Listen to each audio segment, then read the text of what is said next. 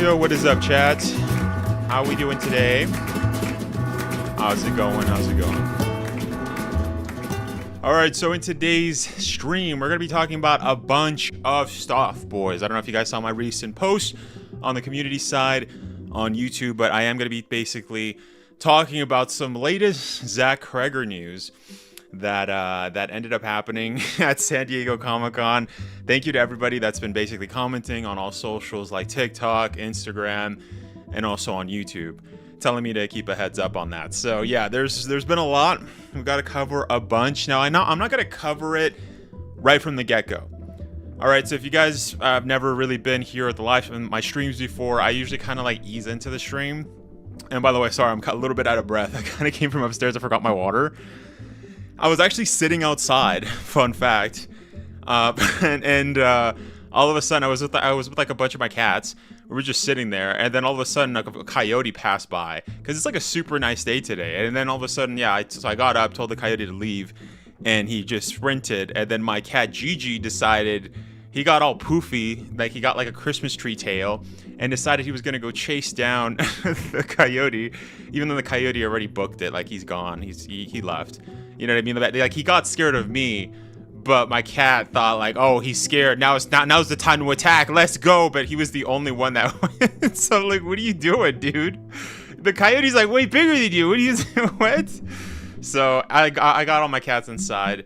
There's only 2 right now that are out there, but they're coming back. Like there's not like it's all good. But yeah. So that was happening. That was freaking weird. But yeah, how's it going, boys? How's it going? Mimi's in the chat. What's up? Says, hey, Wes, can't afford my badge, but I will soon. Much love. I've been good chilling with Ethan, Leon, and Jacob. I hope all is well. Yeah, thank you so much for stopping by, Mimi. You know, I appreciate all the support that you've given to the channel. But thank you so much for stopping by. Yeah, I hope Ethan, Leon, and Jacob are all doing great too. Rowan says, can't stay, but hope everyone has a good time. Thank you, Roman, for stopping by, man. Appreciate you. Appreciate you stopping by just to say hello. Unclass Redacted, what's up, man? We talked earlier. How's it going, man? How's it going? Yeah, Unclass was talking to me about how Resident Evil Code Veronica, he recently beat it on A rank, which is what I have to do because I'm not a speedrunner, so I got to do that. So that's the next step.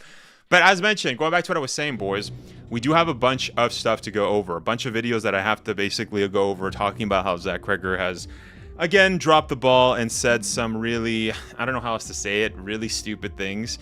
I guess a better way of saying it is that he keeps contradicting himself.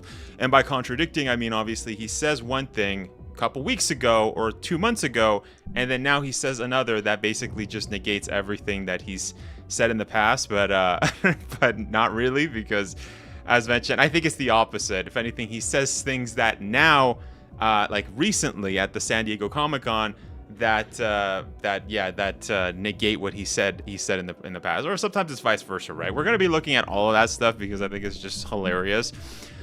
I also did something new too recently. I ended up posting on TikTok. I also posted on Instagram. I posted on YouTube Shorts and also on YouTube, right? So not just one place. I kind of just posted everywhere, and it's been funny. Yo, I've been seeing a ton of Zach Cregger fanboys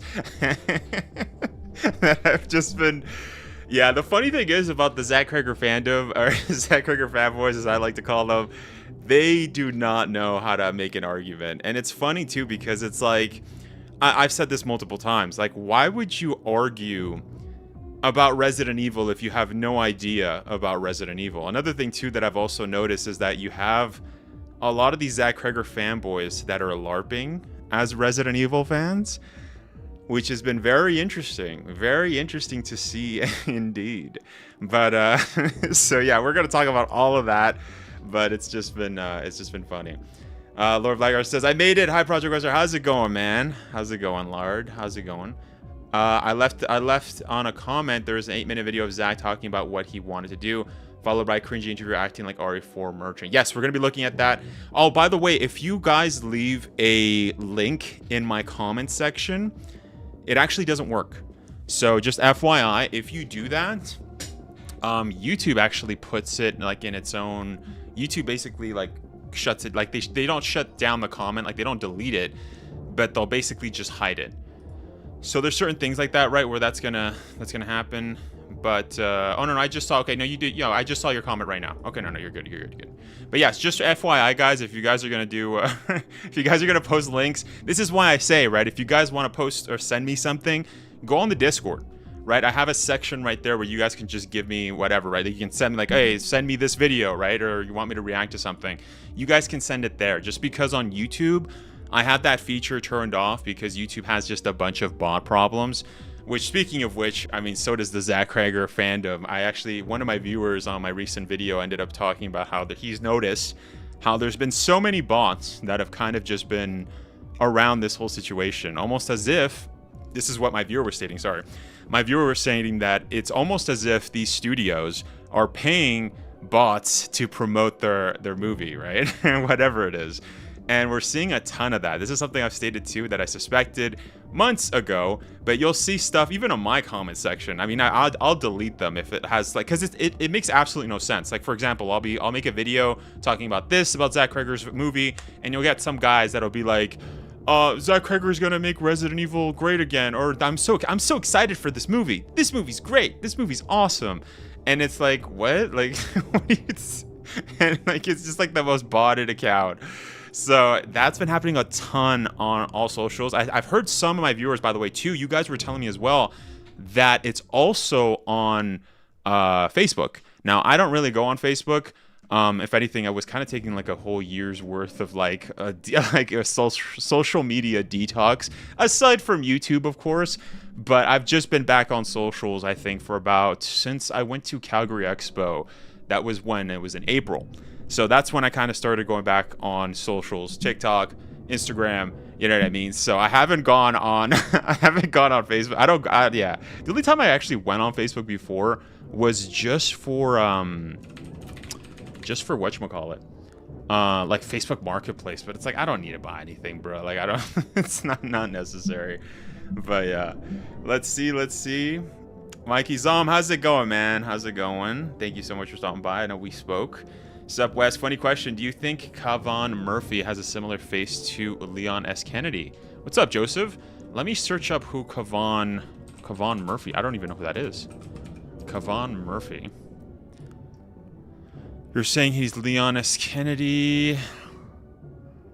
I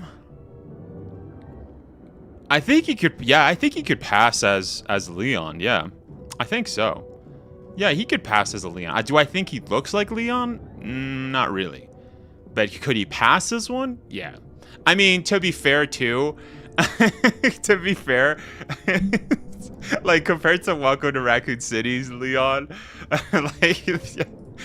yeah, he's a lot closer. Let's just say that. Yeah. Let's see. Bell TC, what's up, man? How's it going, Bell TC? Thank you so much for stopping by. Joseph says he's on a British TV show called Love Island. I watch it every now and then. Yeah, I was just, okay, when I searched it up, that's the first thing that popped up. Okay, so he's just a contestant on Love Island.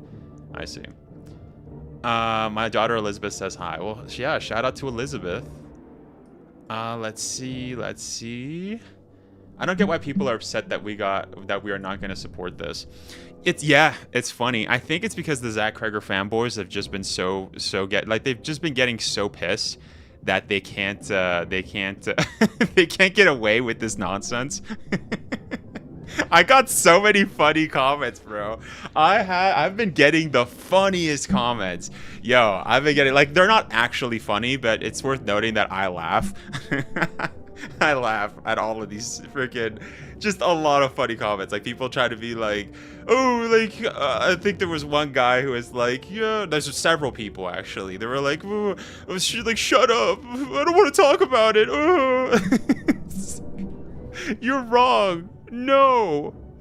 No, Zach Kreger's doing a great movie, okay? And like I said, I've also had like a bunch of people that have also been saying like, no, I'm a Resident Evil fan, and they try to put like a bunch of Resident Evil, like, I don't know, it's like they're trying so hard to be like, I'm a Resident Evil fan, and they'll try to put like a bunch of stuff, like they'll put like keywords like BOW, you know, Las Plagas. They're just like, you can tell they did a quick Google search or went to ChatGPT and said like, make my comment look like I'm a Resident Evil fan. And it like, and their knowledge, like they'll literally just be, they're super quiet. They never have any arguments when it comes to Resident Evil. They'll say stuff like, oh, like, no, it's Zach Kreger's Resident Evil movie is the closest Resident Evil that we've ever gotten. And it's just stuff like that that makes zero sense. Or they're like, no, like Zach Kreger doesn't break any major lore points. I'm like, what are the major lore points that he does? Like what do you mean? What major lore points? They can't answer that. They can't answer simple Resident Evil questions, but they pretend to be Resident Evil fans. It's just been hilarious. It's just been super funny, dude. Adam Lucia says, wow, so you've been thinking of Halo Cafe Evolved? It's a masterpiece. You know, I've actually never... I shouldn't say that. I've played Halo 3 and Halo Reach. I never had an Xbox. I was never an Xbox guy, so... like... Am I going to pick it up? Not really. I'll be honest, when I played the campaign, I did play Halo 3 campaign. I don't think I beat it. Maybe I did. Honestly, it was so boring. I only played Halo 3 just because of the multiplayer. Like at a friend's house. So it was never like... I don't know. I did not stand it. Yeah, I did not like it. Mimi says... Dante says, hi, he's watching on our main TV, always trying to support. Thank you, guys. How's it going, Dante? How's it going? I'm so sick of Zach Kreger. Yeah. You know what's funny, though? You know what's funny? Zach has been losing his crap, bro. Like, I don't know how else to say it. He's been, like, he's been just, like, it's been embarrassing. Honestly, I think that's the best way to say it. It's just embarrassing. He's been embarrassing himself at San Diego Comic-Con. We're going to look at all the footage, by the way. We're not going to do it right away. Just FYI, we are going to be kind of slowly going into the stream. I always kind of do a just chatting at the start. And then after, we might warm up with like some Leon Must Die Forever. And then we'll see if I do CV mod and then talk about the news, or do the news and then CV mod. So we'll see. Stay tuned, boys. Because like I said, we have a lot to go over. So yeah. Hibachi says... how's it going, man? He says all Zach has to do was follow the timeline. He couldn't even do that. Yeah, no, he didn't. He couldn't do that. Sorry, I read that almost like you said, like, all you had to do was follow the damn train, CJ.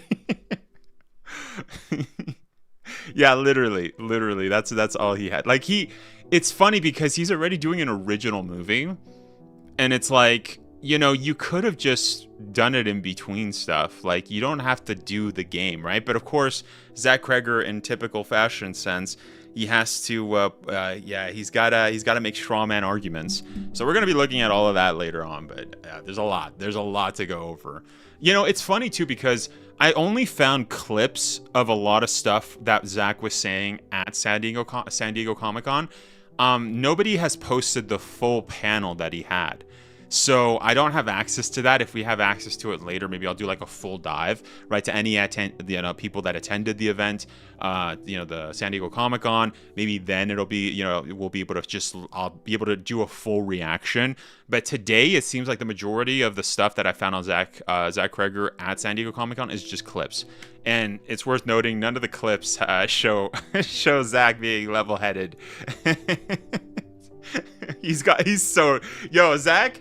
has been getting so rage baited, bro. It's been so funny. Lord says, I didn't know there was a Comic-Con. That's why Ebenezer trailer appeared out of nowhere. I mean, San Diego Comic-Con is huge, right? Like, I don't know if I would ever want to attend, just because of like, that is like one of the that and New York Comic-Con, I think, are just like the biggest, right? Also, like Anime Expo, I've also heard, is just huge. So Anime Expo, New York Comic-Con, San Diego Comic-Con, I think I've also heard like the one in London is pretty freaking huge. I think it's called something with an M. So yeah. 1 second, boys. 1 second. I'll be right back. I'm just going to open the window because you know what? It's actually it was a nice day today. It was a nice day. 1 second.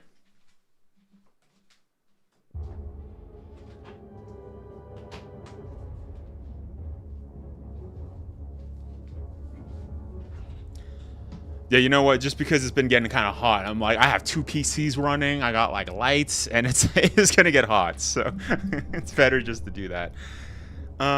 Wes, there's also another guy on Love Island called Lorenzo Alessi, and he reminds me of Luis Serra from RE4 Remake. Check him out. I don't watch Love Island. You know what? The only Love Island that I actually watched was the Japanese one. No. Sorry. No, it wasn't Love Island. It was Love is Blind? What the frick was that called? Love is Blind? It was like it was like the most wholesome, I think is Love in Japan. That one was like the most wholesome dating show I've ever seen. Did they only do 1 season? Yeah, I think it was Love is Blind. That's the only one I saw. That one was actually goated. Yeah, I watched it like 2022. Yeah, it was a long time ago. That was the only one that I watched. So like the premise of the show is that like people can't see each other. They can only chat with each other. And they ended up chatting, and it was just so wholesome. Yeah, Love on the Spectrum. Love on the Spectrum is another good one. Yeah. I've seen the first season of Love on the Spectrum. That's also super wholesome. Yeah, I've heard that the 2nd season came out, or the 3rd. I don't know. I don't have Netflix, but I legally stream all of it. Yeah. I don't know. I've been a while since I watched like a proper TV show. But well, actually, that's not. I'm just thinking. I was actually watching The Office recently, because I've never watched it. So I've been watching it just now recently. So I kind of took a break though. I'm almost done season 1, but yeah. Yeah, season. Oh, there's 4 seasons? Dang. Yo, Love on the Spectrum has just been cooking, bro. That's crazy. Oh, different show. We'll check it out too. Yeah, check it out. He reminds me of him hair-wise too. Who? Oh, I see. Lorenzo? I see. US Office or UK? Well, that's the thing. I actually remember that I watched the OG Office. Like the British one. The British. I watched the first episode.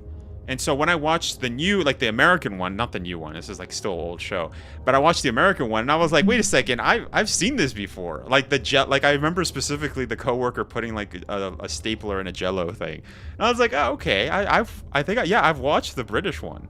So yeah, but that was like a long time ago. So, but I never finished it. I think it's just 1 season, right? Like the UK Office, but yeah, but no, I've been watching the US Office. But it's been good. It's been good. Ooh, you know what else is kind of releasing too? Didn't Spider-Man release yesterday? Has anybody watched that? How was that? Yo, I mean, I've been seeing the trailers and I'm like, yo, this actually looks freaking good. Has anybody watched it? Let me know, yo, if it's actually good. Because also too, what else came out? Ooh, Avatar Aang, The Last Airbender. I need to stream that, yo. Like, not stream it, you know what I mean? Stream it at home, not like actually.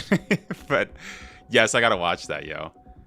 Nah, that looks actually goated. I want to watch it. I've heard so many good things about it. I know it got leaked like several months ago, but yo, I need to watch that. That's sick, yo. I can't wait, yo. I love Avatar, but I don't know. Avatar's been kind of like hasn't been the best, but I also heard they announced like a new season, but like a new series.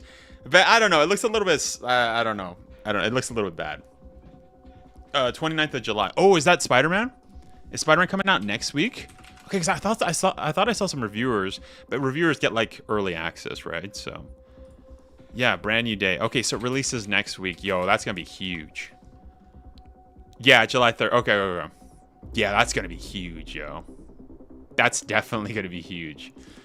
Yeah, I don't even think going out, like, this is the thing. I haven't gone to the movie theaters in such a long time. I think the last time I went to a movie theater to watch a movie was Dune Part 2. When was that? That was like a couple years ago, right? Like 2 years ago?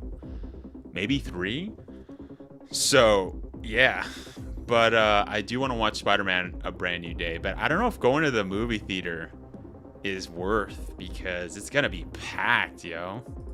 It's going to be packed, bro. I guess I could wait. Or I could just watch it in other means. But yeah, I love Spider-Man, but I don't know. I hate Tom Holland Spider-Man. Yo, wait, what's your favorite Spider-Mans? Yo, let me know right now. Out of the live-action movies, of course, what's your favorite Spider-Mans? I'm curious. For me, I gotta say it's Andrew Garfield. Andrew Garfield's my favorite, yo. Just because he actually played it cool. And Peter Parker, like, I don't know, I've never read the comics, but I heard like a whole video kind of showcasing, this was a long time ago, but it showcased how Peter had like a motorbike, Peter would dance. You know what I mean? Like, Peter was like a cool guy, yo. I think he also skateboarded. I might be incorrect in that. But I think like OG Peter Parker like was actually a cool guy, yo. Tobey Maguire. Okay, you guys are Tobey Maguire fans? Yo, speaking of the Tobey Maguire, Spider-Man movies, I've seen so many videos, like, in the past couple of years of people literally, like, calling out MJ, yo. They've been calling her out and saying how toxic she is. And as a kid watching those movies, I never realized. I always thought, like, oh, MJ's just being a freaking, like, she's being annoying, yo. Like, I always thought that. But, like, actually, like, it's been a while since I've seen those movies again. I wanted to watch it, but I think I watched only part of the first one. Again, this was like last year or a couple months ago. Yeah. Ooh, that's right. Yeah. Spider Noir. Yo, I watched the first episode. I like Nicolas Cage as that. Also, too, like, he was an Amazing Spider-Man, right? He played Spider Noir as well, right? You can say what you want about Tobey Maguire, but that is my favorite Spider-Man. Yeah. I don't have issues with Tobey. I think what the only thing that I didn't like about Tobey was not him. It was just like, he was like the sad emo. He was like the sad emo Spider-Man. You know what I mean? Like, he just couldn't get a win, bro. Like, obviously Peter was like always just getting his like teeth kicked in, but like with life and stuff. But, you know, obviously he always had Spider-Man to fall into, right? And so I think that's what they're kind of leading towards with like the Brand New Day, right? Because, like, same thing. I mean, I can't really say too much about the character of Peter Parker.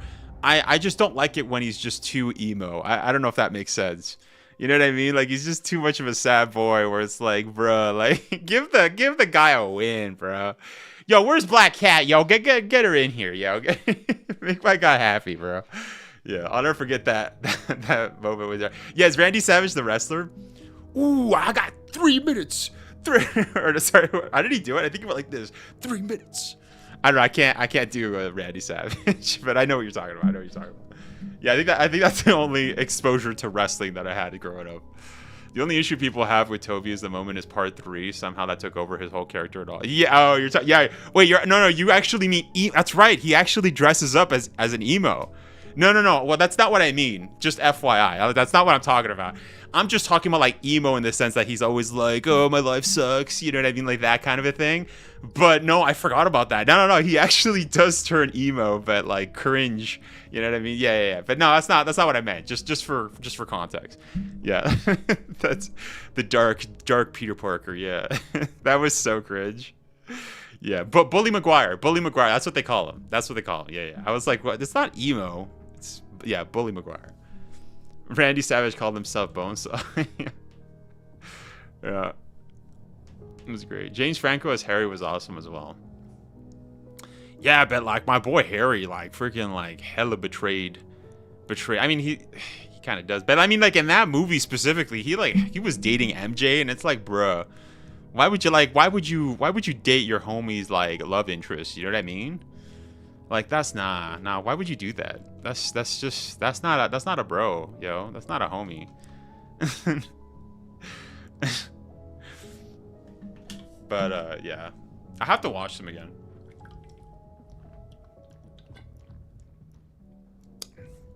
But I don't know. I think I liked Andrew Garfield's Spider-Man mostly because he was super sassy. I mean, like I grew up watching the Spider-Man, like the 90s Spider-Man. I also grew up watching the Spectacular Spider-Man. There was also another Spider-Man show. There's also like another Spider-Man show, which like I don't remember what it was. Oh, my brother watched like Ultimate Spider-Man as well, but that one kind of sucked. I think me and my little bro, like we really like Spectacular Spider-Man. But and I actually rewatched it a couple of years ago. It was not bad actually. It was not bad. Anyways, boys, like I said, we got a bunch to talk about. I do want to warm up a little bit. I want to play some Leon Must Die Forever. Then I think we'll transition into talking about all of the news, because we got a bunch of freaking news. And then obviously we are going to play CV again with the camera mod. So that is the kind of the plan of the whole stream. And I will be turning those into videos, by the way. So yeah, everything we discussed in today's stream, I am going to be turning into a video. So yeah, we're so deep. I know. I was thinking, I'm like, bro, this is like a Spider-Man stream now. This is crazy. Have you seen Homefront with Jason Statham and James Franco's the villain? No, never watched that. It's been a while since I've seen a Jason Statham movie, though. Jason Statham. Yeah, I hate watching my son die. What son die? Oh, Leon? Or no, you Leon? Or oh, I see. Yeah. I thought you meant Ethan, because there's also Ethan. Which, fun fact too, I mean, I did watch Romeo Must Die, which is what the thing is based off of, right? I'm assuming. But that was a good movie, yo. I love Romeo Must Die. That's a good freaking film. Freaking Jet Li. I grew up watching that. It was sick. Okay, hold up. Let me plug in my PlayStation 5. We're gonna start off with Leon. As mentioned, what else has happened this week? So we've just been getting mostly Zach Kreger news, honestly. That's been just like the majority of what we had. But there was something else that's also been happening on the sideline. I think there was something else. Like the news kind of got covered over by that. But like I said, we'll go over all of that. I'm trying to remember, but you know what? I think it was something so minute that it wasn't important.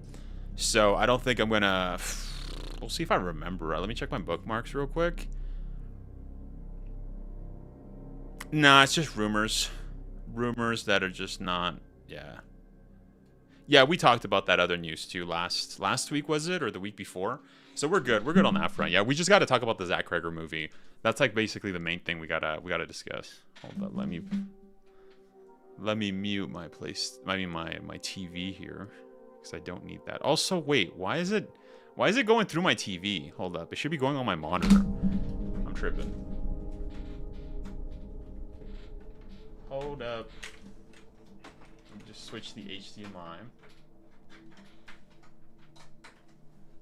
But how's your guys' weeks been compared to all of this, all the stuff that's been happening, yo, with Zach Kreger?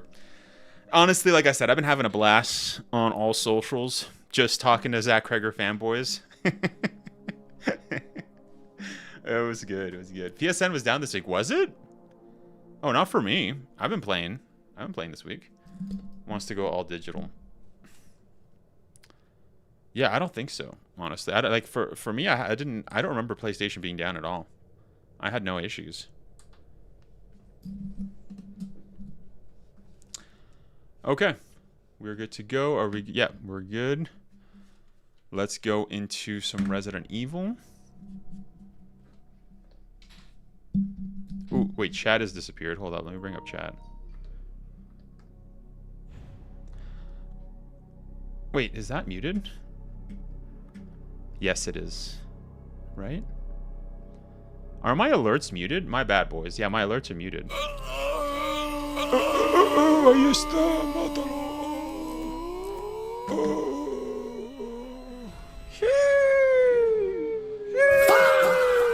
All right, boys. Let's actually play some rank 4 for forever. Let's finish this. Oh, and also we got the classic 70 hatchet ability, big game hunter. I don't know what that enhancer ability is. Never lose sight of your prey. The better your shooting skills, the higher your firepower. We'll do this. I don't want to spend too much time on Leon Must Die. This is kind of just a warm-up, by the way, if you guys are confused. You know what? I might make a pinned comment. Hold up. Wait, let me show. Yo, Mimi, your comment got flagged. My bad. Let me know if YouTube basically hides your comment, guys. I don't know why YouTube has that, even though my moderation for YouTube is like non-existent. So I don't know why that's happening, but my bad. Okay, we're just starting with Leon Must Die Forever.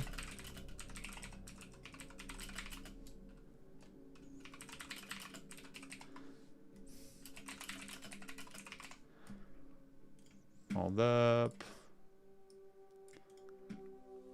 All right, boys, we're gonna be doing it. 1 second. Just want to pin this.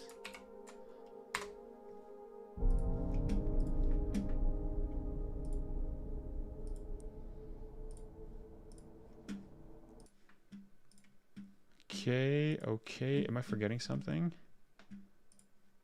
Pin. Well, let's switch the category, shall we? Resident Evil 9. You can't hide forever. How disappointing. You can't hide forever. I expected more of a challenge. Oh wait, is that automated? Is that automated? You can't hide forever. You can't hide forever. It is. Hey, I didn't know that. I forgot, I guess. Yo, that's funny. That's funny. Okay, I didn't know that. Yeah, okay. Sorry, guys, I just did not know that that was happening, that was automated. Okay, hold up. Let's actually check some stuff. What is this? Increases firepower when shots hit an enemy. Decreases fire when shots miss an enemy. Max decrease, max increase. Wait, so why do I can't get rid of that? I'm so sick of this shit. What the frick? So wait, I can't get rid of this thing? Dang, that's kind of lame. Get Brentwood locked down. I mean, I like the rifle, but I don't know if it's worth it. Yeah. That's a little lame, boys. I don't know about this. MSRG 500.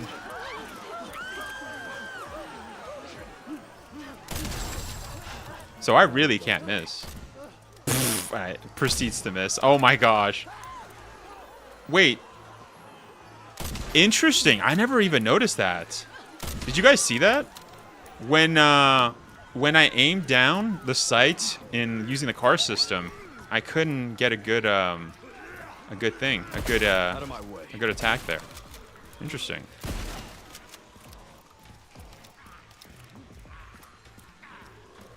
Yeah, like the reticle couldn't focus, so like it was a little bit chalk there. Okay, that's it. Oh, I thought I was gonna get 2 people, but that doesn't work like that. I don't know this. Okay, we'll head on out of here. So like I said, I do want to just do maybe 1 round of this. We'll see. We'll see how hard it is, too, because this is the first time I'm doing rank 4 on this. I missed the cat ears, or the fox ears, yeah. Let's make this quick. Yeah. It's kind of, yeah, I mean, it's all right. All right. Okay, why are we getting so many of these guys? Okay, wait, that guy actually... Getting too old for this. Hold up, hold up.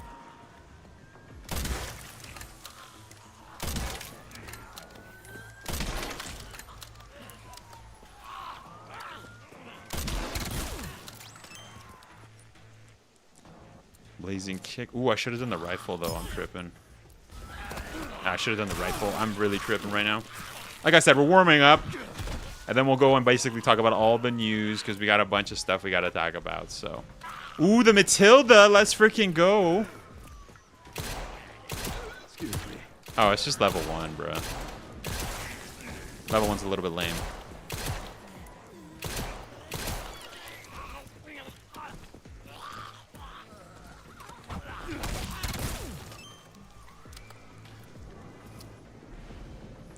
Okay, we got the marksman. I don't need the marksman, but you know what? I am going to use the bullets. We'll do that when we need it. And then... Can't do anything else, it seems. How many of you guys have actually beaten Leon Must Die? So far, it seems like the hardest one was rank 3. But I don't know how things are now. I should probably heal, because you know what? I don't know how this is going to go. Oh, shoot. I forgot that Resident Evil 9 doesn't do that. It's not like RE4. Or like... Yeah, most RE games, you go over the other thing and it goes. Like, it automatically combines for you. How disappointing. I expected more of a challenge. I actually never beat RE9. Oh, you never did? Yo, maybe you gotta get on that, yo. Weren't you playing on casual difficulty? I'm pretty sure you told me you were playing on casual difficulty. I thought you were beating it. What? Oh, you gotta get on that. I mean, you kind of seen the game now, like... like, Leon Must Die, like, the last boss fight, too, so... You kind of already experienced it, but you do need to actually experience it. I was, yeah, you gotta get on that. No, I'm gonna use this one right now. I'm gonna get the green herb. Yeah, we're just gonna go the same route, honestly, because I want to see if it collectively gets harder just because we're on rank 4. I have a feeling it's not gonna be hard just because of the RPG, but obviously that does depend on RNG and if we do get the RPG, right? We'll see. I don't know. So far, things seem to be kind of similar.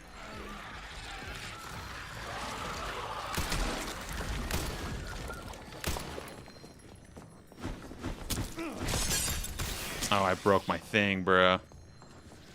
Oh, I can't kick him? No. Excuse me. Okay, I'm gonna move. I'm gonna move. Been too effing busy having Dante beat it for me. He got Dante to beat it for you. Nah, you actually got to lock in, yo. That's crazy. You gotta hurry. Yo, are you kidding me? Yo, this wasn't even the guy I wanted to hit. What is going on here? I don't have time. I will say though. Okay, actually, this is kind of dangerous. Hold up. This is actually kind of dangerous. Hold up, hold up, hold up, hold up. Yeah, I was gonna say, yo, okay. What the frick, yo? I was gonna say too, like the bonus, getting the whole thing is quite rough. Also too, I don't know if I should use the rifle. The rifle kind of sucks, I'm not gonna lie.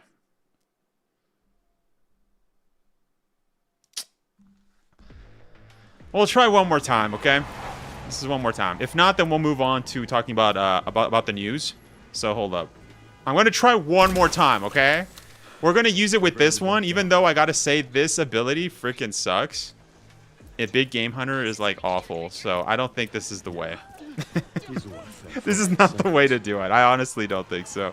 Look, I'm gonna give one more chance, because that was kind of lame. If I die, I die. We're not gonna do it again. Like, we'll do it next week.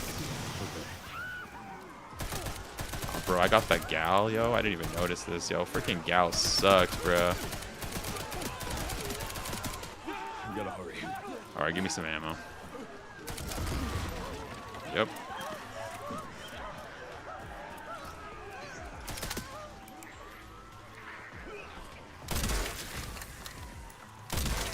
I'm so sick of this shit.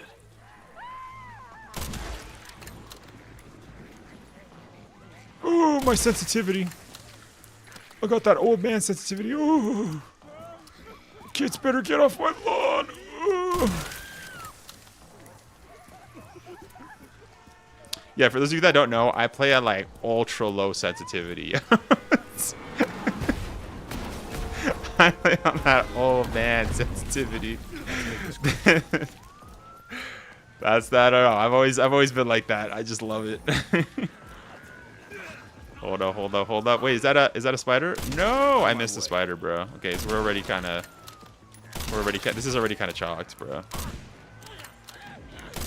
Yeah, this is a rough start compared to last time, but you know what? We've got a lot more ammo as opposed to last time. We also got some really bad weapons last time, so. Okay, every time I miss, my sniper gets worse, it seems. Yeah, come on, let's reload. Let's reload.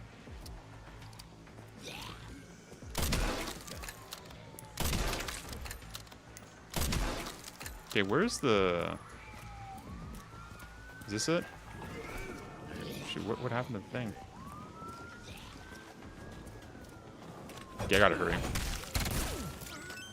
Give me a good gun, give me a good gun. Okay, Matilda, is it rank 2? Yeah, or rank 1 it seems. Okay. Shoddy combat. Let's do chrono shot because I seriously need some time. I don't have time for this.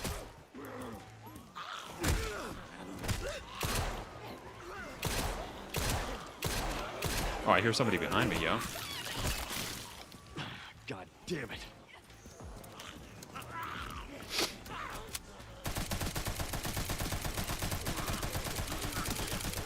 Out of my way. I beat Leon Must Die, LOL. Yeah, didn't you use the glitch, though? That's what you were telling me, actually, in class, right? Didn't you tell me you used the glitch? They patched that, didn't they? Or is it still on there? They patched it, right? No, I was getting like awful RNG, yo. Okay, I'm actually gonna lose due to time. Wow, okay. This is crazy. I'm gonna lose due to time. We'll see. We'll see how things are going. Like I said, if I lose one more time, then we're gonna be transitioning and talking about the RE news, because we got a bunch to go over. And then after, of course, we'll play some CV camera mod. But yeah, that's the game plan. Just FYI.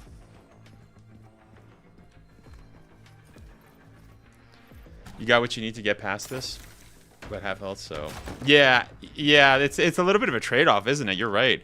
Yeah, last time I got like less ammo, but I didn't have health, and then now I have less time, but more ammo and more health. So that's a bit weird. Okay, let's actually kill this guy. Okay, I did not time that well. Look how much that wasted, yo. That wasted so much of my not my ammo, but my durability. Really trying to kill Leon here, it seems. Okay, come on, man. Are you coming? We gotta hurry. Did that hit him? What? Yo, what? That hit? No, that's actually crazy. That's wild. What the frick, Gabe? I can see the blood splatter from this side. What just happened? No. The game's tripping, yo. I should not have gotten that. That's wild.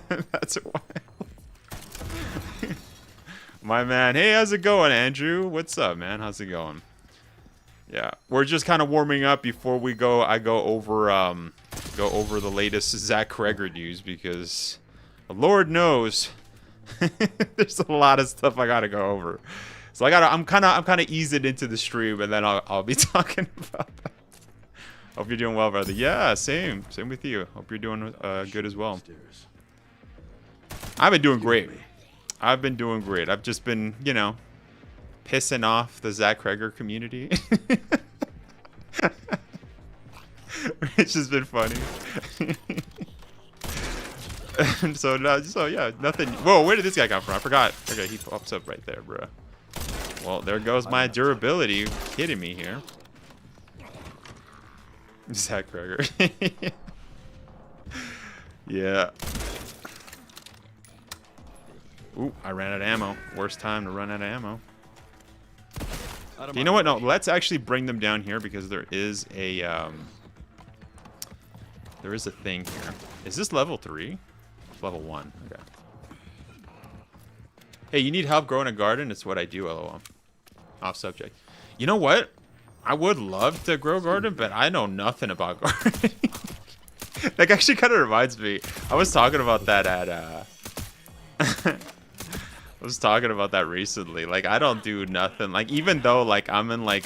By the way, like, where I live in Canada is basic... Oh, shoot, I missed that. Oh, okay, this might be chalked. This might be chalked. This might be chalked. Hold up. I'm not dying again, bro. Hold up. Let me lock in a little bit. Anyways, as I was saying, I live, like, in a part of Canada that's, like, considered, like, super country. But I never grew up in the country, so... So I've been talking to a bunch of country people, and they were kind of making fun of me. They were making fun of me, which is the funniest thing. They were funny. They were like, "Yeah, you don't know country music?" I'm like, "Nah, dude. I know some country music, but that's not what I listen to." Yo, it's getting hot in here, yo. Kind of sweating. Woo. Okay, this is not good, yo. I want to get past these guys and just blow them up, but this is it's kind of rough. Buy me on so we can both get drunk and complain together. Nah, dude, I don't get drunk, man. I don't drink. So that's that. This is the wrong live stream to be drunk on. Nah. Especially when it's funny though that you said to be drunk. You're funny, because talking about Zach Kreger, you gotta be drunk to talk about that. That's funny. I'm growing sugar, snap peas, and green beans and pumpkins. Strawberries, all type of. I got you if you ever want a garden. Nice, yeah. I mean, like it would. Oh shoot! I thought I could pick it. Yo, I'm tripping. I'm tripping. Okay, we got to heal right now. I didn't want a quick turn. Out of my way. Oh my gosh. Woo! Okay, I almost freaking died there, bro. What is this? Tactical reload? No, we don't care about tactical reload. Okay, let's get the blazing kick. Let's get the 990 tack. Ooh, yes. Freaking let's freaking go. You know, I'm going to keep that. I'm going to keep the stuff just for a second there. And then we'll transition. Isn't there a zombie right here? I'm pretty sure. Yeah, this guy's a freaking punk, yo. Hold up. This guy's a literal punk. All right. Yeah, we'll waste all the gal bullets because Lord knows I'm not using the gal. I don't drink either, believe it or not. The first time I've ever been drunk in my life was when in Japan a few months ago, and I'm 35. I'm not doing that again. Yo, you went to go drink in Japan? Hey, that's crazy. Yeah, I do. Drinks in Japan are so cheap, so yeah. I think honestly that's probably the last time I drank too. Actually, the fun fact, that's when I went to Japan. Yeah, it's been a hot minute since I've been to Japan. So. But yeah, I was also technically underage. I don't have time for this. Well, no, I was no. Was I underage? I don't know. I don't know actually. It's been a hot minute, yo. I don't know. let's just say yeah. Why not? Let's just go with that. What happens stays there. Yeah. Yeah. Which reminds me too, you know what? I also, you know, we might play. I've been wanting to play some Ryuga Gotoku, the Yakuza series on the channel for a little bit, but not like the full game. I want to do like some of the mini games. You might do that, guys. There's something I want to do that's super funny. So. Super Japanese. We might just do like a little fun, kind of like what we're doing right now with Leon Must Die. Like, I'm not gonna continue playing this. By the way, I'm about to freaking lose because I don't have enough. I am not doing well with this. Hold up. Wait, do I not get an extent? Oh, here we go. Okay, slot expansion. Let's get that in there. Yeah, let's do that. Yeah, okay? I'm like not doing well with time at all. I'm about to lose.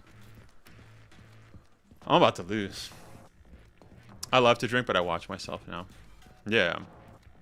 Yeah, I don't drink at all. I don't know. I've never liked it. Honestly, like, it's not something I enjoy. Yeah. Yeah, we need time. Okay, hold up. No, you son of a punk. What the frick was that? Nah. Yo, I'm getting freaking rage baited by this game, bro. I knew it was coming too, but what gun was I using? It was slow. The fire rate was kind of slow for that. That's on me. 100%. I don't have time for this.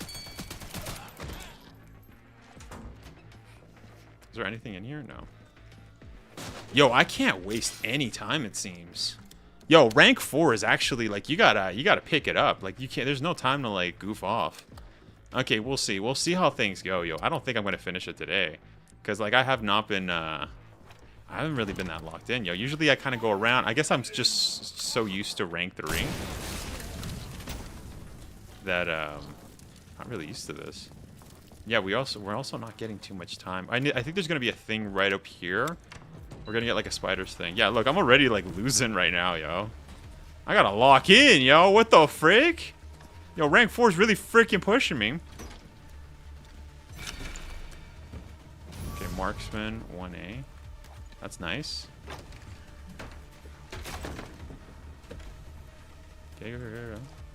Give me everything. Okay, like I said, I'm pretty sure there's a spider up here. Okay, what the frick? Okay, we might have to skip this guy. Yeah, he's just freaking holding the door hostage here. Out of my way. Yeah, I'm about to lose, man. Yeah, there should be one in the cold room. Yep, I hear it. I gotta hurry.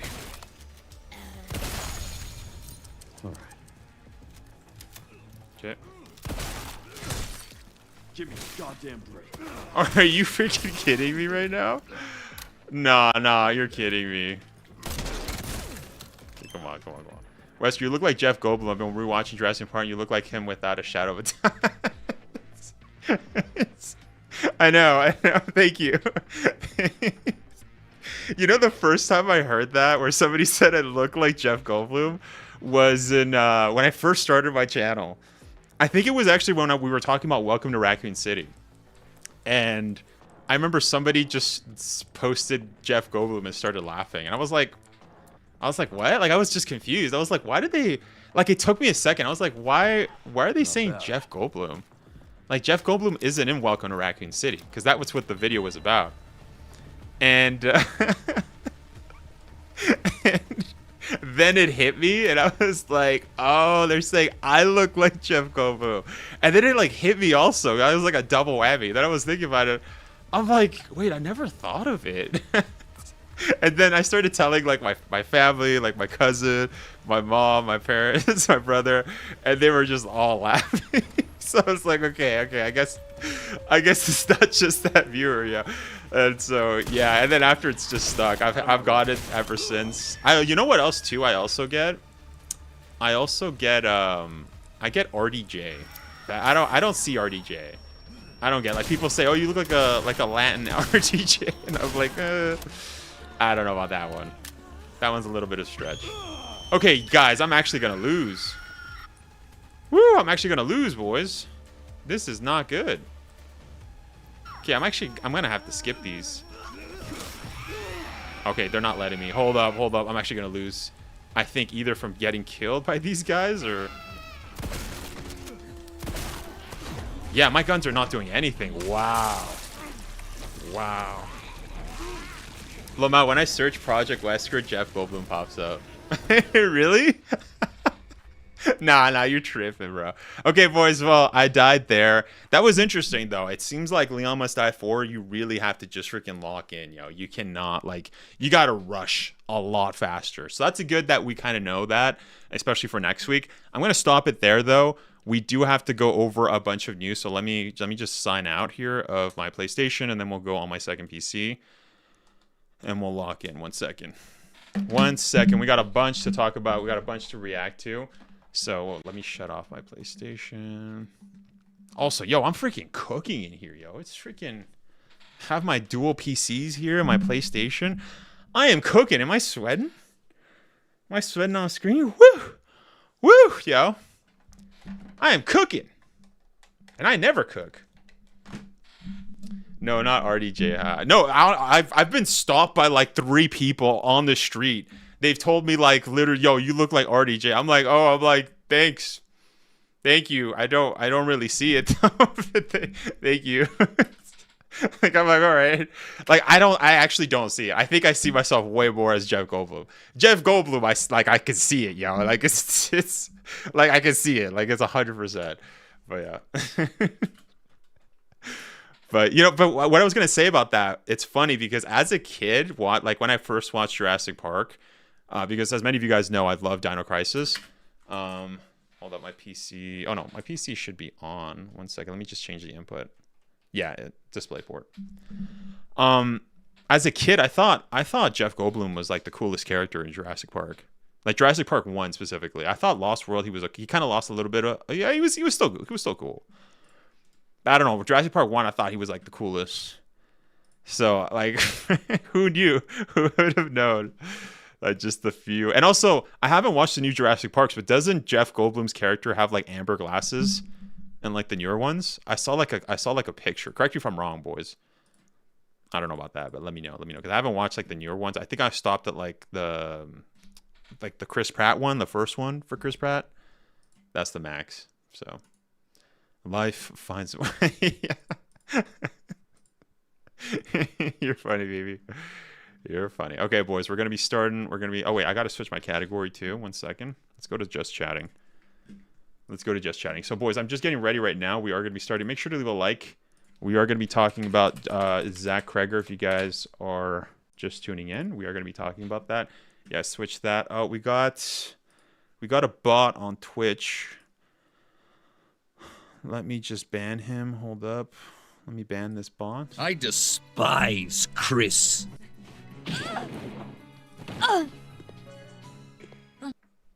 Okay. All right. So we have a bunch to discuss. We also have Instagram. Yeah, we got a bunch of stuff on Instagram that I got to go over as well. All right. Let's do it, boys. Let's do it. Let's lock in. You know what? Actually, let me go take... I'm gonna be real quick, yo. I'm gonna go take a leak, yo, real quick. That's TMI, though. I'll be right back.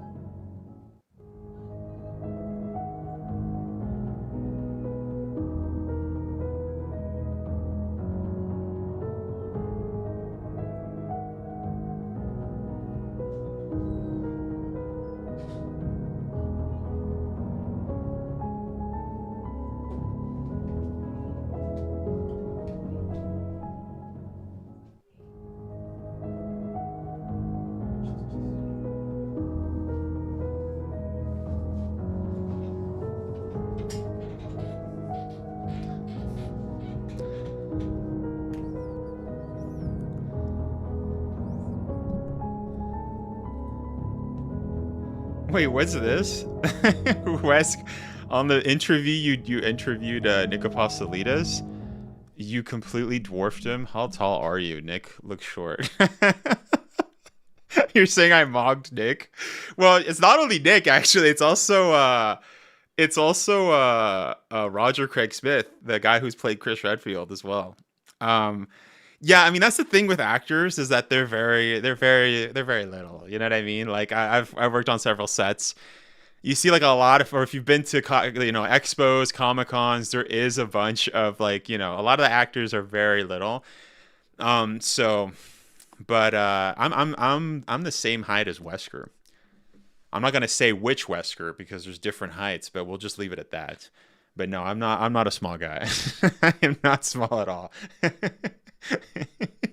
That's funny though.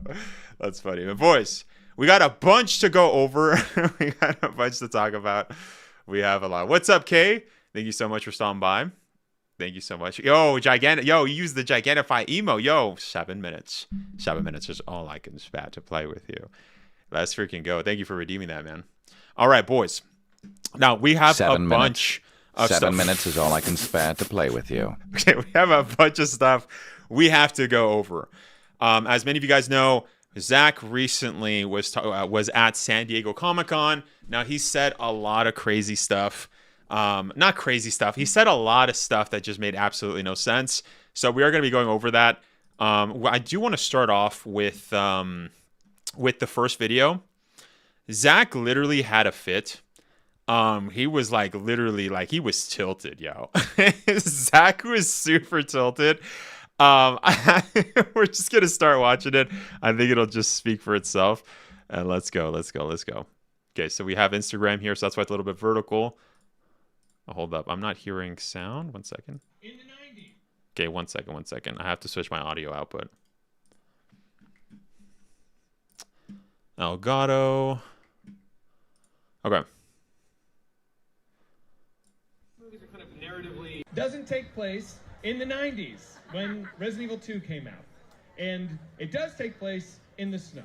It takes place in the snow in 2026. That's why he has an iPhone, and because I took liberties to tell a story I wanted to tell and make the movie look the way I wanted to make it look. I am not doing exactly a one-for-one Resident Evil 2, adaptation. Okay. So, yo, he's actually super freaking pissed, yo. He's actually super pissed. Holy cow, man. Yeah, it's funny because he's starting off this, I don't even know, this is a clip, by the way. I don't know where the full interview is, but it's funny how he's like, and it's funny because all the stuff that he's mentioning is stuff that Resident Evil fans that I've discussed, that several other people have also discussed, because it's a major issue, right? Now, it's funny that he basically already confirmed that his Resident Evil movie is not going to be taking place in the 90s. It's also not, what did he say, a one-to-one adaptation, but this is a huge problem. So let's go back a little. Wait, I don't know if I can just go back or just go back like that. It doesn't take place in the 90s when Resident Evil 2 came out. And it does take place in the snow. It takes place in the snow in 2026. That's why he has an iPhone, and because I took liberties to tell a story I wanted to tell and make the movie look the way I wanted to make it look. I am not doing exactly a one-for-one Resident Evil 2, adaptation. Yeah, so this is a straw man argument. In other words, this has nothing to do with what Resident Evil fans have been saying for months. It's not surprising coming from Zach Cregger, because Zach Cregger is incredibly bad faith. I've stated this the first time that his movie was announced. He did basically insult Resident Evil fans. He said people are going to come after me online. He also said I'm going to be crucified. Why? Why would you say that when you're starting a movie?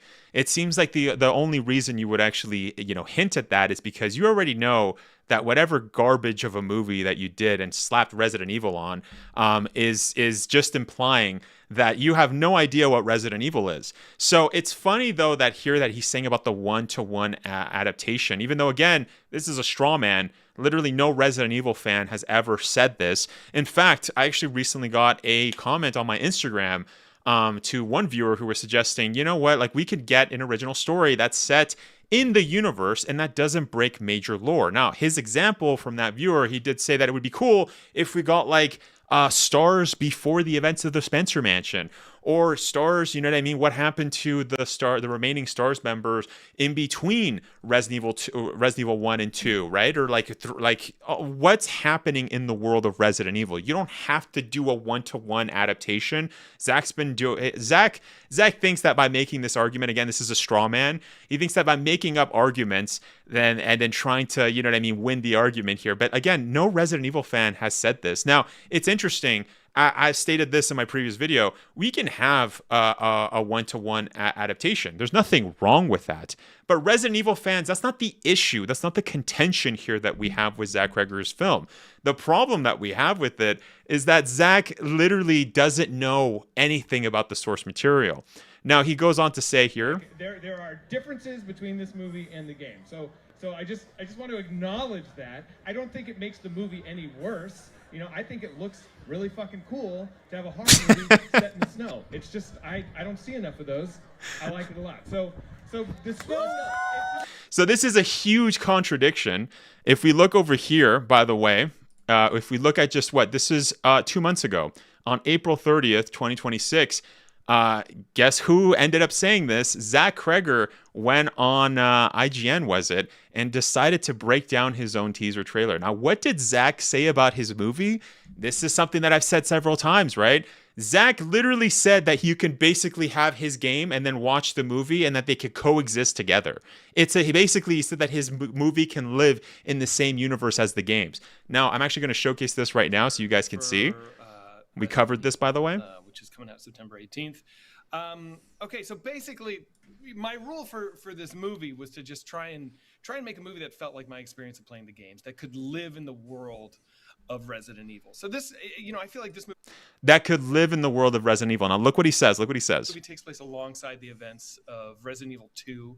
This movie takes place alongside the events of Resident Evil 2. How does that work, Zach? How do you have a movie that's set in 1990, like a game that's set in 1998, and a movie that's set in 2026 that can live alongside the events. Now he goes on to say, look how contradictory this is. This doesn't make any sense. Again, this just showcases that Zach has no idea what the freak he's talking about. He has no idea. And again, if Zach was just a director, I wouldn't care. But since he's literally the co-writer, you see how nonsensical of an argument this is that he makes recently at San Diego Comic-Con, that it's 2026, that there's snow, and there's nothing wrong with that. I took creative liberties.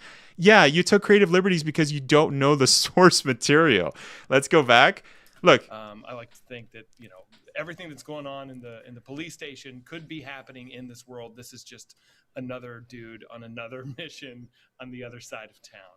Another side of town. So I can extrapolate that and literally say that what Zach here is saying, right? What he's saying essentially is that the game and his movie are happening at the same time.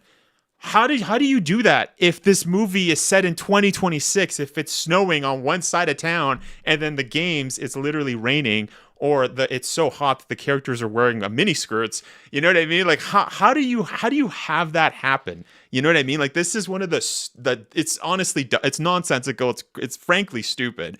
I don't understand how you could just you see how he's trying to get away? And this is what I meant by the straw man argument. He's literally trying to get away by saying that, no, this movie's in 2026. I took some creative liberties. I know there's snow. It's not a big deal. But then you have him say stuff like this, where he literally says that his movie can live with the games, that, the same thing that's happening in the game is happening on the other side of town with his movie. How?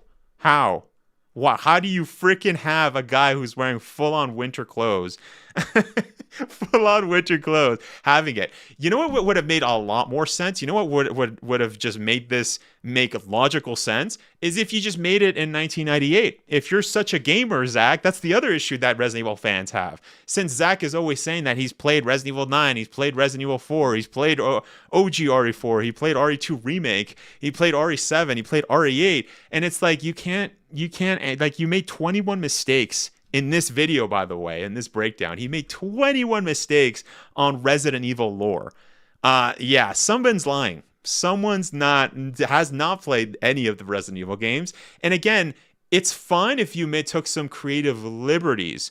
If anything, I don't know, Resident Evil fan is going to get upset about that. The problem is that when you take huge liberties and saying that the story, that your movie is going to be in 2026, it's going to have snow, but then it's also living right next to the games, and that it can live like that, it could coexist. So basically, in Zach Kreger's mind, he thinks that 1998, it being so hot, can live with the like, it's nonsensical. You know what's a better point about all this? You know what this demonstrates is that Zach clearly has never played RE2. He has no idea what RE2 is. He's probably watched playthroughs maybe several years ago because the guy forgot that it was set in 1998.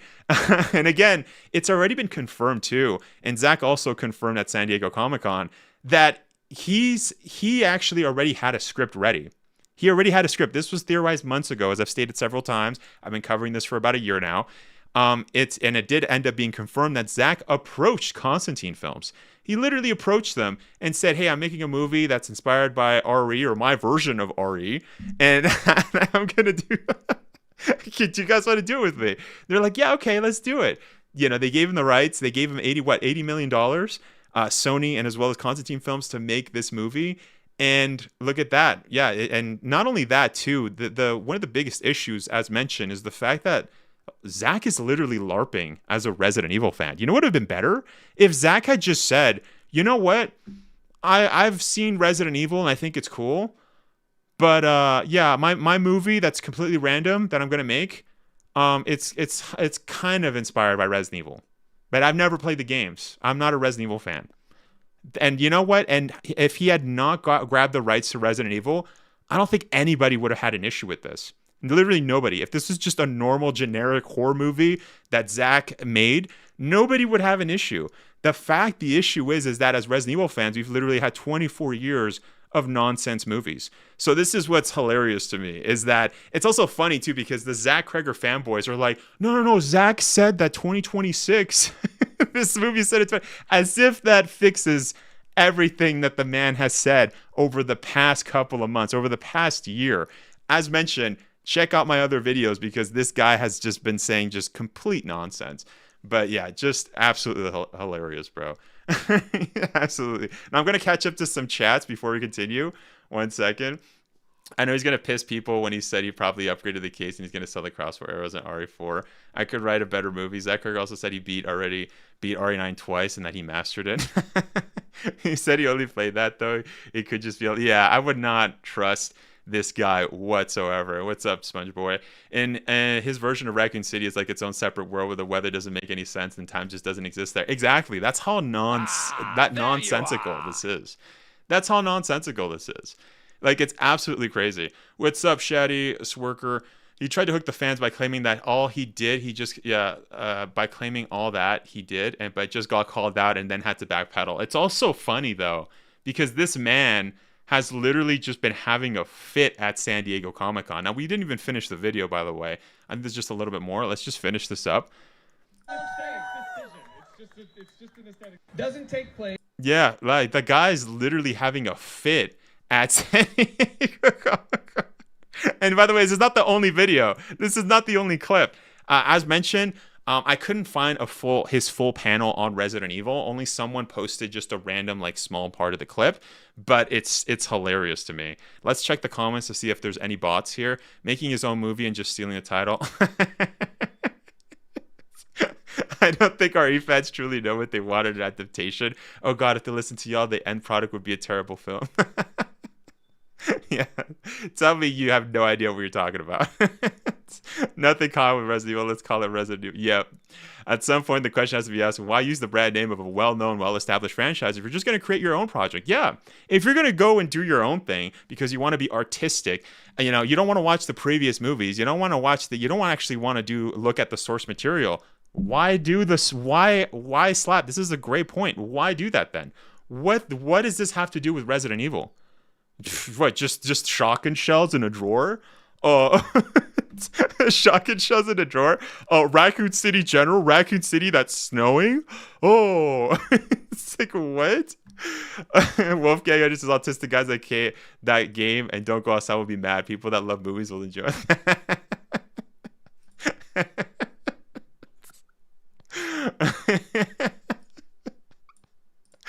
Oh my gosh. These guys, bro. L Rage Fit. It looks cool, but nothing like Resident Evil. Could have legit just called it something else of all the hate expectations now. Yeah, you literally could have. Yeah, so it's so funny because Zach literally wanted to make a unique spin on Resident Evil. He didn't just want to adapt. This is what he said in like a year ago, by the way. He says, I don't want to adapt the games because we already have the games. You can just play the games. It's like, okay, no one said to just adapt the games. People are upset because you don't look at the source material. And you think that just by throwing a bunch of creative nonsense, creative liberties, like throwing snow in there, making the timeline all skewed, even though the timeline is super important in Resident Evil games. And then, you know, not only that, I'm sure there's countless more examples of this being, this movie having just problems lore-wise, even though I haven't even watched the movie. Everything that Zach has stated, as mentioned, he had 21 mistakes. It's funny, after all of this nonsense, after him trying to be, you know, not your typical girl, you know, I'm not like other girls. I'm not like those other RE directors. He ended up doing just what other RE directors ended up doing in the past 24 years. He ended up doing his own nonsense and just slapped Resident Evil. So yeah, that's great. That's great, Zach. Really artistic. Really, yeah, it shows you're such a great filmmaker that at the end of the day, you just wanted to do your own thing. Just make your own film cover at this point. Yeah, it's gonna move off. We already had written the movie before he got the rights to RE. He just tweaked it a bit to slap the name on. Exactly. Yep. I'm not looking forward to this. So I'm so glad, by the way. I am so glad that we're getting RE fans that are not standing for this freaking stupidity. And by the way, it's funny how the way Zach is acting by having a fit, it just showcases that all of this is getting to Zach. Yeah. Zach is realizing, wow, I didn't know Resident Evil fans had a brain. Oh, yeah. Yeah, you think? Yeah, you picked the wrong fandom, bro. And the Zach Kreger fanboys that have absolutely no idea how to argue just like this freaking guy. Holy cow. It's good. Oh man, this is funny, bro. This guy, it's funny because he's getting nervous. This is what's interesting. This guy's getting nervous. I would not be surprised, by the way, if Zach watches my content. Yeah. Oh man. Yeah, Thomas Bell says he could have done a story about Billy Cohen, RE0, go from that. Yeah, he could have done after the events of Resident Evil. He could have done anything. He could have literally done anything. But it's funny, again, how he loves to do this straw man argument that Resident Evil fans just want you to make the same game, the movie about the games. No, nobody said that. Nobody said that. Resident Evil fans just want something that doesn't break lore. We already had countless of movies that have done original things that break the lore. Zach Kreger thinking that he's doing something different. And it's funny because he doesn't even know. He said multiple times, by the way, he also says it in San Diego Comic-Con. We're going to watch another video about that soon. He said how he hasn't watched the movies, the other movies. So yeah, if you haven't watched the movies, you haven't played the games, because that's obvious. Somebody that's played the games knows the source material to a certain degree. But the fact that he couldn't even get basic questions, basic lore questions, he got 21 mistakes. You know, I had Sphere Hunter on, and, you know, Sphere Hunter brought up a very good point. This is a point that I actually missed. One of the mistakes is I first only saw 20, but Sphere brought the 21st mistake, was that this guy had no idea if Leon was in Raccoon City when the thermobaric bomb exploded the city, or if it happened after he left. This is the guy who's writing about a story that doesn't take place in Raccoon City, but does take place in Raccoon City, not in the same year, 1998, but in 2026, but it can coexist with the games during the same time. Like, what the frick are you smoking? I don't know what you're smoking, bro. Like, and it's so hilarious to me. You see these Zach Kreger fanboys that are just literally parroting this guy, and it's what's with the Zach Kreger fandom, by the way. None of these guys know how to argue. Oh my gosh, man. Woo! All right, let's catch up to some chats. Let's catch up to some chats, boys. Sorry, I'm just having a fun time, bro. It's so nonsensical. What's up, lady? How's it going? We would know because his fanboys would be in here glazing him. Yeah, I'm fine with the insane universe story that can coincide with or expand the broader. Done well. Yeah, exactly. Done well. In between lore exists where literally can be had. I wouldn't be surprised if he's in the chat. I'm not gonna like your crazy XM. I'm my own kind of crazy. Could have did a story about, Billy Cohen. I won't stand for it. You can't tell the difference between valid criticism and hate. Oh, a ton of people don't understand the distinction. That's a very good point, Kay. Yes, several people I've had on my channel who say, "Oh, you're being mean, you're being negative." It's like, why? Because I'm just stating how this is inconsistent logically. That's mean. That's toxic. Yeah.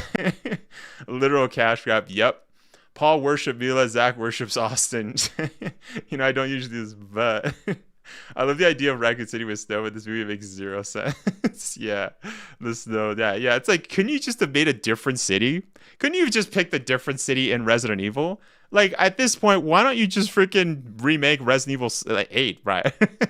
Or make like what happened during the events of Resident Evil 8. Look, I'm giving Zach ideas here. You could have made freaking like Mother Miranda's like origin stories and how she met Spencer in the village before all of that happened with Resident Evil 8. Again, there's an original story that doesn't break lore that you can make work. The problem here is that Zach got paid $80 million to make this freaking movie. $80 million, and he shot it. By the way, I think Lord Vlaglar, who's in the chat, he actually brought up a good point. He said that it's really cheap to make movies in Prague, right? Because it's like, why go to Prague to shoot this movie? And also, he shot in Prague when it wasn't even snowing, because it snows in March in Prague. Also, too, it kind of just, that's another point too that I mentioned before. It doesn't snow in September in the Midwest. So where the frick is Raccoon City located? I think I had another commenter say, why don't he just make a story set in Canada and set in the Resident Evil universe? Again, I'm giving ideas to Zach, better ideas, because the guy can't even make a freaking proper story. Like, are you kidding me? By the way, that wasn't me. That was one of my viewers, by the way. Shout out to that viewer. But yeah, I should have just called it Evil Resident. Yeah, because all the LARPers love to use that. Yeah, Kreger also said that his movie could also be Resident Evil 10. He said this other guy. Yep. Yeah, Resident Evil 10. How can it be Resident? Let's think about just the sheer illogicalness of the sheer stupidity of saying that a movie that's set in Raccoon City, and it's snowing, and it's set in 2026, can be Resident Evil 10. If Resident Evil 9, and he played it twice, by the way, this is how contradictory his statements are. If he played Resident Evil 9 twice, FYI to the Zach Kreger fanboys, Raccoon City got exploded in 1998. So how can this be Resident Evil 10? This showcases that Zach has absolutely no idea what the frick he's talking about. Could have did a story about, Billy Cole watched literally everything Resident Evil would never. Now we got Residents. I also said at the comment, Resident Evil 10, we read that. He knew that if he had been honest about it, it would have been crapped on instantly, but failed to realize that fans were already burned too many times. Yeah, that's his biggest mistake here, is that he thought he could just be different, go into this, and that this would have been great. Like, this would have been just easy cash grab, but no. Long are the days of making poor video game adaptations. It's also funny too, because he's trying to say that he's not making a video game adaptation. So what are you doing? Like, just don't call it Resident Evil then. Like, again, if you're not going to do your research, you're not going to do your due diligence as a co-writer, by the way. You're not going to, it's also funny too, because every Resident Evil fan knows that every single freaking Resident Evil live action director that's literally made Resident Evil films has literally never, they always call themselves Resident Evil fans. Why? I think God of War TV show, I think the guy that's doing that show specifically said that he's never played the games because he doesn't play games and he thinks it's a waste of time. I respect that a lot more than having a director who says that he's played the games, he knows the game's lore, and gets 21 basic things about the story incorrect about the Resident Evil games in a 12-minute video. It's like, come on, man. His version of Raccoon City is like its own separate world where the weather doesn't make any sense. Yeah, okay, we read that. Okay, we're getting a bunch of stuff, boys. Shows lack of not playing and knowing the source material. Yes, Shaddy. Doors open for snow horror. That's genius. I can't believe no one's ever thought of that before. Yeah. That's another thing too. How come he's saying that? Yeah, I thought it would be effing cool if we got snow in a horror movie. Have you never watched The Thing? Have you never? I thought you played Resident Evil 8. Help me out here, guys. I don't even watch horror movies. Help me out. Like, what other horror movies are there in the snow? I can name games that happen in the snow. Like, this doesn't Until Dawn happen in the snow? Like, bruh. Oh my god. All right, let's catch up to like the latest chats and then we'll continue. At least you still have the CG movies. What's up, Diana? Yeah, it's almost as bad as a Halo show director saying that they don't need to play the games to make a good adaptation of it. Yeah, is that what they said? Wow. Thomas says apparently you'll have some of the products from Resident Evil, but not really do Resident Evil. The shotgun shells you saw, just Resident Evil products. Yep, and I said this before, right? I said this in my previous video. I think the only one that did actual research in, like, he actually did his job was the prop master for this movie. Literally the prop master. He's the only one that did he actually did the work. Not only the fact that RC is destroyed but Elpis was released, can't be RE10, dude is delusional. Good one, Dante. Yeah. Elpis, yeah. You can't have T-Virus zombies. Very good. Zach Kreger fanboys. Yeah, Zach Kreger fanboys can't even comprehend that. I feel like we're trying to decipher his thoughts. He might go insane. Yeah, you're gonna lose brain cells if you go down. If you really think hard, and it's like, how could a person lie this much? He claims he didn't watch the movies that call VS. Honestly, if he did or he didn't, it's of no consequence. If he did, it actually makes it worse for him. If he did it makes it better, but like slightly, because this is still awful, by the way.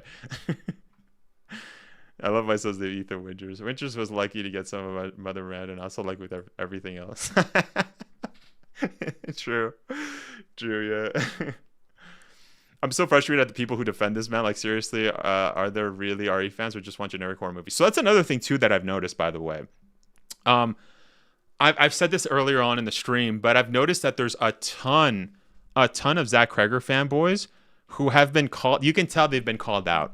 They've been called out because this is something I said before. It's incredibly arrogant for somebody who has no knowledge on Resident Evil to go to a Resident Evil fan that's part of the fandom and literally try to argue Resident Evil with somebody who, if you don't know, you know what I mean? If you don't know anything about Resident Evil, why would you debate? Why would you argue with somebody who knows Resident Evil? That's incredibly arrogant. And so what I've seen is that the Zach Cregger fanboys will literally try to make it seem as if they're Resident Evil. They're LARPing as Resident Evil fans, and they try to make it seem as if they try to make it seem as if they're as if they're fans that are looking forward to the movie. And it's like, you can't. Like, if you're logically thinking about this, there's so many issues, right? And I've asked them on Instagram, I've asked them on TikTok, I've asked them on YouTube. I asked them, explain to me how this goes well with the series, because this is kind of the argument that it kind of goes on. This is very common, by the way. I'll see these Zach Cregger fanboys. They'll literally say, I've been a Resident Evil fan since Resident Evil 2. I played Resident Evil 4. I played 7. And then they continue on by saying, I'm excited for this movie because it doesn't break any major lore points. And then you ask them, okay, well, what about this? What about that? They can't answer. They literally don't. They can't answer. They have to shift the goalposts. They have to move the conversation away from Resident Evil lore. It's like, really now. So again, that outs them as just Resident Evil LARPers, just like their fandom, right? The Zach Cregger here. He's got no idea what the frick he's talking about. So it's hilarious to me. Hilarious that we just keep seeing that. Yeah, Zach getting the zombie side. Even casual fans of art don't know the extent of LARP can argue against this movie. Yep. And that's the thing, right? That's the thing. That's what's crazy about this, is that, you know, you can be a newer fan, and that's an excellent point, by the way, Dante. You can be a newer fan who's only played maybe one game. You could even play Resident Evil 9. You maybe play Resident Evil 2. Doesn't matter. You can play just one Resident Evil game, and you already know more than Zach. So this is where the disconnect happens, right? You have Zach saying stuff like he's a Resident Evil fan. Okay, every other Resident Evil director in the past 24 years has said that they're fans, and their movies, right? Their movies literally show that that's not the case. It isn't.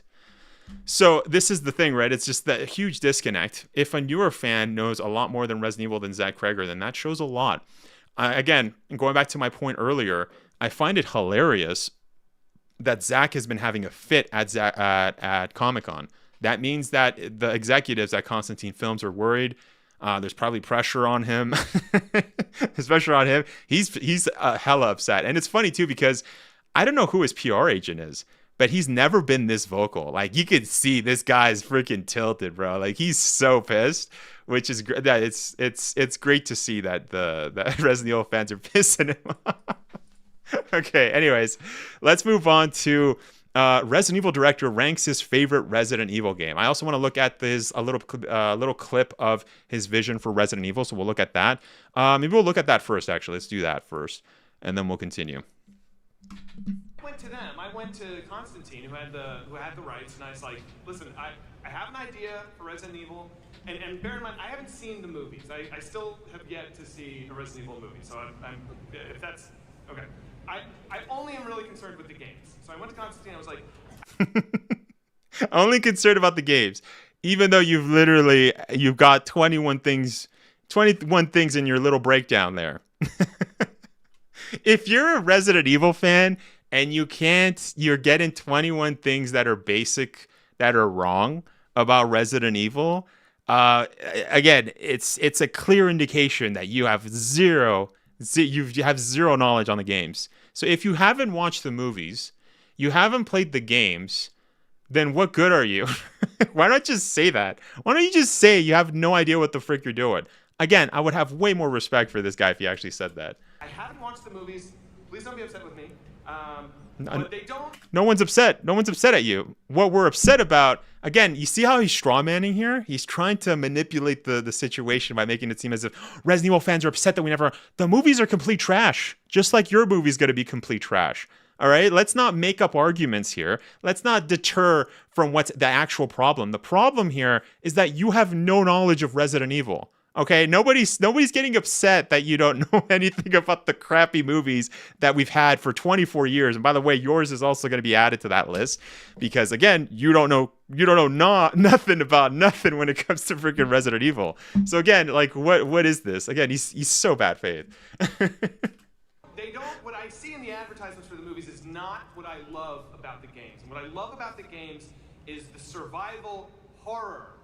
Yeah, you can say that, but we already established how Zach was making an equivocation between survival horror and horror. Why? Because Zach Cregger isn't a survival horror director, right? And by the way, horror is very different from survival horror. It's a sub-genre, right? So that was my contention too with his previous kind of teaser trailer kind of spotlight where he talked about, oh yeah, I'm trying to Resident Evil survival horror. Yeah, that's great and all. I don't think anybody will argue with that. But the problem is that your movie isn't tapping into that. It's not being, you having shotgun shells in a drawer doesn't make it a survival horror. That's not what's happening here.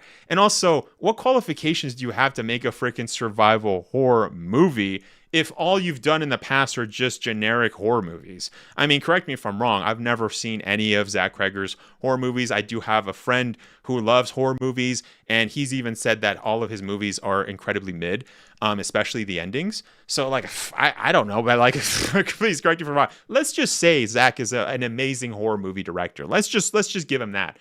What the frick does that have to do with survival horror? And it's funny, too, because the way he described survival horror in that previous TV spot, again, I would recommend watching that video. Again, it doesn't tie anything to survival horror or the Resident Evil DNA. So, again, it seems to me like he's just saying the right words by saying, oh, I'm making a survival horror movie. But it's like, no, you're just making a horror movie sprinkled in with just like, oh, shotgun shells in a drawer. And the Zach Cregger fanboys are like, this is so Resident Evil. This is so Resident Evil. Yes, this is awesome. Yeah, and it's like, Cregger fanboys, you guys don't know what Resident Evil is. So let's stop pretending here that you guys know that if there's shotgun shells in a drawer, that makes it, oh my god, that's Resident Evil. Yeah, how about go play a Resident Evil game? How about go play a Resident Evil? How about go stream a Resident Evil game? How about that? Aspect to them. I like the slow, creeping dread. I like the idea of one person moving on their feet. Let's go back. It kind of glitched. Aspect to them. I like the slow, creeping dread. I like the idea of one person moving on their feet from point A to point B, and they have to enter a gauntlet and go deeper and deeper and deeper into hell. And I like the idea of starting with a pistol, and you have to keep track of how many bullets you have, and then maybe you graduate to the shotgun, and then you get a machine gun, and the world just seems hell-bent on destroying you, and you feel like you do not have enough resources to survive this, but you've got to figure out how to make it through it.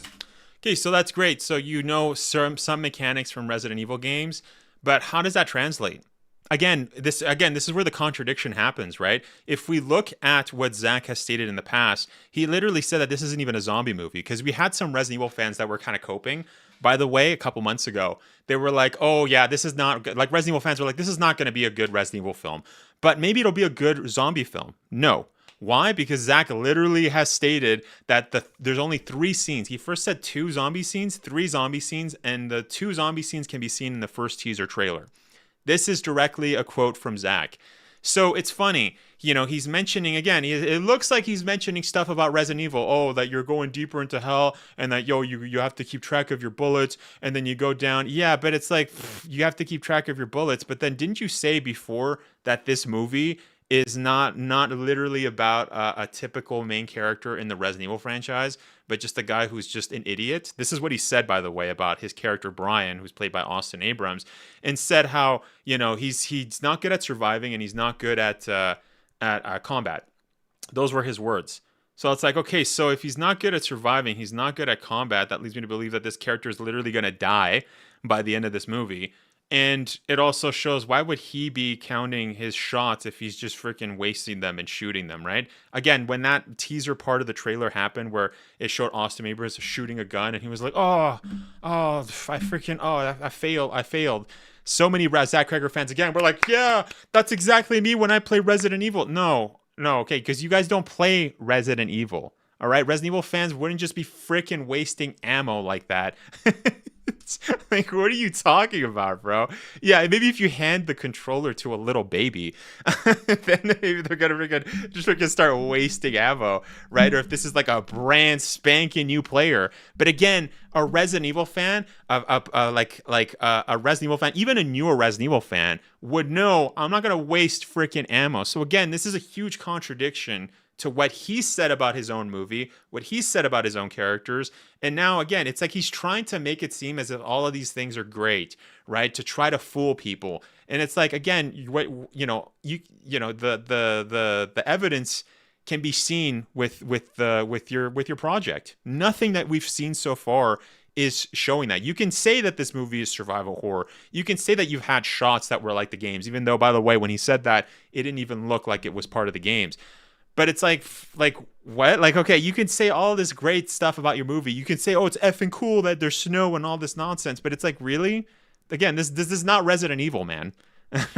Please let me make. And they said yes, and so that's the movie that I made. Yep. And we already know, too, that he already had a movie. He already had a script. And by the way, there's also evidence that confirms this, because literally he got the rights literally last year, and then started pre-production in, I think, August or July. He basically had production. What is it? What's the official name title for the production? Not production assistants, but production people that look over at like sets, right? Like they go, they scout movie locations. He was already sending people out to Prague, and then after they ended up shooting in September, and then not only that, but Constantine films that the movie was going to release next year. Right? So it only took literally a year to make this movie. How do you do that if you haven't just written a script, right? You don't have a script already ready. That's not how Hollywood works. So again, this is just more confirmation. That, yeah, this guy has absolutely no idea what he's talking about.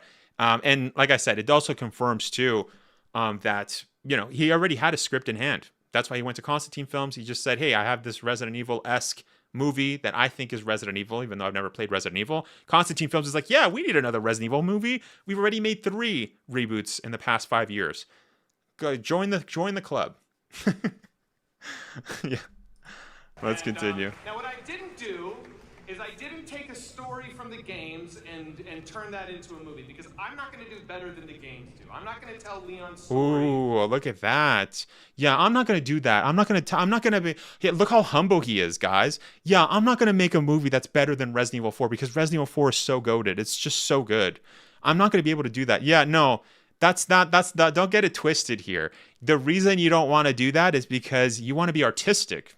Yeah, you want to be a creative director. But it's funny because even though you're trying to be different, you're trying to be not a pick-me girl, or what do they call it? Not a pick-me girl, or like they're not like other girls. He wants to basically since he wants to be completely different, but at the end he's doing the same exact thing that all the other freaking directors have done in the past literal 24 years. He's just making his own nonsense. He has making his own nonsense movie and then slapping Resident Evil on it. So let's not get it twisted here that you don't want to make that. Yeah, because you don't. You just don't. That's why. You just don't want to do that. And as mentioned, this is a straw man argument, because Resident Evil fans have already stated and been very vocal here that that's not what we want. We don't want an adaptation. If that happens, great. We haven't had that ever, by the way. I know Zach Cregger fanboys love to bring up Welcome to Raccoon City. Welcome to Raccoon City is not a one-to-one adaptation of the games, all right? And of a game. Technically, it's like 2 games slapped into one. So that doesn't count. Again, we've had 24 years of this nonsense. So, yeah, it's just ridiculous. Yeah, it's just great. He thinks we're stupid children. Yep. And I've noticed this since the start, right? He was already making excuses a year ago. So, yeah. Better than... Thank you so much, Ejo, for subscribing. The games tell Leon's story. And I feel like it would be kind of a losing endeavor for me to try and redo something that was already done so excellently. And so, for me... Yeah, trying to get brownie points here. A A love letter to these games is to make a story that feels like the experience I get when I play the games. And so that was another issue that I had as well, right? I stated this in that breakdown, is that you playing Resident Evil games is not the general experience of Resident Evil fans playing the games. You being a complete, like he said his character Brian is trying to be like a Resident Evil player. So he's an idiot. He's not good at fighting. He's not good at combat, even though most Resident Evil fans have to be good at either or, especially surviving. You have to be good at something, right? You have to be good at shooting. Again, this is just, it makes absolutely no sense that he's saying all of this. It's just, again, like, what is this? Yeah, his ego got inflated from his success of previous movies and thought that he could do no wrong. That's the issue too. Yeah, it shows how arrogant he is as well. This does not show how humble he is. No, not at all. It shows how arrogant he is, that he thought this was going to be an easy movie, an easy win for him, easy $80 million in his pocket. And it's like, really, Zach, really? It's funny because, again, the reason it shows how arrogant he is because he didn't even do his research. He didn't even see that we've had 24 years of nonsense, right? He didn't even do that. He didn't even do that. He didn't even watch the movies that came before his nonsense. He's just adding to the pile of nonsense movies that we already had that have absolutely nothing to do with Resident Evil. And his Zach Cregger fanboy army think that this is going to change things. As mentioned, there's only two ways this is going to go. Either this movie is successful and it makes a buttload of money to the German production company Constantine Films, and everybody thinks that Zach Cregger is goated a director and he's made a fantastic movie, and then it just makes him more arrogant. That, or this movie fails and Zach Cregger gets a reality check. Constantine Films gets another loss. They don't make money. And also, going back to the first scenario, they also pump out even more Resident Evil games, right? But going back to the second option, yeah, this honestly, I think Constantine Films would probably take a break and then start over. Because again, they've tried now, in the last 5 years, they've tried rebooting their live action Resident Evil movies 3 times in the last 5 years. So again, huge issues here. It's already been a quarter of a century of a trash movie after trash movie, and I'm done. I just want one real RE movie already. It's not that hard. Yep, his ego got, it is RE2 adjacent. I can just chalk it up to Resident Evil Outbreak adjacent. We'll see Kevin from RE Outbreak.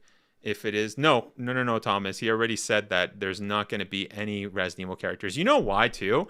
That's another point, too, that I was mentioning before. You know why he didn't want to, you know how he's trying to be humble here and say that, oh, yeah, I don't want to just redo the games.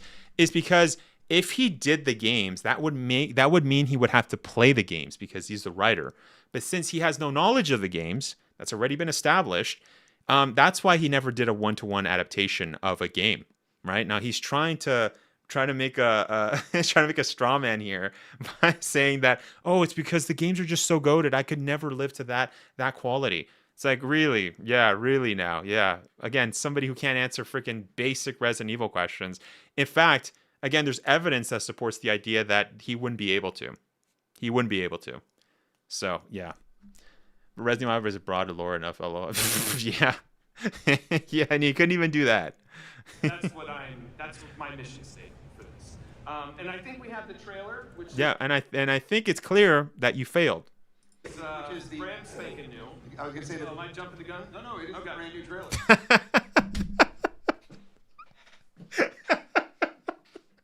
Look how upset this guy is, bro. Look how upset that is. You see how he's trying to take control of the situation? He's not the one in charge to show the trailer. Which shows he's a bit of a control freak, bro. What is this? Look how angry he is. Yeah, that'll shut up all the haters that are saying, yeah, take that, Resident Evil fans. Yeah, can we start the trailer right now? I don't want to talk anymore. Nobody needs to talk. Okay, I'm the one running this panel of interview that you guys are interviewing me. Let's do that. Look how upset this guy looks.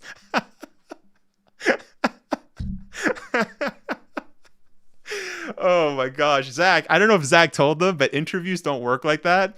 yeah, the interviewer is supposed to, you know, they ask you questions, you answer, and then you wait your turn until they show your movie, right? Have you guys watched any like late night show, you know, like Jimmy Fallon or whatever, like any other late night show? You know, they ask questions to the director, and then they'll be like, yeah, here we go, we'll play the trailer, and then they watch it and they ask more questions, right? That's kind of like a basic interview kind of area. This guy's like, yeah, can we just start the trailer? Let's go. I'm done here. I don't want to talk anymore. I want to. Yeah, shut up. I don't want to talk about it. Oh. Who brought you here and where is your family? Shut up! I don't want to talk about it. Oh my god. That's great, Kay. That's great. Yeah. He's acting like Steve, bro. Oh. Feels like he heard of Raccoon City, that it is a city of zombies, and went, that can work with my movie, and then found out it's supposed to be in 1990 after the fans. Yeah, after he wrote the movie, he's like, oh, there's supposed to be zombies in the first Resident Evil games.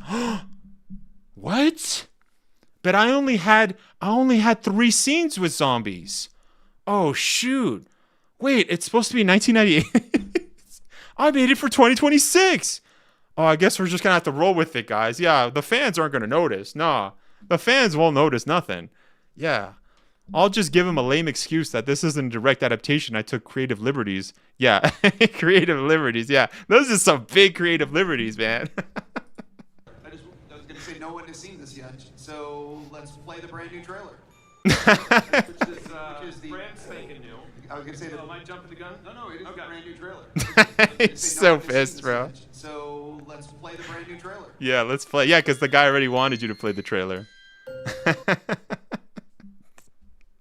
Oh my gosh, man. He's so fit. He's just been having a fit after a fit, bro. Okay, let's look at Resident Evil director ranks his favorite Resident Evil games.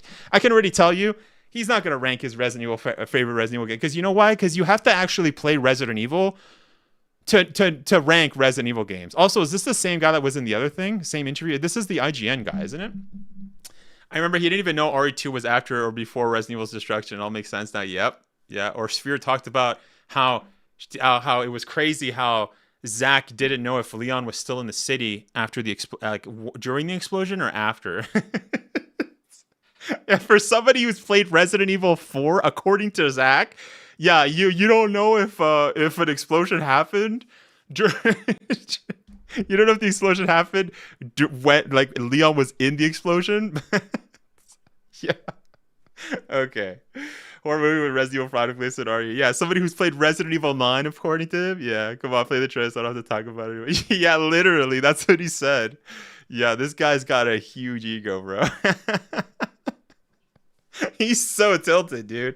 He's so tilted. Like, honestly, like, you should, like, when you're promoting your movie, you know what I mean? Like, you talk to PR agents, you know what I mean? Public relations agents that will literally tell you, like, hey, okay, you want to just let them know this, let them know that, talk about this, talk about your experience, all of that, right? Make sure that people, you know, are comfortable with going to go watch your movie. You're marketing your movie right now. So why do you have that freaking face? Look how upset he looks right now. He is not happy, bro. And then you have Austin Abrams here, who looks like he's completely, I don't know what the frick kind of green herbs he's been smoking, but he's just here for the show. Guy doesn't even know. He's just like, what? What's happening here? This fall, the greatest horror game franchise of all time, yeah, I said it, gets an all-new feature film courtesy of one of my favorite horror directors working today. Here to tell me about Resident Evil, writer and director Zach Kreger and star Austin Abrams. Welcome. Hey. Hey. Oh, people. Wow. Right? Resident Evil. Resident. Thank you so much for having us. Of course. Okay, so I'm going to get into some hard-hitting journalism. Let's go back. Let's go back. Wait. Thank you so much. Thank you so much for having us. Look at his micro expression right here, bro. For having us. Of course. Okay, so I'm going to get into some.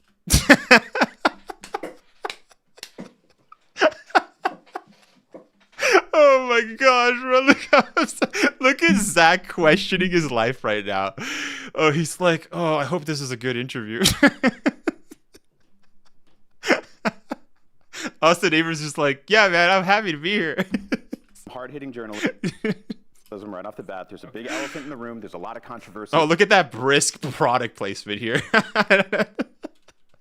Let's this movie, continue. when it takes place, where it takes place, why it's snowing, why there's phones, but it's also 1998, but it's not. Yeah. Clear the air. Great question, by the way. Yeah, how can it be 1998 but not? Let's see what Zach says.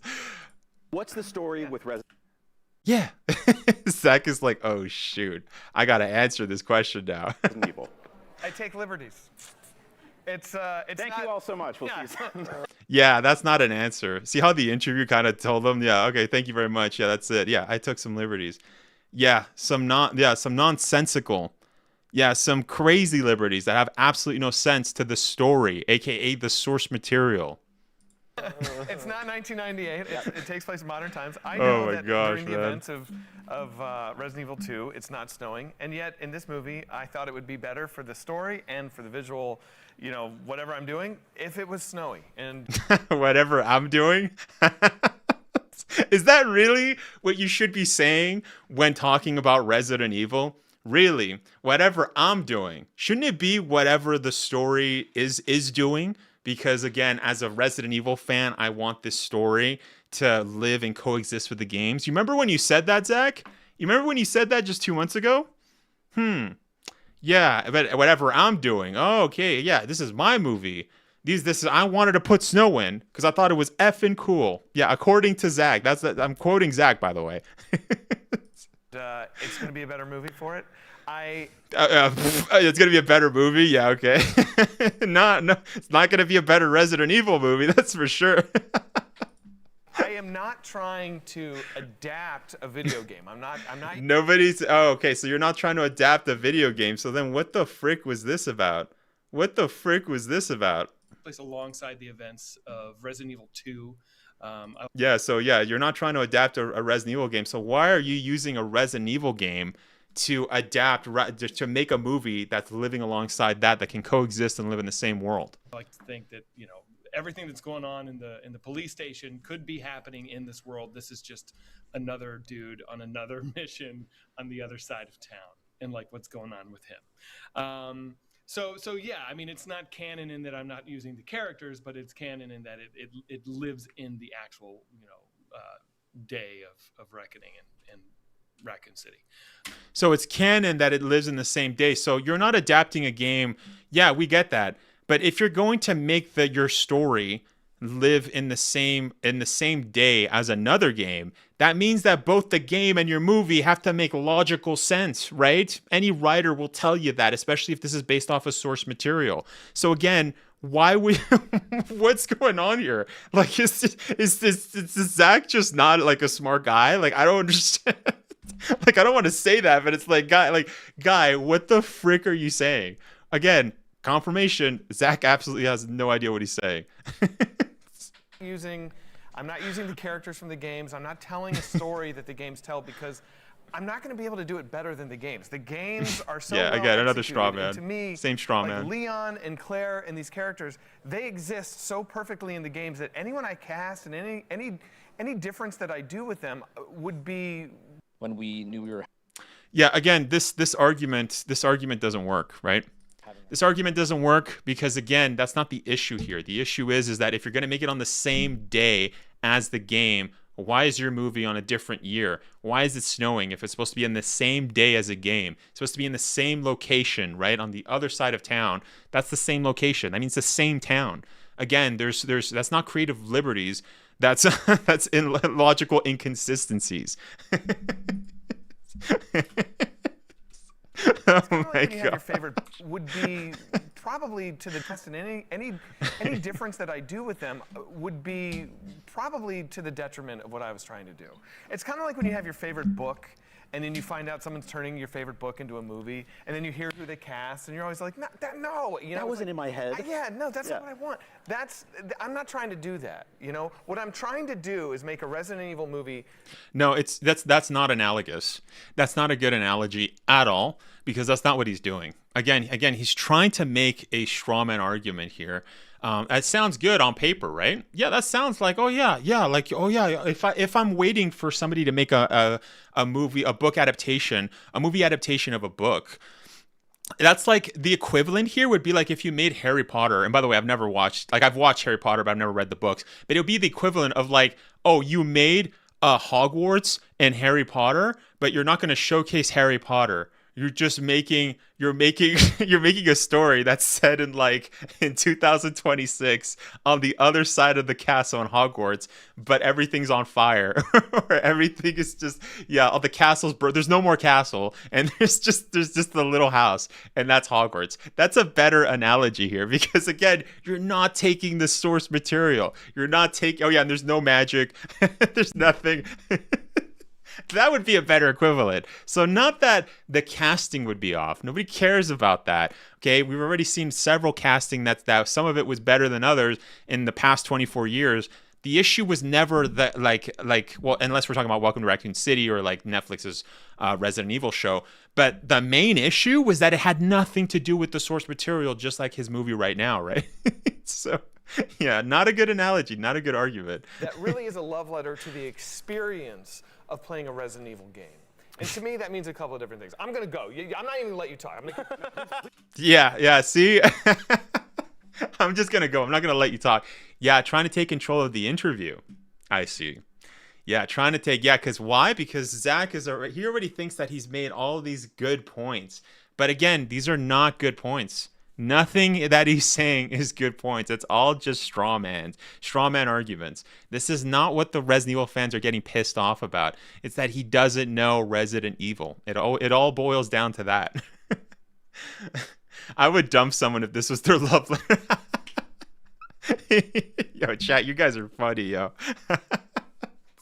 Oh my god, they always say that love letter bullcrap. Yeah. He's like, I won't bring the characters, the story, the lore, nothing about Resident Evil, but I'll call it RE anyway, you'll like it.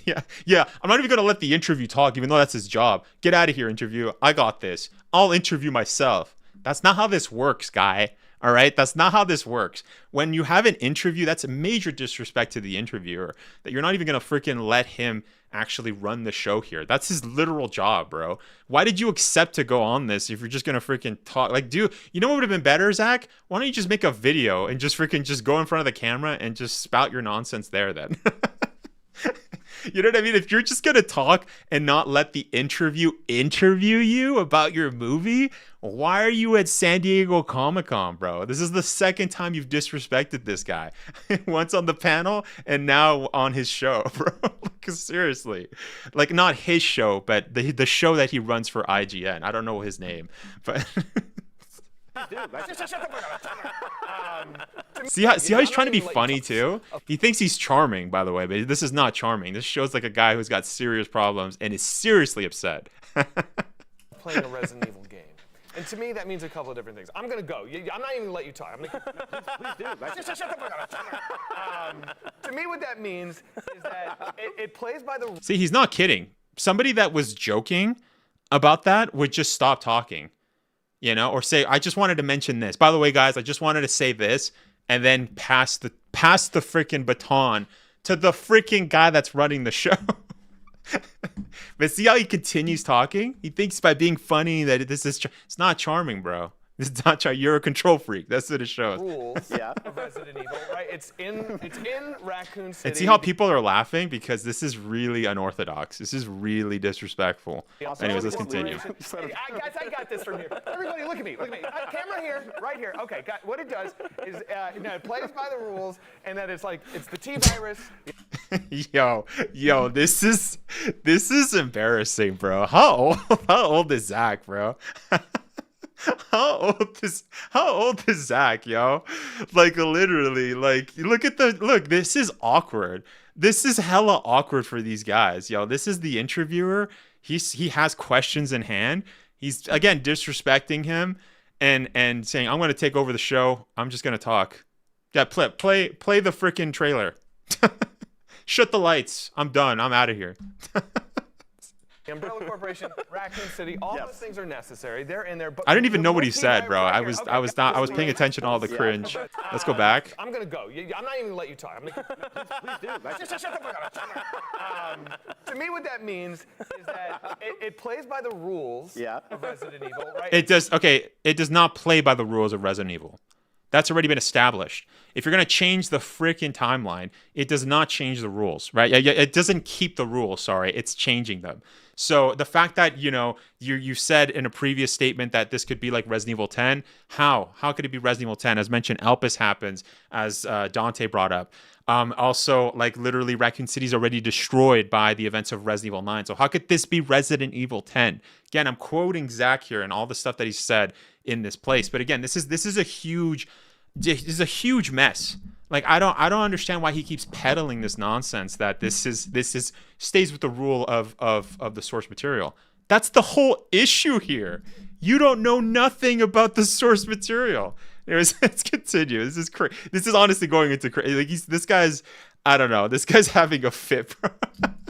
It's in Raccoon City. The Austin, should we just leave? Hey, guys, I got this from here. Everybody, look at me. Look at me. Camera here, right here. Okay, what it does is it plays by the rules, and that it's the T-Virus, the Umbrella Corporation, Raccoon City. All those things are necessary. They're in there. But the most important thing I'm trying to do is make a movie that feels like it's unraveling the way that when you play the game, it's unfolding. And to me, that means a couple of different things.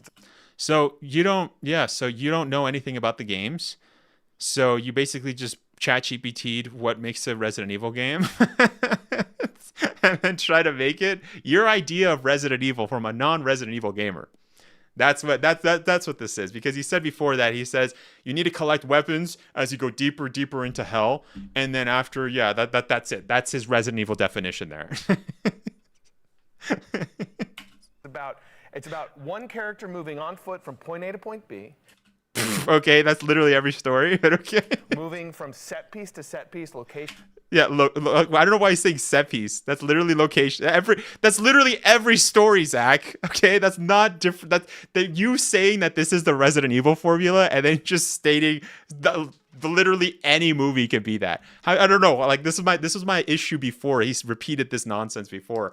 Literally every story starts from point A to point B. Okay, you move from location to location to location. All right, maybe some movies it's just one location, but okay, sure. There's exceptions to the rule of a normal story. This guy's a writer. To location, every location has its own unique threat. Right? Okay. Unique threat. I don't know if unique unless you're I'm trying to give Zach a bone here. I mean, usually if we're talking about Resident Evil 2, Resident Evil 3, you don't have unique, what did he say? Unique character, like location to location. Every location has its own unique threat. No, not every location has a unique threat. If anything, I would say that usually with Resident Evil, the whole entirety of the game has a consistent threat. Right now, that can also involve the main boss. For instance, Resident Evil 3, right? We had Nemesis being the constant threat, right? It's all right. Or even if you look at Resident Evil 9 Requiem, you had the girl being the constant threat, right? Then you had the super tyrant being the constant threat. But what makes Resident Evil is that you have a constant threat, but also you have other threats that go in, right? But the constant is always there. For instance, Resident Evil 4, you have the Las Plagas, you have the villagers, but there's the Las Plagas infectees. You also have the castle infectees. You also have the island infectees. You know what I mean? Again, you could say that it gets ramped up, but this is a constant. These are all similar, right? Even if you go into the OG games, Resident Evil 1, 2, 3, you know what I mean? You're gonna have zombies being the normal constant threat. So even there's a fundamental problem. Why? Because he already stated before that there's only 3 scenes with zombies. 3 scenes with zombies in a Resident Evil game that's set along the same time as RE2, but not, because it's 2026 and it's on the other side of town and it's not breaking any major lore points, even though it's snowing and it's 2026 and what? Right. I'm trying to make sense of this, guys. I'm trying to make my best sense of this, but it's just going into lunacy. I don't know. It's going into insane territory. Zach's whole explanation was just okay. It's a game, but a movie for. You have to keep in mind resource management and your health. You know, you're wounded and you feel like you never have enough ammunition, and the world is always too big for you, and yet somehow you've got to make it through. Right? That's what I'm trying to do. I think that's the only thing that was different here. You're wounded and you feel like you never have enough ammunition and the world is always too big for you, and yet somehow you've got to make it. through. I don't know if the world is too big for you. That's a little bit. I would argue against that. Not every game is too big for you. Mostly Resident Evil is just very linear, right? You're going through sections, right? I mean, you're not going into open world sections. That would make it. That would if Resident Evil was open world, then it'd be like, oh, this is exhausting. There's zombies everywhere. Kind of like, what's that game, Dying Light?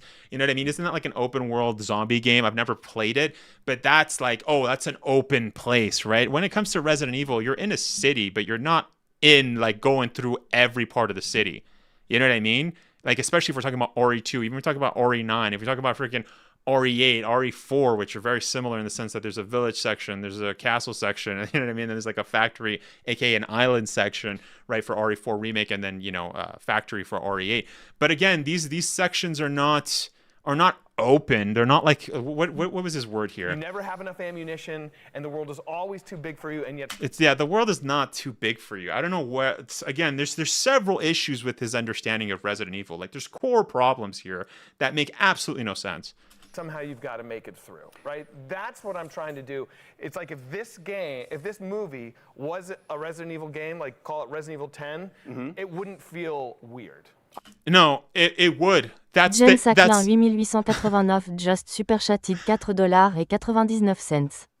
Wonder if they will give Chris a Jeep Grand Cherokee with a full tank in Veronica remake? Thank you so much, James, for the $5. Yeah, Jeep Grand Cherokee. Yeah. That'd be funny. Hey, you'll have a bunch of Resident Evil channels, TikTokers saying, oh, guess what, guys? Did you guys hear? That's going to happen. But anyways, going back to what I was saying. Yeah, going back to what I was saying, it would be weird. It would be weird if Zach literally made this, if this was Resident Evil 10. Why? Because as mentioned, Resident Evil 9 takes place in Raccoon City. It's destroyed. Again, it's for a guy that said that he's played Resident Evil 9 and mastered it and beat it twice. How can you say that? How can you make a game that's set in 2026 in Raccoon City, and then that it would be okay if Capcom decided to just take his story and make Resident Evil 10 with it? That's someone that literally has no clue what the frick they're saying about this franchise. I can't stress that enough. Right? For anybody that's played Resident Evil 9, there's a Resident Evil 8, all the Resident Evil, even Resident Evil 9. There's so many problems with that. There's so many problems. As Dante in the chat said, right, with Elpis, you can't Elpis being the main problem with that kind of a statement. So again, yeah. R10 has all the OG characters. That's better than this movie. Or this will reference itchy taste. Yeah, probably. Yeah, RE is never too big. Everything seems so cramped and contained. The only time it was too big was RE6 being so global. Yeah, but even then it was still linear. So like, it's, again, I know you're trying to like give like you're trying to say, like, maybe throw him a little bit of a bone here, but even that doesn't even work because it's not open world. You know what I mean? So like, it's still linear. So again, his definition of Resident Evil is completely skewed. I love that. You know what I mean? That's what I'm trying to do. Bravo. Thank you for that, because like I said, it's been the top of every comment section. It's been all the concern, and I want it out there. And here's the thing, I totally understand that. I get the instinct to kind of dig in, because I'll be honest, I've never seen a Resident Evil movie, because they don't look to me like what I love so much about the games. It's also interesting that he keeps saying that he's never watched a Resident Evil movie. That also would imply that he's never watched the CGI movies either. And his argument goes out the window, because right now he's said several times, by the way, he's been saying this for months. He's saying that he doesn't want to make the games because the games are too perfect. But it's interesting. It's like, and it's like, but if he's referring to the movies specifically, he goes on to say that it's not Resident. It's not like the games, but the CGI movies are like the games. They're just very quick. They don't break. By the way, the CGI movies would be a better freaking. Even though I think all the CGI movies are pretty mid, they don't break lore. They're canon. They add lore to the whole franchise. By the way, they're not direct one-to-one adaptations. They're literally in between games. It's its own original story that does not break the continuity or the freaking problems, the lore problems like this guy has with his movie. So again, this is a horrible argument to make. I'd also stated before too how it's interesting how Resident Evil 9 Requiem with the live action trailer did a better job than we've had in 24 years of nonsense live action Resident Evil movies. Like, seriously. And so I was just like, not my Resident Evil. So I understand that attitude. I'm making this because I want a movie to exist that feels like the experience of playing the game. And so I was able to do that, so that's what I'm doing. I love it. Austin. Look how upset he is. Oh my gosh, man. He does not take criticism well at all. So that's what I'm doing.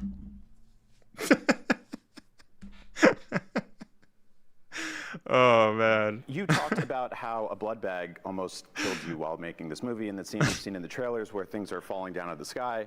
Yeah, that's that. By the way, that's the second zombie scene that was showcased. What was it like working on this in terms of blood and guts and gore? Did Zach just put you through hell? It was a lot of blood, a lot of guts. You saying you weren't even in scenes, but you had to wash off blood when you were coming home. Yeah, I was not in it, but I had like blood all over me all the time. Yeah, no, I would. There was a bunch of times where I had afterwards at the end of the day had to do a full, maybe it was like a 30-minute shower, just to get everything off, genuinely. So yeah, there was a lot of blood, but you know, it's part of it. Yeah, I love it. It's what you like are signing up for, and it's fun. Hell yeah. Okay, so I want to do a thing with you guys. I want us to rank the top 5 Resident Evil games of all time. Okay. So work together. We figure it out. Let's start with number 5. You see how Austin is just like, he's like, whatever. Yeah, because he doesn't call himself a fan, so he's not worried. Look who's worried here. Look who's really worried. Oh, man, Zach Kreger. Ah, he's the one that's worried. Uh-oh, yeah. Uh-oh. The 5th best. The 5th best. This is tough, man. Let's see how far his Resident Evil knowledge is. Now, if he just names games and doesn't talk about them as to why he puts them in a certain ranking, that's going to be a huge sus moment. If he just says 5, 6, 7, 8, 9, 10, 1, 2, 3, 4, 5, that's not that's not good. I would say 7. This is just a matter of personal taste. Okay. I would put 7 as my 5th best. Why? Why would you put 7 at number 5? Why? Okay, I like that. Yeah. We could do this together, because we could do this together. Okay, Zach, Austin has never said that he's a Resident Evil fan. Okay, he's literally never said. This is why Zach is nervous here, and Austin isn't. Why are you bringing Austin into this, bro? He's just an actor. Okay, he doesn't know. What do you mean? What? Also, why are you bringing him into this? Because you're that nervous? Oh my gosh, dude. Yeah, I'm a little bit more. He's more of an expert than I am. Yeah. Yeah, there you go. Yeah, why are you bringing me into this? He asked you. Here's what I. Wait. There are so many micro expressions. Let's go back. There are so many micro expressions. 7 is my 5th best. Okay. Yeah. If I was the interviewer, I would have said why. I want you to explain to me why number 5. Let's see how much of a freaking fan you are. Let's see. Why do you pick 7 as number 5? I like that. Yeah. We could do this together, because I'm a little bit. You can do this together. Look how deflated he is. He's more of an expert than I am. And now he passes it back to him. Yeah, hot potato to Austin. Look how sad he looks right here. It's like, oh shoot, that didn't work. Oh man, now I gotta continue thinking. Oh man, I thought. Oh man, Austin, I was asking you for a hand here because I'm struggling, even though I'm a Resident Evil fan. I am. Yeah. Yeah, Austin's. Yeah, he's like, yeah. Yeah, Austin never said he's a Resident Evil fan. Why are you bringing him into this? Here's what I would do. Here's what I would do. Starts blinking.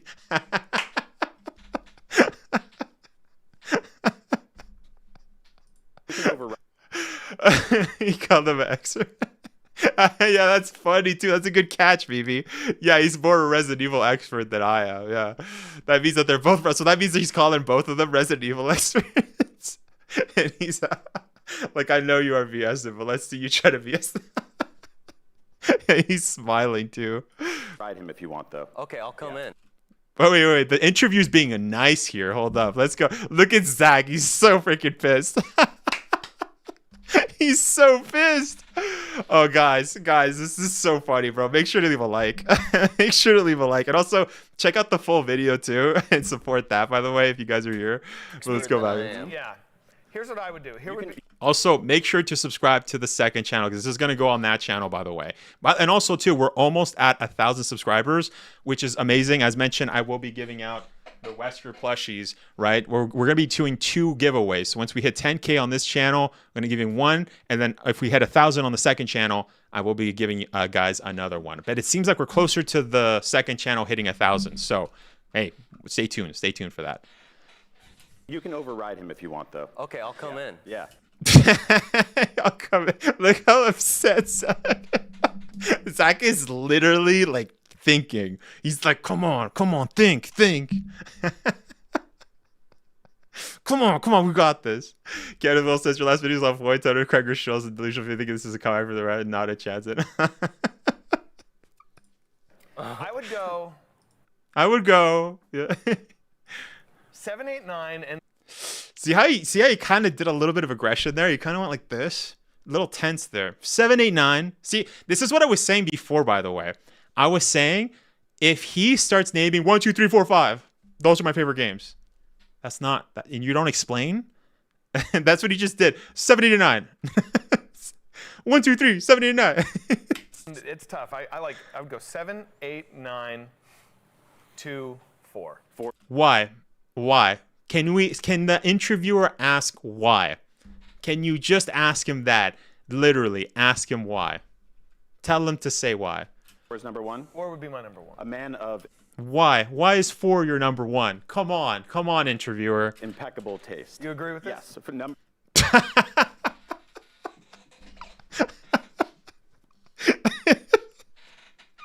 You agree with this? You agree with this?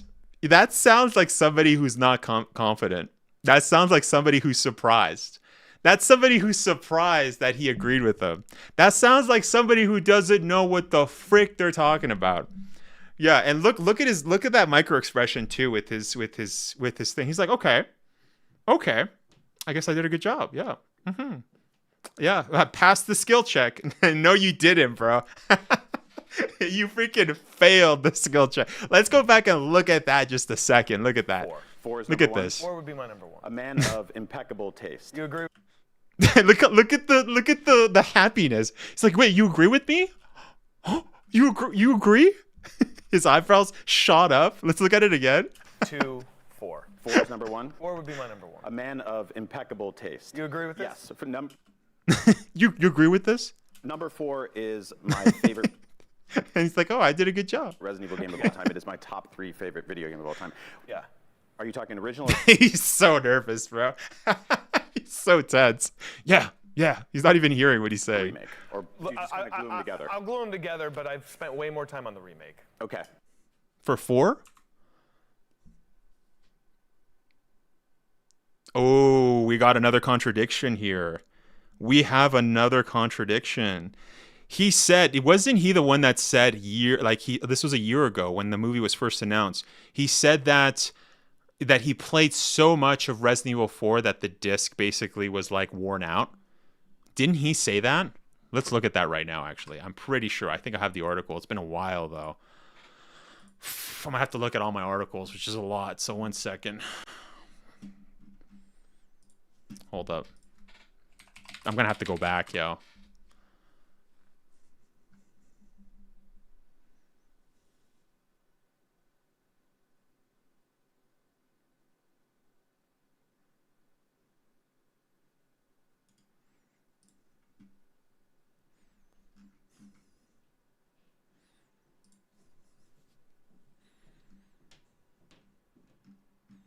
No, this is like really early. Okay, so this is September. This was 2024.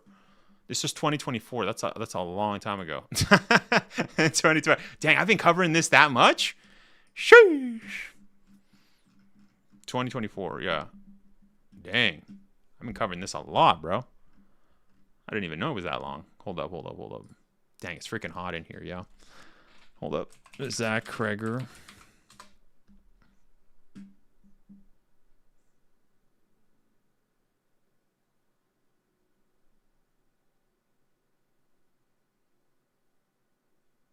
Here we go. I think this is it. This is by Deadline. This is on July 2020. This was like a year ago, July 22nd, 2025.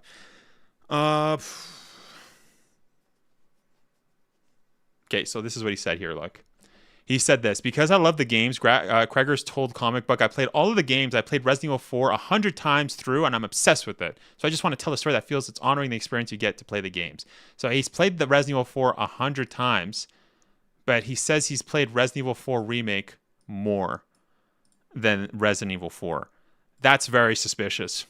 That's very suspicious, because that right there, he does not sound like somebody who's played Resident Evil 4 100 times. Now, we could give him the benefit of the doubt and say that he's just exaggerating, but by the looks of what he just answered here, it seems like it seems like he's played Remake a lot more than than the OG. It just doesn't fit. But I'm also pretty sure that in a different interview, he did state that he basically wore out the disc. Correct you if I'm wrong, guys. It's been a while. You guys can check my previous videos. I honestly think that's good enough, but I could be even more nitpicky, research even more. But I think we'll leave it at that, okay? Yeah, this guy's a liar, so I'm not gonna. It already doesn't make sense. This story's not adding up, so we'll just leave it at that. Anyways, let's continue. I've never played a single RE game more than like 30 times. That's cap.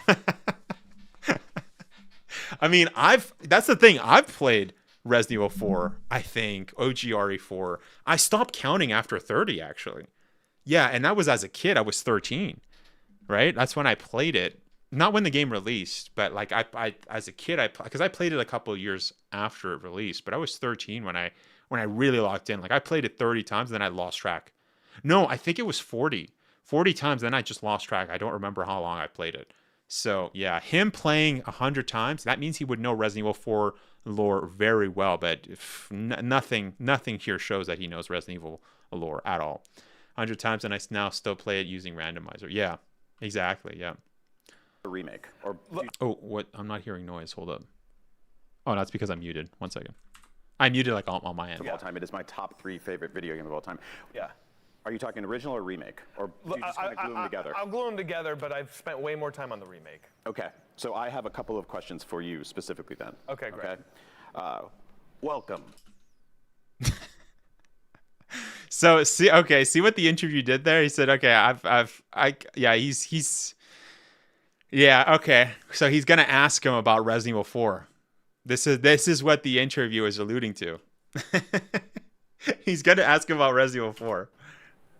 Hello. Okay.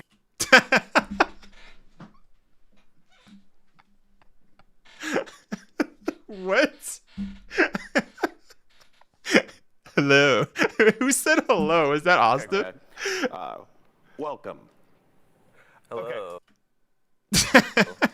Okay, go ahead. Zach is pissed off, bro.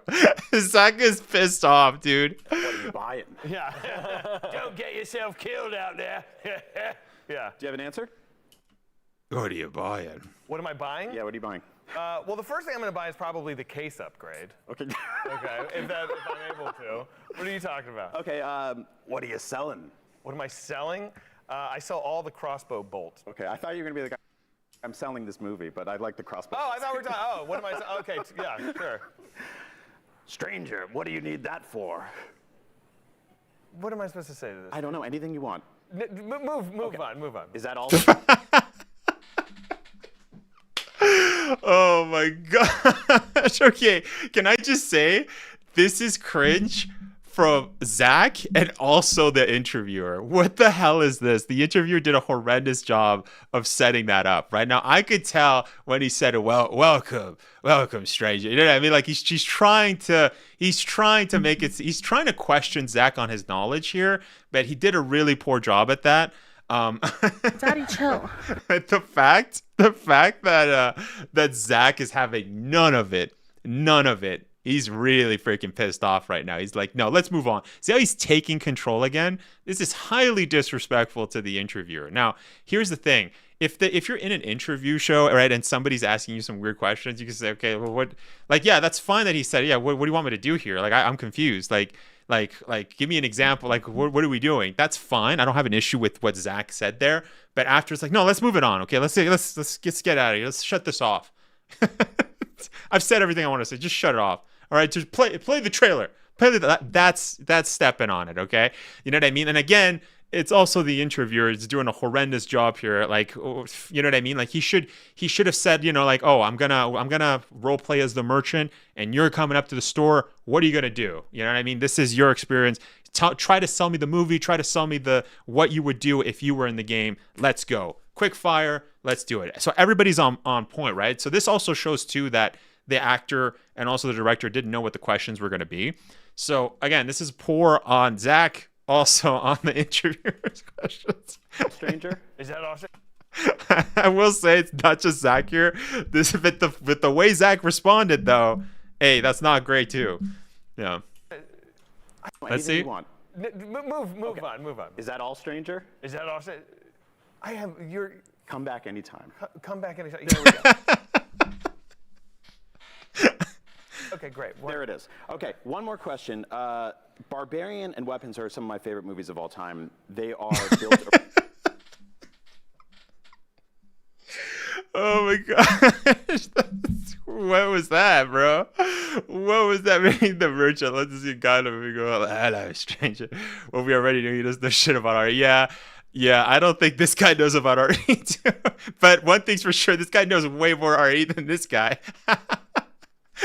He doesn't want to get the surface level easy stuff, so he's trying to strong arm fastest, so he doesn't really use the putts. Yep. And that's why Zach is really pissed, because he's like, you're testing me right now.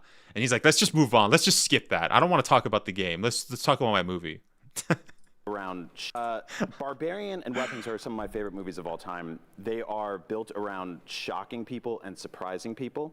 And they are some of my favorite experiences because you sit down not knowing what's going to happen.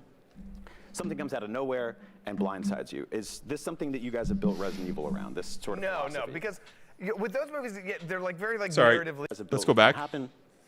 Something comes out of nowhere, and my favorite experience is because people and surprising. I need to drink some water, yo. It's freaking hot in here, bro.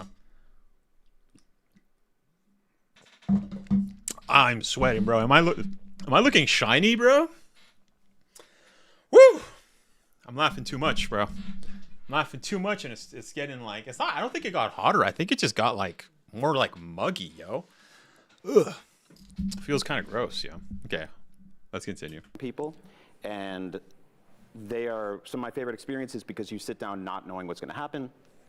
Something comes out of nowhere and blindsides you. Is this something that you guys have built Resident Evil around, this sort of philosophy? No, because with those movies, they're like very like narratively kind of. There's tricks and call them gimmicks or whatever you want, but like they kind of double back on themselves, or they intentionally kind of confuse at points. With this, I just wanted to make a movie that was going to be like stepping on the gas 5 minutes in, staying locked with one person, and the challenge being, can I floor it all the way to the end of the movie? And so there's no narrative tricks here. We're just with him from, you know, the departure to the destination. Awesome.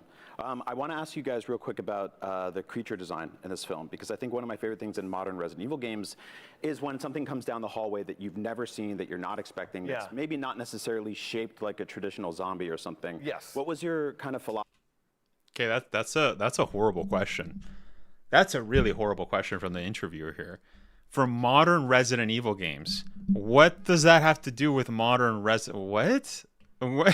on earth? What?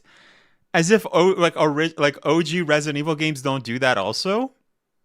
That's suspicious. I mean, I already know this guy doesn't really know anything about Resident Evil. So like, but it's funny because this guy knows more Resident Evil than Zach. So this is a good kind of litmus test, because it shows, you know what I mean, the distinction between somebody who's probably just played maybe 1 or 2 games, as opposed to somebody who's played none of the games and is trying to LARP as a Resident Evil fan. Philosophy and coming up with new monsters to put into this world. Okay, it's a tough one to answer because I don't... Why are you putting new monsters into this world? That's another question. That's a better question. Why are you putting new monsters and just making up your thing? A better question would be, what BOW, since this takes place during the same time as Resident Evil 2 and can coexist with the games, because this is what you said, Zach. You know, I mean, you said that this is just happening on it's a story about a different guy on the other side of the city, even though it's snowing and it's set in 2026, but it's taking place at the same time as the 1998 thing. It's completely different, but it's the same thing. Why? Like, what BOWs can we expect to see from for this movie? That's a way better question. For instance, you know, Resident Evil 2 has lickers. Are we going to see lickers in your movie? I think that's a no. Why? Because he's not played the games. Let's talk about other BOWs. What about the Hunters? Let's do Resident Evil 3. How about that? The Hunter Gammas, bro. Let's do that. Or just, yeah. Let's do Hunter Gammas. What about those guys? No? Okay. What about... It's like, look, you can keep going. What about Mr. X? We're going to see maybe Mr. X passing by. Maybe Nemesis. We're going to hear Nemesis growl or something along the lines. Because obviously you don't want to show the characters. But are we going to see some BOWs, right? From the games kind of being... You know what I mean? Because this is happening at the same time, right? No. I bet you he's none of that. Yeah, Ivy. Great example also. Yeah, are we going to see Ivy? No. Gravedigger. Another great point. Yep. Gravedigger as well. Nope. You can keep going. You can keep going on this guy. Again, that's a way better question for Zach Kreger. That's a way better freaking question. The only thing that Welcome Record City did well was the scene of Chris shooting the first zombie in the dark with a lighter. That was a great scene. Yes, I love the scene where he's like pushing the zombies away. That was so good. Just posted his interview as the stream is live. I'm not joking. Posted this interview as the stream is live. I'm not joking. What do you mean, Moist Critical? Oh, like Moist Critical was reacting to this? Yeah, shout out to Charlie. Charlie knows this stuff. Charlie's he's gonna dog on this guy. I wonder. I'm pretty sure he's gonna do. I mentioned you to Moist. Oh, thank you. Game acronyms should be expanded for better understanding. Like instead of saying BOWs, you should actually say bioorganic weapons. Yeah. I don't want to give away too many spoilers, but there is like a mechanic to the T-Virus that is unique to this movie, but I don't think violates like the rules of the virus in the game. I don't think violates. Yeah, you know what? If you're saying that, Zach, with the level of knowledge you have, which is literally zero, I wouldn't be surprised if there's several violations here with the story's lore. Yeah, we'll see, buddy. Yeah. But so I can't say too much, but it's like there is a lot of our favorite stuff from the games is in the movie, but there is some things in here that you have not seen before. I feel like you always have to have something new, or because you do. And so I'm really, really proud of the new monster that exists in this game, but I can't really talk about it. I love it. I can't wait. Now, this is interesting because I've heard from the leak script. Now, I haven't read the script because I'm not going to waste my time reading nonsense like this. I'd rather just legally stream this movie when it comes out. But I have to say, I find it very funny that he's saying that there's a new type of monster that we've never seen in the other parts of the games. Okay, that's fine. But we should at least be seeing similar monsters in this movie, right? And again, there's several issues with that. For starters, the zombies are not running. Now, you can't just throw out a really dumb freaking argument. I'm sorry, but it's dumb. You can't be saying that, oh, zombies are running on one side of the city, but they're not running on the other parts of the city. Why? Why is it snowing on one part of the city, but it's not on the other? Now, again, what I've heard from the leaked script specifically is that people were telling me that this was literally Las Plagas. Whatever BOW that was written in the script is very akin to Las Plagas. So why is Las Plagas there? Now, this is going to be tested. One could throw a very huge bone at freaking Zach Kreger's head here and say that maybe he saw the remake and saw that any A Plaga was similar to Las Plagas because that was added to the canon in RE3 remake. But knowing Zach, knowing his limited knowledge on just limited knowledge, I think not only storytelling but just Resident Evil in general, because that's the whole point of this. Yeah, I doubt that. I doubt it's going to be. You're going to have to make a very strong case for that. I'm even giving ammunition to Zach Kreger fanboys, but it's not going to work. Because again, Zach Kreger and his fanboys are horrendous at making arguments. I'm convinced the only way RE can be implemented into a film would be the Outbreak series, right? Why? Charlie knows ball too since he's played every game, even RE 1.5. Yeah. I mean, it's not just snowing in that part of the city. It's also somehow in a different year and dimensionally. Yeah. That's it. Thank you both so much. Resident Evil hits theaters on September 18th. I cannot wait for it. There's lots more Comic-Con coming up right here on IGN, so don't go anywhere. Resident Evil. I didn't understand what you were doing. It was supposed to be like... Oh, man. Thank you to everybody, especially Zach, for pushing through my stupid RE4 merchant quotes bit that started strong and then fans spectacularly. Reason was in my ear telling me what we had to cut the interview short, so I rolled into that section without prepping Zach properly, and result was shot. It was a hot mess. You can hear us joking about it after it shoots ends. Can't win them all, Brian. Yeah, Brian, that was a shitty interview. Yeah, that was a shitty interview. Maybe do some more stuff about that, you know what I mean? Merchant skit didn't land very well. Kreger wanted to move that shit along ASAP. Yeah, you know why? Because he doesn't freaking know anything about that. He even said that. I don't know what that was about. So basically he wanted to make a brand new Resident Evil game, but it's a movie instead. Yeah, and it doesn't make any sense. That you can't say that, and that doesn't negate all of the issues with the movie. Zach did not want to deal with your silly ass merchant questions. Which part was painful to watch. Austin looks exhausted. Bless his soul. Zach dismissing the merchant question was funnier than the bit itself. You know Brian felt stupid and thought about that actually all night after. Yeah, not only that, Zach too. Interviewer had him and then lost him with the merchant question. Brian needs a cigarette so bad. Even the merchant is like, what just happened, Strange? Hey, is that Mikey? Mikey, is that you? Mikey, wait, whoa. Whoa, this is crazy. Wait, is that Mikey? Mikey, did you comment here? Mikey, what are you doing here? Mikey, that's crazy. Yeah, I totally screwed up explaining that bit in background. I feel very stupid for it. Brian responded.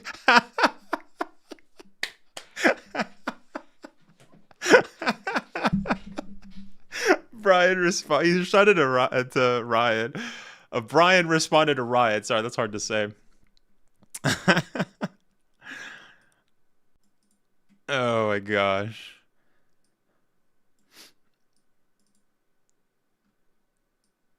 I'm glad he's not rehashing the original. It's just a separate story set in the same universe. I really respect that. If I want to relive, yeah, Rico, that's not it. Snowy make me feel like the things 1980 combined with Escape from New York.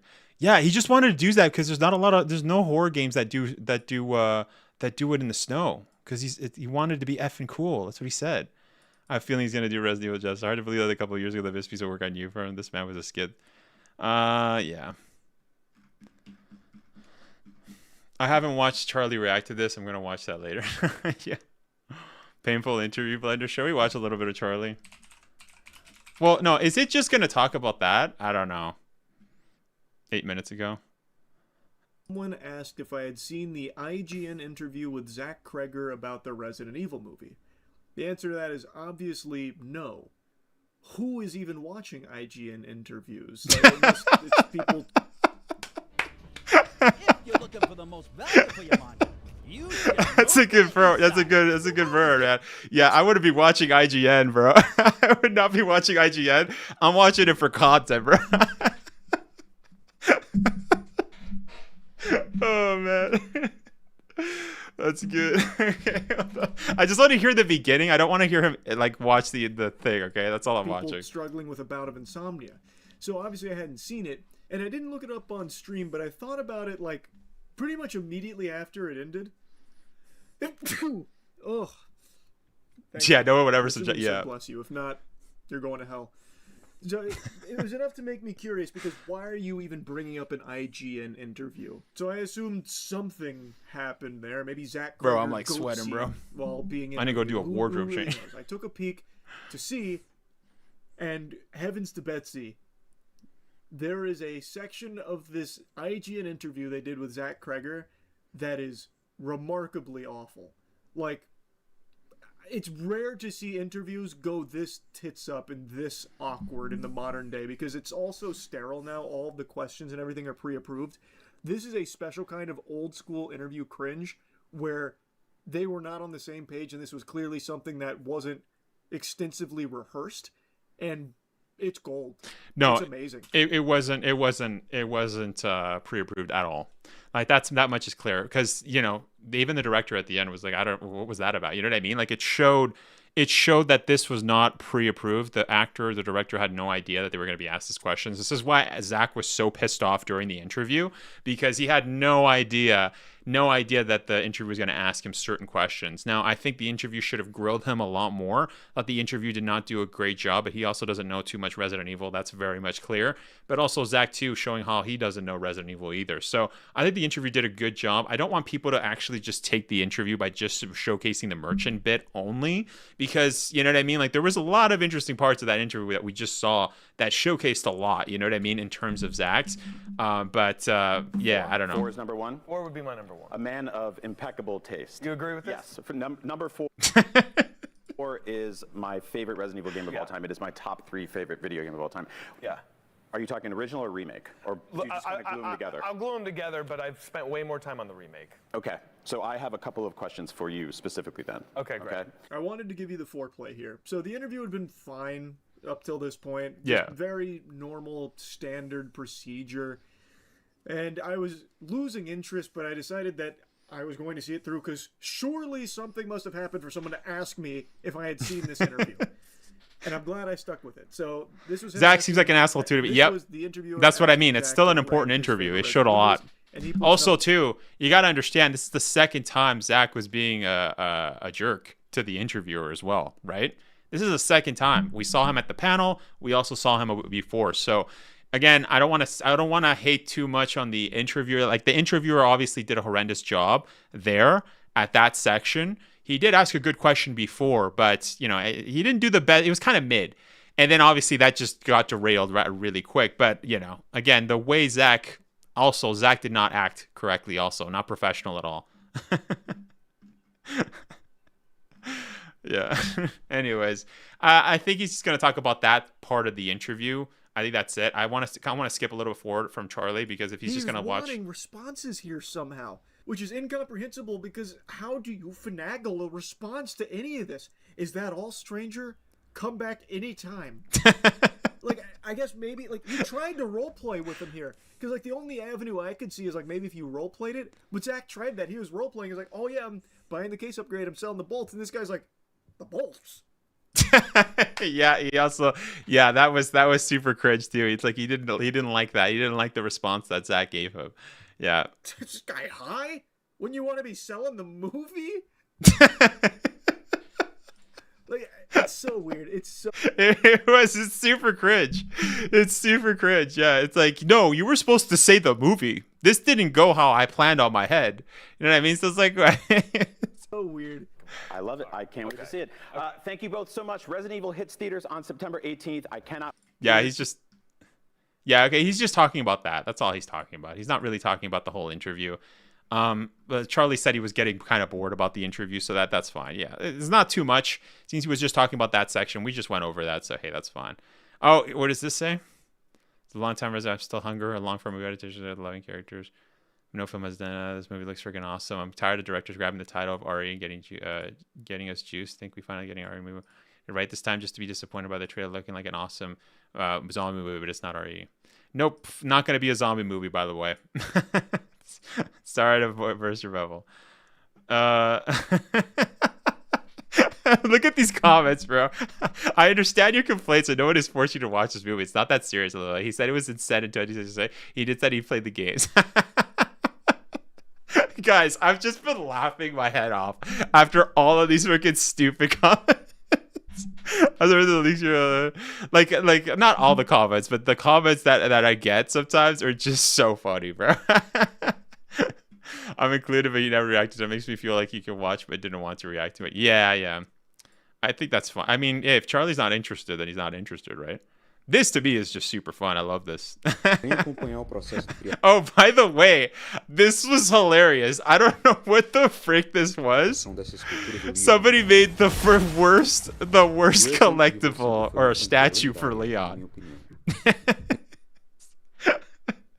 And so he's kind of going through the process. He's like, yeah, so this is how I made Leon. And I don't think this guy's joking. I don't think he's joking. I don't know. It's just funny, though. Like, he made the ugliest Leon statue I've ever seen. Deficient evil. Oh my god. Oh, they put. Oh wait, photos aren't available on the Windows app. Oh shoot. There's people were posting funny posts, dude. People were doing such funny things. Oh my god. I don't know. Like, it also it got translated. It's the funniest thing, dude. Melted Canada. I know, this is worse. This is just scary, bro. I honestly want to buy this. If it's not like, yeah, it says está a veces está disponible para adquisição. I don't know. I don't read Portuguese. Like, I don't speak Portuguese, but he's saying, yeah, it's open for sale. I kind of would love to buy this. Can you imagine? Can you imagine if I had that, like, right here?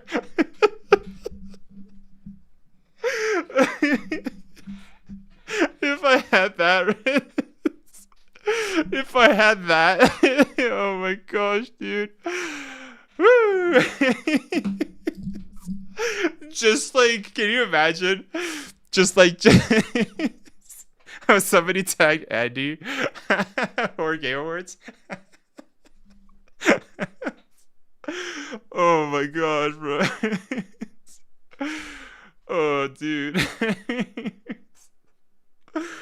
Oh my gosh, yeah. Can you just imagine? Just like invite your Resident Evil friends over, then you see that. Oh my gosh, yeah, that's funny. Anyways, there's something else too. Let's just read. You know, kind of fold back on themselves or have little gimmicks or tricks or whatever. And I wanted to just see if I could tell a straightforward story that was almost in real time. And about 5 or 6 minutes in, he hits that woman in his car, and I wanted to see if I could just put my foot all the way down on the gas pedal and not let up until the end of the movie. That was the challenge. Like, can I just be like completely unrelenting? And you guys will tell me if that's the case. But that was the challenge. My other movies are kind of narratively, you know,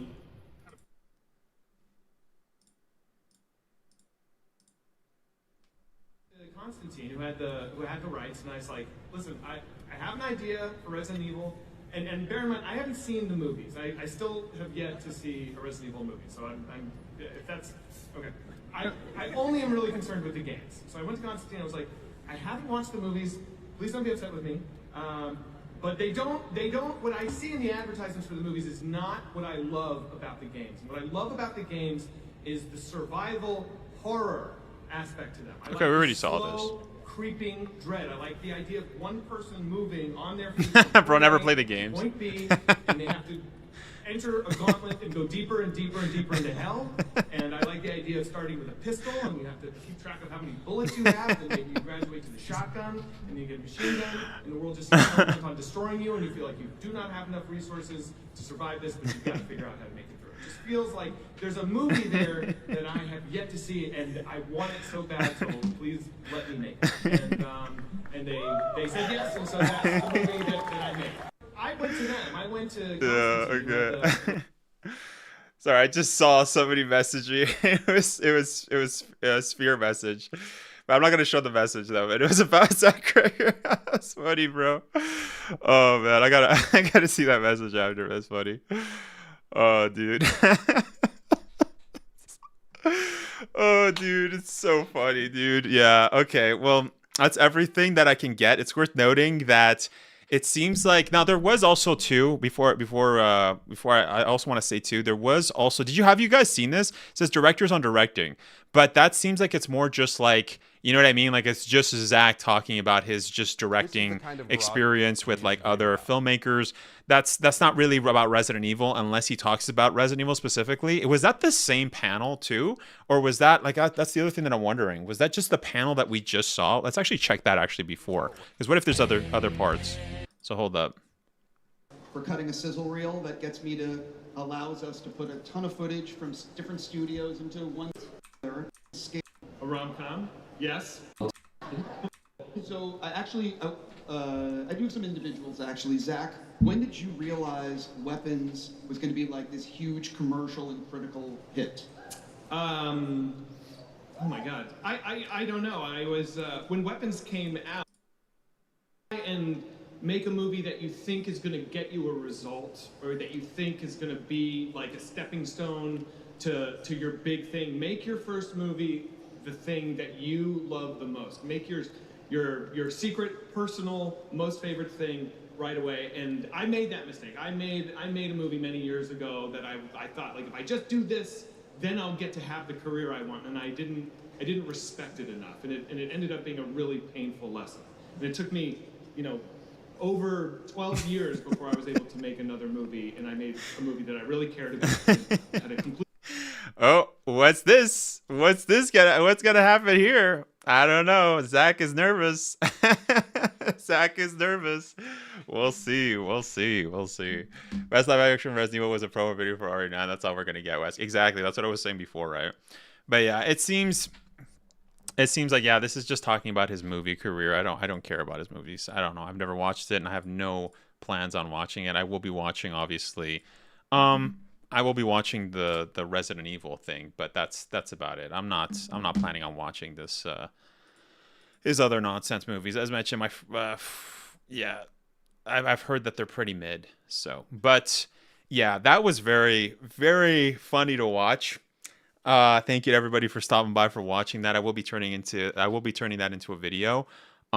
It's gonna be a long video. I don't know. Should I just make a huge video and just post it? Maybe. I think I'll do that. Yeah, just a huge thing. But yeah, just a huge, very embarrassing. Very embarrassing. It's funny how people were talking about the interviewer, or like Charlie talked about the interviewer, but he didn't really talk too much about Zach. And Zach was not being.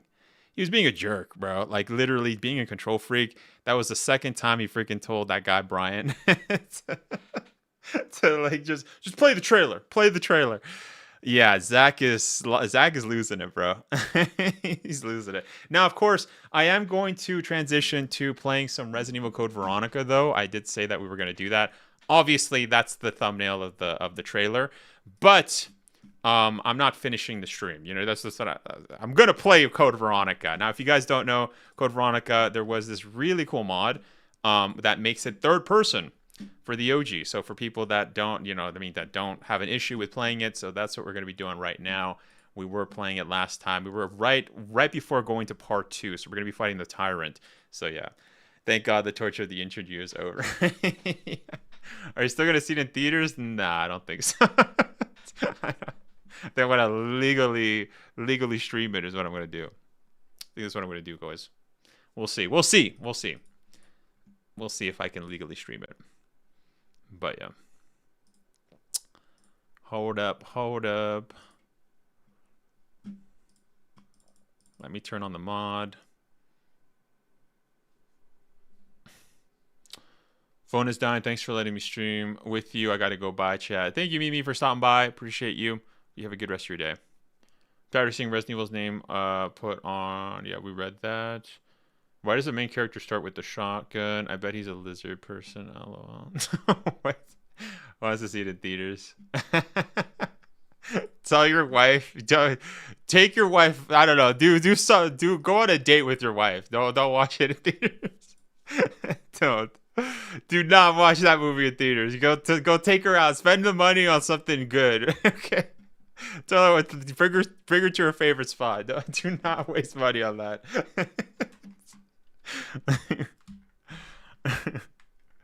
Project, you should cover Verity events video. What is that? I don't know what that is. Variety events video. Is that what you mean? I can't imagine myself watching the movie after playing RE9. Yeah. All right, boys. Let's load in. I think the mod is working. Variety events and videos, yeah. Yeah, maybe once I get bigger, you know what I mean? But I don't know. I think I'll just stick to gaming, you know what I mean? So gaming is fun. So we'll stick to that. Okay, hold up. We're in the cockpit. Let's see if third person is working. Let's see if the mod's good. See if it's goated. Let's see if it's goated.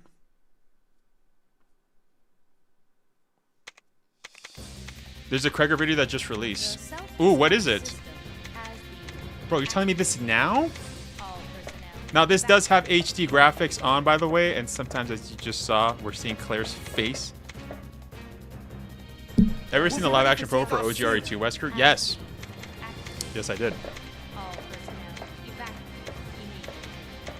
There's a Kreger video. Yeah, wait. Mikey, what's the Kreger video? Oh, shoot, I can't even see. Oh, shoot, hold up. We have the crank here. Let's grab it.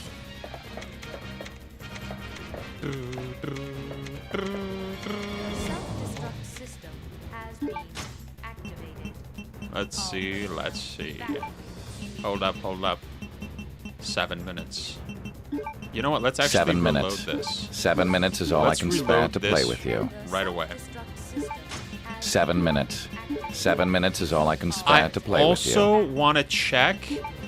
also want to check how BOW rounds, because I remember last time he was telling me that it takes only 3 BOW shots. We're gonna save that for the plane fight. I do have my 10 things here for my bow 7 guns. minutes. We'll save that. 7 minutes is all I can spare to play with you. Wesker, calm down, bro. Wesker's having a crazy thing. The overshow of you makes it harder to see. Yeah, for this instance, yeah, because we're like in a little cockpit. But once we're like in a bigger area, 7 Wesker, minutes is chill, all I can bro. spare to play with you. Wesker, calm down, for the love of God. Sorry, Wesker's possessing the stream again. I'm sorry, boys. Let's go a little bit back. There you go. Yeah, 3 BOW and 2 acid rounds. Is that what it takes? Okay, thank you in class. Yeah, we'll do that then if that's a lot easier. I have a bunch of acid rounds. I actually never use acid rounds. I love Wesker.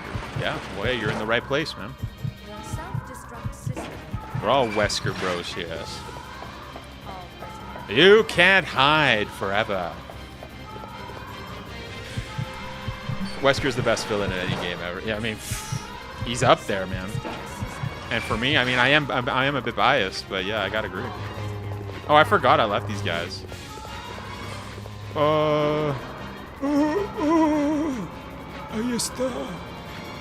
That was a weird camera angle, yo.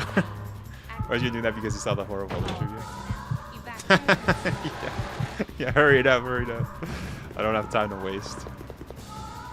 Here I am offering you my precious time, and you waste it by running around.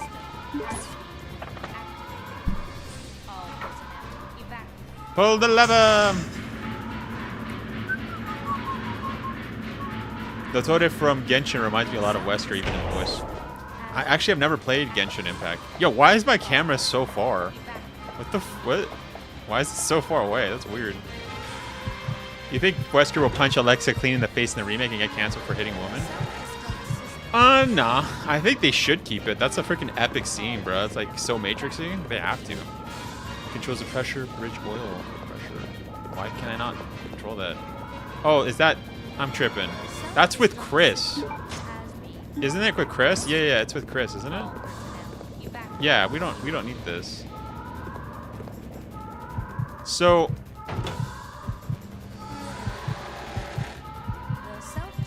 Sorry, I'm getting confused here. I'm getting freaking confused. Wait. We just did this like freaking like a couple weeks ago. And I've done it so many times. Hold up. Let me just focus here. Lock in.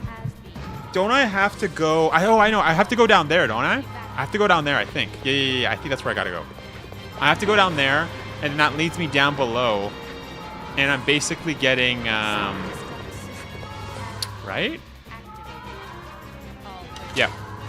Okay. Sorry, boys. CBR RE5 remake get canceled because people's feelings got hurt. I'll be so pissed. That's not happening. That's not happening, bro. Okay, why can't I get... Wasn't there typewriter ink ribbon right there? Oh, there wasn't? Shoot, okay. Okay, hold up. You know what? Let's actually do this first. Let's grab the green herbs, and then I'll just push the box, and then we'll continue. I can't think of more than like 5 good villains off the top of my head, except for Wesker. He's got to be the best. Yeah, definitely.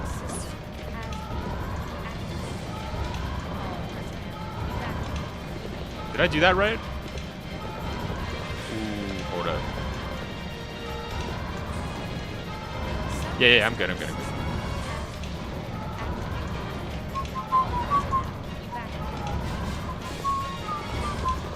Why can't I see Claire's face? This is actually kind of nightmarish.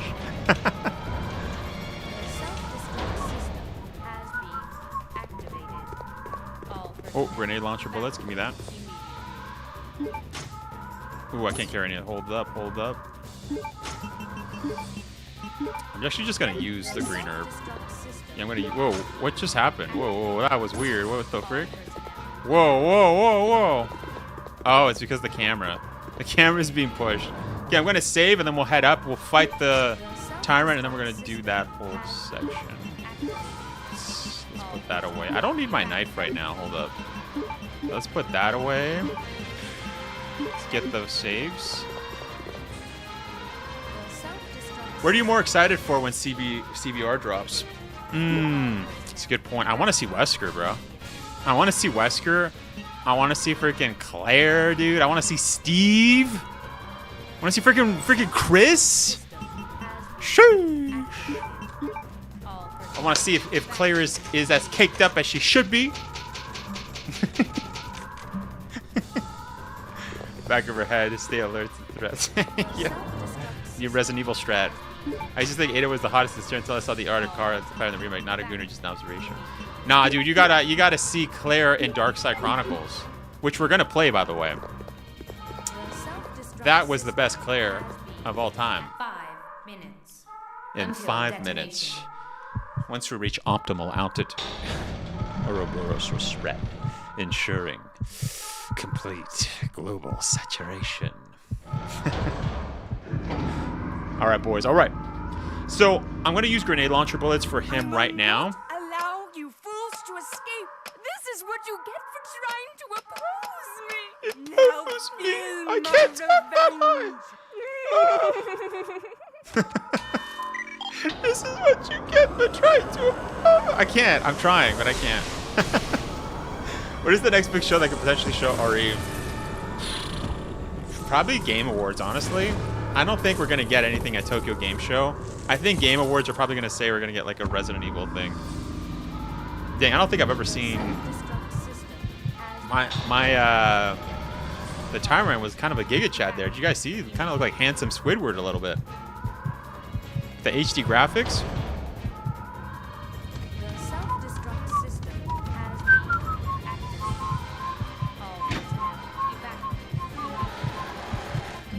Okay, let's do it, boys. Let's do it. Let's freaking lock in. You know what? Let's get my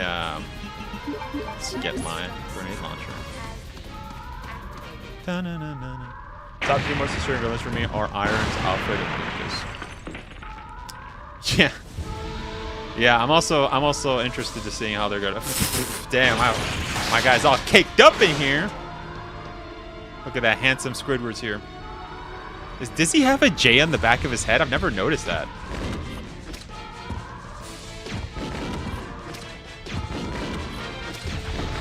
Yeah. Oh no, he's gonna get back up. Hold up.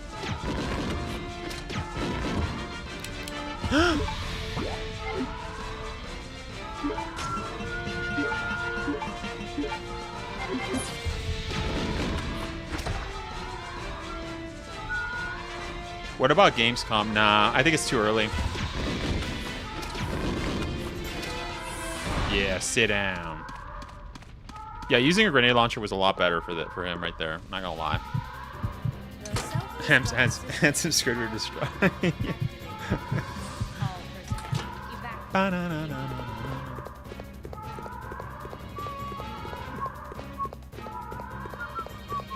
Yo, that's exactly the thumbnail. I just realized. Are those supposed to be stars? And they just disappear. I want to see how they handle Chris pre-roids and Orients. Yeah. Do they'll show DLC for RE9 or Super Mario Bros. Both? Like I said, I think RE9 for sure at the end of the year. Yeah. They're not showing that earlier. No way.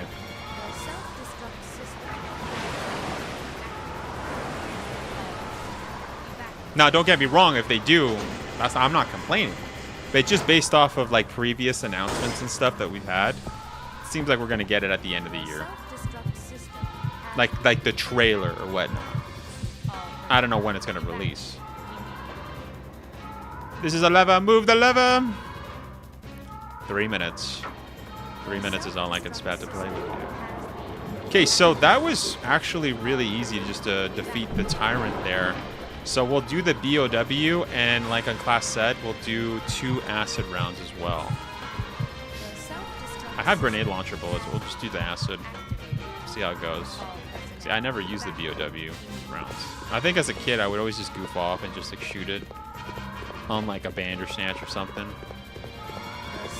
Do you think they'll show the DLC? Oh no, we already read that. Oh, we got that. We got that. Okay, Cloud, show the DLC in a Capcom Showcase or Resident Evil.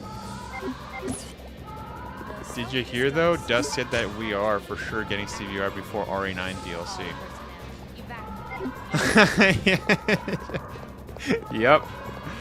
Yep. Dust says a lot of that. A lot of trash. Did I think Veronica could release it for Resident Evil Live DLC? I don't know. It depends. Right now, we have no idea how far along it's going to be. Right? Honestly, I think that would be strange from a marketing perspective. That wouldn't really make much sense. That would be very unorthodox.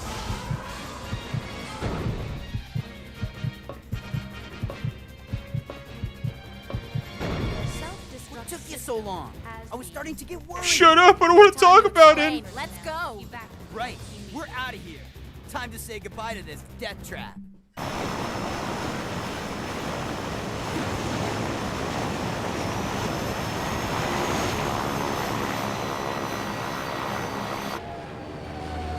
It'd be awesome if they gave us a 6-hour DLC like separate ways. Yeah. Isn't it 8 hours? What do you think the next remakes will be? I personally hope for CVR, RE1, or RE0. We made it! Honestly, I'm open to anything. I don't care. They're gonna remake everything, so just remake it. You know what I mean? Give us freaking RE7. Give us RE6, RE5, RE1, RE0, Revelations, Revelations 2, everything. I caused a lot of trouble for you. No, Oh, it's okay. Steve. It was hard Oh, for both Steve. of us. Oh, Steve, Really stop. you find your brother. I know what it's like to be alone. Oh, Steve. Shut up! I don't want to talk about it! So, where should we go now? I can take you anywhere you want to go, Claire. Let's go to Hawaii. I hear Hawaii is nice this time of year. You got it. Would you play RE Gaiden Remake? I gotta play RE Gaiden, like, that's one of the Resident Evil games I have not played. RE Gaiden, RE Dead Aim. I need to play those. Those are on, oh, Umbrella Corp I also never played. I want to stream that though. I want to stream it. I gotta do that. You guys just reminded me. I gotta do Umbrella Corp, yo. That'll be like a funny stream. Just because I've heard such bad stuff about it. Literally, like it's so bad. What is he? Was he tapping his foot? I don't remember seeing that. We just played through this whole game just like what, like a couple weeks ago. This game is not over yet. Now you will see what real terror is all about.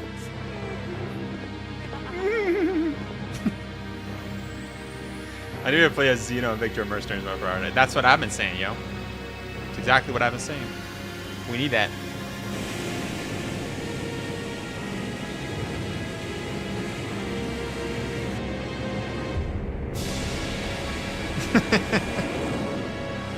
Didn't this guy get shot? Like, didn't he get shot by Steve? Morgan, what's your thoughts on Kreger now set? Profit a drip? What's up, man? It's Morgan. What's your thoughts? The cargo room hatch is open. What do you mean it's Morgan? What do you mean? Check it out. What are you talking about? I've unlocked the cargo room door. Morgan? What? What do you mean? Are you saying you're Morgan? What are you talking about? We just covered everything that he said. Are you talking, or did he say something else? What do you mean? I'm confused. Profit of I'm so confused. What do you mean? I'm the OG Morgan. What? What? Okay. The OG Morgan. I don't know any Morgan. You mean Morgan Freeman? Morgan Freeman. No, I can't do Morgan Freeman. Why am I trying to do Morgan Freeman? I don't care for the culture war, but I'm really interested to see what they do with Alfred. Yeah. Morgan. Yeah, Morgan. Like Count Dooku? Are you Count Dooku? Like, what do you mean? Which Morgan are you talking about? I personally don't know any Morgan, so I'm confused. Morgan. You guys are just talking about Count Dooku. Morgan Lansdale. Profit of drip. I'm super confused, man. Beat me to it. What? Oh, hold up. I need to lock in. We should probably save. I'm gonna save. Because I've never done this before, so it's just I've never done this. Hold up. Alright, hold on. Let's get that. Okay, we're good. Let's go over here. Let's just whoa. I like how that just freaking just goes in. I used to have a crush on a girl named Morgan. She stood me up on a date once. What a punk. She did that. What an actual punk. Who does that, bro? How disappointing. Poor performance indeed. That's what I would have said to her. Poor performance indeed. Here I am offering you my precious time and you waste it by running around. Yeah, I think the only Morgan that I know, aside from like Morgan's Lansdale, is freaking Morgan from like Dragon Age, who was crazy, a crazy witch. But I don't know. Prophet, I'm actually confused. What do you mean? What do you mean, Morgan? I'm so confused. What do you mean?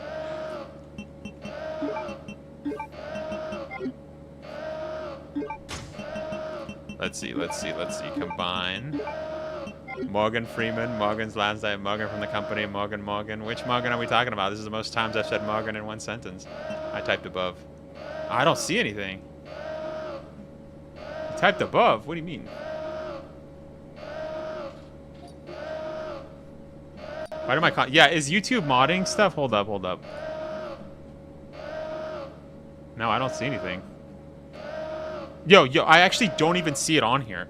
Yo, why does YouTube not like you? Yo, Dante, why does YouTube not like you, man? Okay, hold up. Sorry. I had to switch PCs, so I'm back. Wait, I can't use my... Oh, no, I can do it now. Okay. All right, we're ready. Let's do it. Let's do it. Okay, I just unequipped my grenade launcher. I need to lock in, bro. Okay, come on. Let's freaking go. Let's do it. One of the hardest boss fight in this game.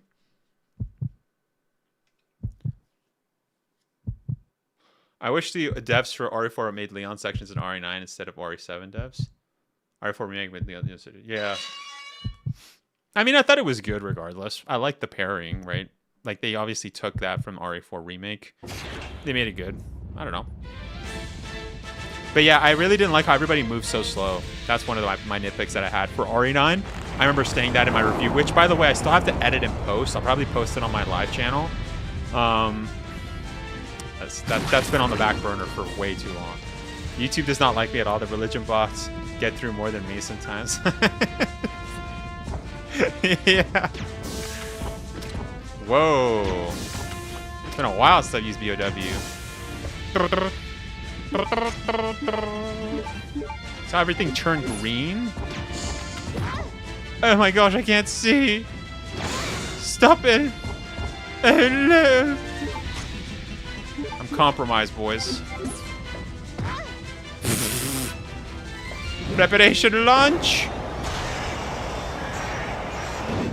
Yeah. Okay. So 3 BOWs, 2 acid. Thank you, on class. Appreciate you, man. That's actually way easier than shooting freaking 15 BOW bolts. Shooting 15, yo. Oh, I used to.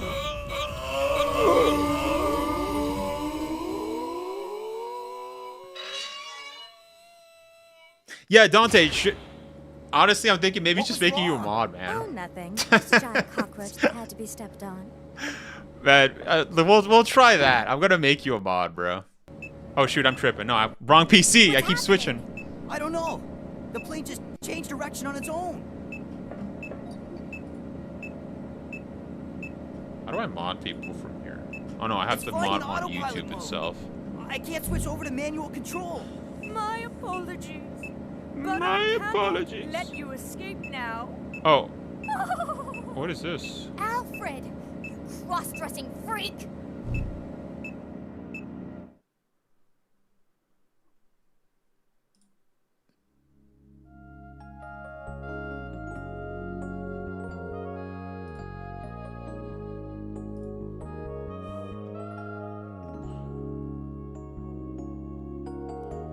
We'll see if that works.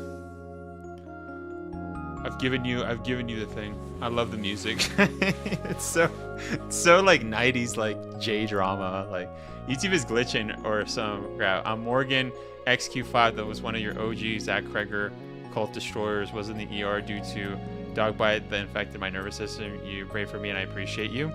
Oh, okay, Morgan. Oh, okay. Yes, you got like, yeah, from the dog bite. Yes, okay. What's up, man? How's it going? Yo, long time no see. Wait, I didn't know you. Yeah. Thank you. Okay, thank you for explaining it, because I had no clue, man. Thank you. Okay, yes. How you been, man? How you been? I always wonder how he could switch his voice like that. That's a talent right there. Yeah. Hey, it's been a while. Yeah, my bad. we? No. Yeah, I hope you're doing better, man. Latitude, 82.17 Yeah. What's it, this fat finger? What's it, that fat finger, bro? I missed that last time. The Antarctic. We're over the Antarctic. What? Make Steve Japanese right now. Those are the seaplanes that left the island right before us. Then that must mean this place belongs to Umbrella.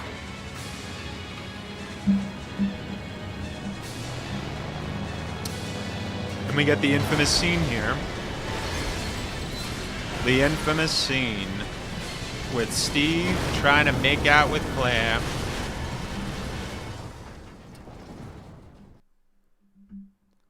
Let's see, save first half and data. Let's do it. Let's do it. Let's do on number 10 here, just so I know. Starting game part 2.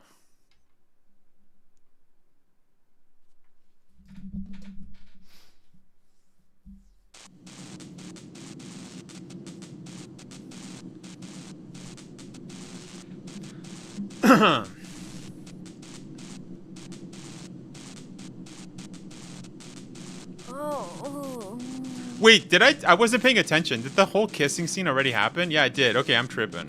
Right? Sorry, I wasn't paying attention. Hey, wake up, Steve. I wasn't paying attention. Just been fighting Zach Kreger of Blazers. He recently went on a Variety interview and doubled down on why he's making a modern day and other BS. Instead, it was just does respect the source of the show. Yes, Morgan, we just covered all of that. We just covered it all.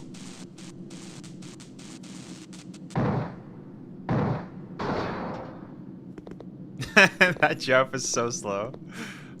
I think it was gliding there.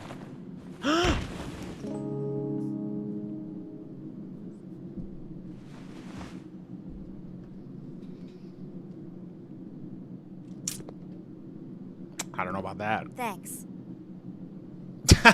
Yo, my boy got sheesh.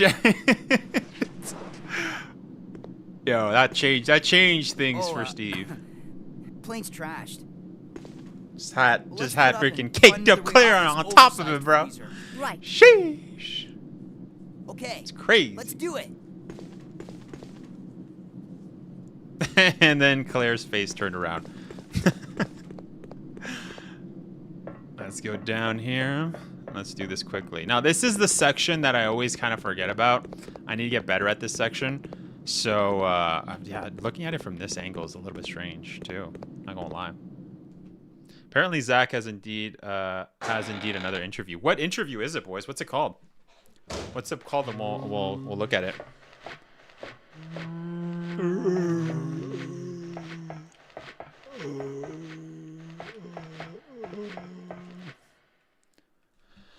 What is it called, boys? And we'll look at it right now. Let me know. What is it? What is it? What is it? What is it? We'll look at it freaking immediately. Resident Evil explains changes in adaptation SD. Okay, hold on.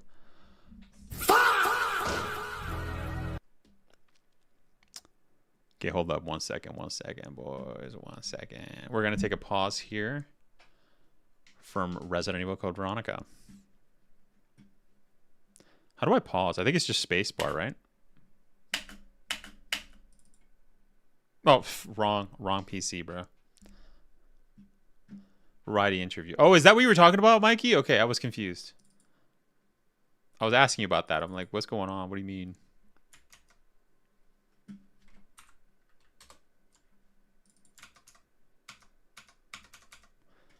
It's not letting me. Hold up. There we go. That was weird.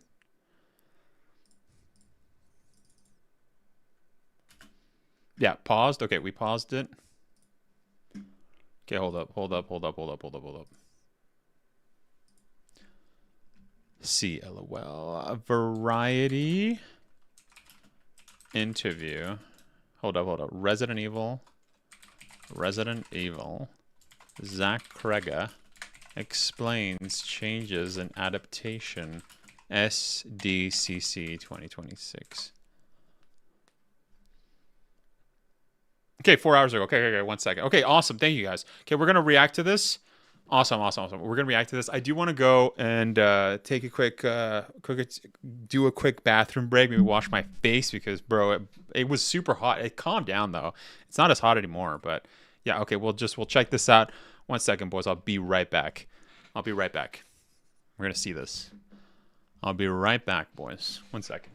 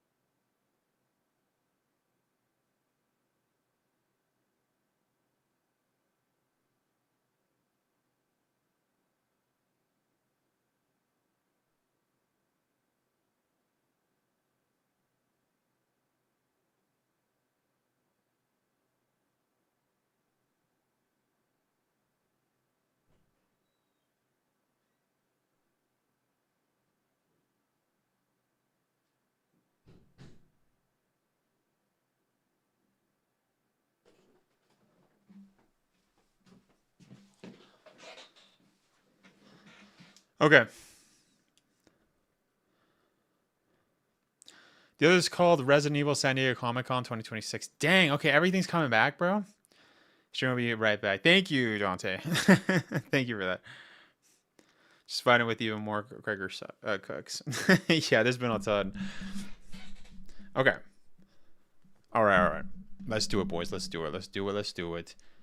Okay, Resident Evil. Let's actually search that up right now. Hold up. Resident Evil. Yeah, there's so much freaking content to go over today. It's so busy, yo. Welcome back. Thank you. Resident Evil. San Diego. Okay, I'm not writing anything right now, bro.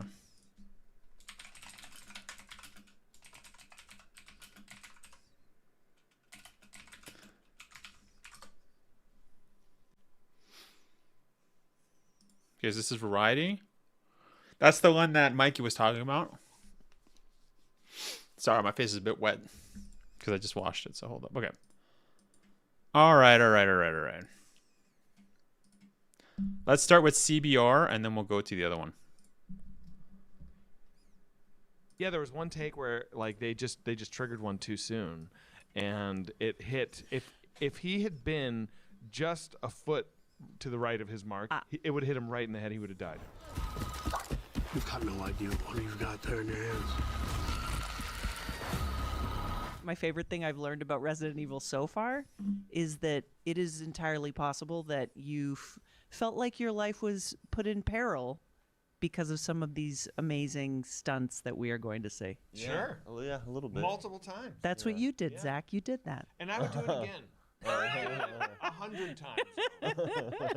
Because the shot is the most important thing. No, totally. I completely understand. Yeah. You And face replacement technology has blossomed. And, you know. Yeah, I mean, we did. Yeah, this one Austin scene didn't where he's, appreciate like, running down that. the street, and these zombies are on the rooftops, and they're all like leaping down at him and exploding as they land. So he's like running through this gauntlet of just like detonating body parts. And we didn't want to use VFX. And so, you know, how do you do it? You rig these 150-pound bags of blood. You mean you on these didn't? cranes, and you time them, hopefully, so that, you know, you try and guess, okay, 6 floors, takes this long. He's running at this speed. Can you imagine if Austin died from this stupid shot that had no freaking, like, literally has nothing to do with Resident Evil? Can you imagine how much of a wasted freaking life that would have been? Are you kidding me that you died just because this director wanted to do practical effects and throw freaking zombies off? Even though, again, where is that in Resident Evil lore where you have, like, especially for RE2, RE3, T-Virus zombies, where you're having zombies running on rooftops and jumping over? And how freaking dumb that would have been? Holy cow. You know, so we did do a couple of rehearsal days, like, you know, a month beforehand. And I know a on the man day, passed you in know, Final Chapter. Yeah, wasn't it a stunt person? Yeah, that's one of the worst movies. That reminds me of the lady that it wasn't a lady stunt woman, wasn't it? I think it was a lady stunt woman. I mean, R3 had the Inferno mode, but he didn't know that. Running, we've got a camera car chasing him, so at full sprint speed. So if he falls, he's gonna get run over. Yeah. So that was one factor, and then, you know, they're dropping him, and they're like literally exploding all around him as he's running and jumping over cars. Got a They're mosquito hitting cars, bite on he's my head, jumping over, and yeah, there was one take where like they just triggered one too soon, and it hit.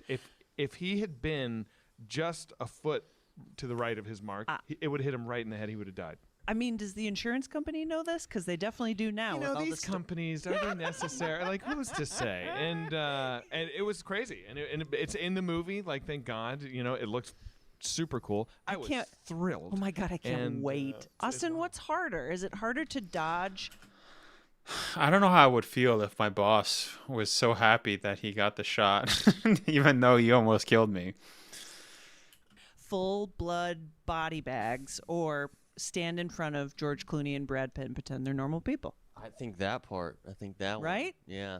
Yeah. The body bags. It's not a problem. You know, as long George as and Brad are not normal. Is that what we talked about this too much? What? No. Freaks? No. Tell me. No, they are. No, they are normal. But when you grow up loving their work, you know, and then it's like, whoa, you know. Right? Yeah. Quite a journey you've been on. Yeah. I'm glad that you guys are working together. I think Austin's on a as journey fan, right now. That's what really pumps me up. Smoking them green herbs. And I was thinking about Resident Evil as kind of a long series of movies, longer series of games. Right. And if somebody is sort of like thinking they've seen everything that they could possibly see from a Resident Evil movie, can you speak to them about this version? Yeah, this version is going to have very little in common with the movies that have come before it. How would you know? How would you know? Wait, how would you know? Let's see what he says. How the frick would you know if you've been telling everybody that you haven't watched any of the movies? This version is entirely focused on being more in line with the games. And with that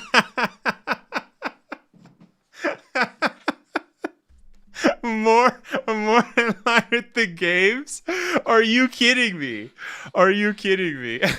I'm sorry. I think Welcome to Raccoon City or Resident Evil Apocalypse, from what we've seen so far of his new movie, is a lot more closer to the source material. I'm sorry, but those movies weren't set in freaking 2026, even though it was 1998 and you had freaking snow. And what? What are you talking about, bro? What the means frick? primarily is survival horror. I don't feel like I'm That's be your honest, jam. I have not seen a Resident Evil movie. So then how would you know? How would you know then? Again, contradictory statements. Contradictory. Yeah. Why would you speak so confidently about that? Why? Because again, he speaks confidently when talking about Resident Evil, but again, he knows nothing. So again, I think it's very clear that he's lying about watching the Resident Evil movies. No kidding. No, I haven't seen them. Oh. Because they don't promise. And you're such a fan of the game. I'm a huge fan of the games, which is maybe why, because I'm one of those snobs that I've been engaging with on the internet on this movie who are like, it's not what, and I understand it. I understand the. So now he's saying that he's a snob, a Resident Evil fan snob. And that he's saying that he doesn't like what the movies have done before. But how do you know that? How do you know if you've never watched the movies? So either there's two scenarios here. Either you're lying, you're lying, and you have watched them, and you're not a Resident Evil fan, which we know you're lying about that, and it seems like you're lying about this too. So again, evidence points towards that. You're just somebody that lies what is that called when somebody just lies for no reason? Somebody help me out. What is the term for that? When somebody just something with a P, isn't it? Something like I forgot the name of it. Anyway, just somebody that's always lying. And now he's saying that, yeah, no, I'm such a fan of the games that I understand why people are critiquing my movie because of the games. So even that logic doesn't freaking work, because if you were such a fan of the games, you would have written a story that would have made sense with the games. If you're such a fan of the games and you're such a snob about lore. What is he saying? What the this whole time, Zach, every time he opens his mouth, it's just contradicting something else he said just a couple minutes ago, just a couple of days ago, just a couple of weeks ago, a couple of months ago, a year ago. Like, holy cow. Habitual liar. Yeah, I was thinking of a different word, but it doesn't even make any sense. It doesn't. He's completely nonsensical here. How can you be a freaking Resident Evil snob if you don't know Resident Evil, bro? Instinct to dig in when something feels like that's not my version of it, I'm not in. Pathological liar. Thank you, Morgan. Thank you so much. That's what it was. Yes. That's how I felt about this movie. So I was like, that's the Resident word. Evil. I want survival horror. This looks like some sort of glossy action thing, and I didn't go see them. I'm not doing like a 1-for-1 video game adaptation in this movie. I'm not using the characters from the games. Right, new character. Because I'm not going to be able to make it better than that. You know, and I feel like I would be doing a disservice if I started just cannibalizing these characters and stories that the games do so well. But what Same I am argument. doing is being Same loyal straw to man. the lore of the games and it's snowing. Christopher Cardarelli 1328 just super chatted $5. Thank you so much. Fan. Butek called himself slob. Tell me how is movie going Billy Ked. Se rouler par terre de rire, se rouler par terre de rire, se rouler par terre de rire. I love the TTS, bro. Yeah, he's a fake RE fan, but he called himself Slav. Tells me how is his movies going to be like? He called himself a snob. Yeah, Resident Evil snob, but it's like it makes absolutely no sense. Like it's just so crazy. It's so crazy, and Zach Kreger fanboys are gonna jump at this and be like, "Oh yeah, he's such a." It's like, no, what is this, bro? Like, what is like? It makes zero sense. Thank you again for the $5 super chat, Christopher Cardarelli. Appreciate you, man. Now he's trying to LARP as an old school message for stuff. Why does Resident Evil get LARPers? I don't understand. What is it about Resident Evil that we need LARPers? Takes place in modern times, not in the 90s. So I do take some liberties, but really it's authentic to the experience of Yeah, I did take some liberties. Didn't you just say that you're a snob? Like a fan that's a snob. So you're basically saying that, yeah, you're again, if you're such a snob, if you were critiquing your own stuff, which I'm assuming if you're in the creative field you're going to do, why would you not do that to yourself? So again, doesn't make any sense. Logic, like, oh my gosh. playing the games. There's the progression. I would love to sit down with Zach. I'm just going to be... Yeah, it's also... Yeah, that's a very good point, Mikey. It's also quite insulting to call people snobs also. But he's trying to throw himself in there to make it seem better, but that doesn't, because we know he's not. He's not a Resident Evil fan. So, you know what I mean? Like, there's problems there. But, bro, I would love... It's also funny, too. That's another thing that I forgot to mention before. But I've also noticed... This San Diego Comic-Con had like a bunch of like creator meet and greets. So they had a bunch of creators there, or all the creators that spoke with Zach specifically. Do you know how many of them were actual Resident Evil fan channels?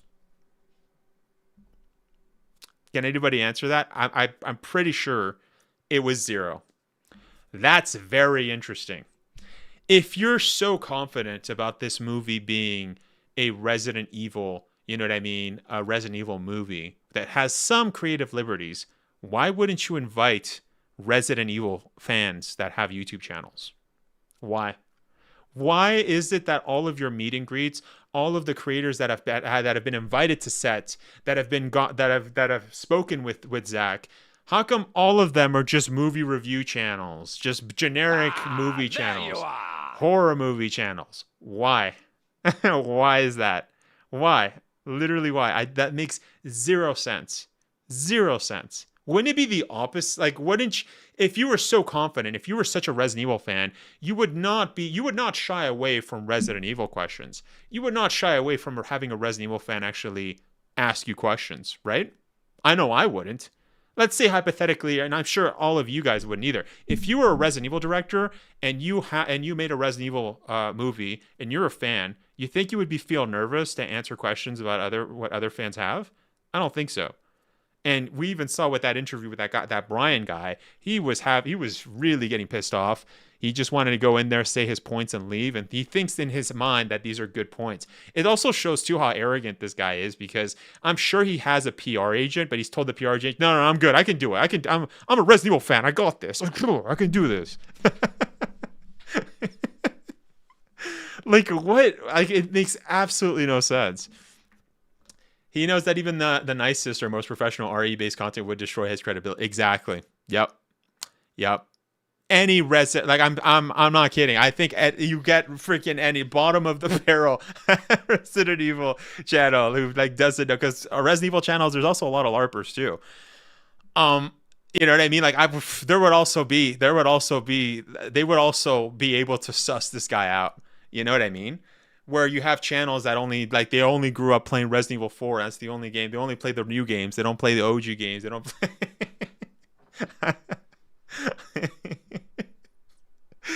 Like, oh my gosh, bro. I think he thinks he's bigger than the franchise. Yes. Would you say The Last of Us 1 is a masterpiece? Yeah, I would say that. Yeah. I think it's a great game. Yeah.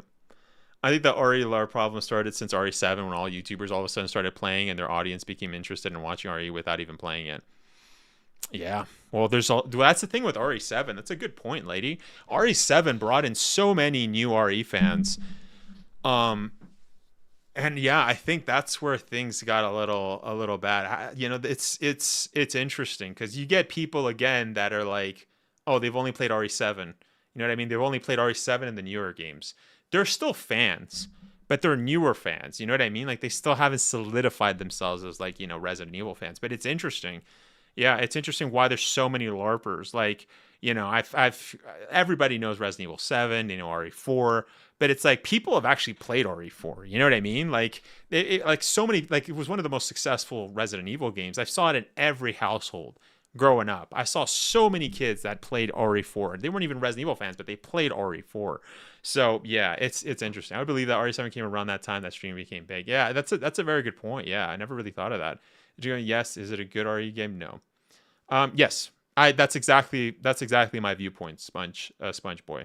Yeah, those are my core issues with RE7. It's funny too because on TikTok I had one rando person say, "Yeah, well you don't like Resident Evil 7 because there's no characters that you like and that there's this and that." And I'm like, I've never said any of those points. What are you talking about, bro? What are you talking about? By the way, thank you so much also to Christopher Cardarelli for subscribing. Appreciate you. It's just a normal horror game, yeah. Nori 7 hate LOL, just kidding. Hey, I like to rage bait with RE7. Impression and the you know resource. By the way, the next video that I'm posting, the next video I'm posting is this one that we're shooting right now. But FYI, the next one I had a conversation and I did rage bait a little bit with RE7. But it's fun. It's all fun and games. Management and really the focus on survival horror. And I'm using the T-Virus and the Umbrella Corporation, I think, correctly. And so, does playing a character that doesn't exist in the video my game stomach's canon, making noise, does bro. that make it easier for you or a little bit less pressure? I don't know if you guys heard that. It's just like stars. We love you. I know. I hate RE7. It's more freeing, you know. It's more freeing. Yeah, I don't like RE7. Something new. Freaking Ethan's freaking vanilla face, plain yogurt. Freaking, I'm rage baiting right now. Anyways, let's lock in. Say we don't like the movie because it has no Leon and Claire, but the reality is just the fact that he doesn't use or respect the source. Sure. Exactly. Yeah. Yeah. I mean, this is classic. Just trying to shift the goalposts, trying to make straw man arguments. To me, it's more. It's freeing, bad faith. You know? It's more free. For you or a little bit less pressure? Yeah, I mean, to me, it's more freeing. You know, it's more freeing if it's something new, so they can come up with create something new together. Whereas if it's like something that's already been established and loved, it feels like you want to honor it, and you kind of end up having a little bit of a boundary. Whereas on this, doing something new, it does feel like you can be more creative. And has anyone actually made it to level 4? Has anybody actually cared about these ants? He said he uses a T-Virus correctly. Can't wait to see that butcher. Yeah, I heard him say that, yeah. Good catch, by the way. Good catch, because he did say before that he's using the T-Virus in a different way that we've never seen. And he's like, it doesn't... What was his word that he said? I don't think it violates any of the lore. Very good catch. Very good catch, Morgan. They say we don't like the movie. Yeah, we read that. Yeah. More fun. I think so. Yeah, just making something you don't have the boundaries anymore, you know? When you two work together, it feels like there's a lot of these fun moments that are created that might not have even been intended, such as the Willow moment. Oh yeah, that probably was on the day. I think that was on the day. Yeah. Like we gotta acknowledge Willow. Gotta acknowledge Willow. Does anything like that? Can I say real quick? Please. I saw after we filmed that, it was like before the movie came out. I saw Ron Howard at a restaurant, and I'd met him before, but I didn't know him well. Like it wasn't like he would ever recognize me on the street or anything. But I was leaving the restaurant, and he was at this table, and somebody in my group had stopped to talk to someone at his group. So it wasn't gross what I did. But I was like, Ron, hey, we met a while ago. I'm Zach Kreger. And he's like, okay. I could tell I had no idea who it was. I was like, I got a movie coming out. Just want you to know I got a Willow reference in there for you. I think you're going to like it. And as I was saying, I was like, what am I doing? What am I saying? And he was just looking at me like, okay. And then I got in the elevator. I was like, I think you're going to like my Willow reference. For 6 months, I'd be in the shower and be like, oh, I think you're going to like it, Ron. Like such an idiot. I'm sure he has not seen the movie. And if he did, it was like, I hear there's this Willow reference I've got to see. And then he hears you say Willow. He's like, that's what that guy wanted to talk to me about? What the hell? Thank God you said it to one of the nicest people in Hollywood. He's so nice. I'm so nice. Embarrassed. I'm like, shut your mouth, Zach. Leave him alone. That's one of the most horrifying things about Hollywood, I think, is that when you're in it as a fan, then you have opportunity to do things that horrify you for your life. No good.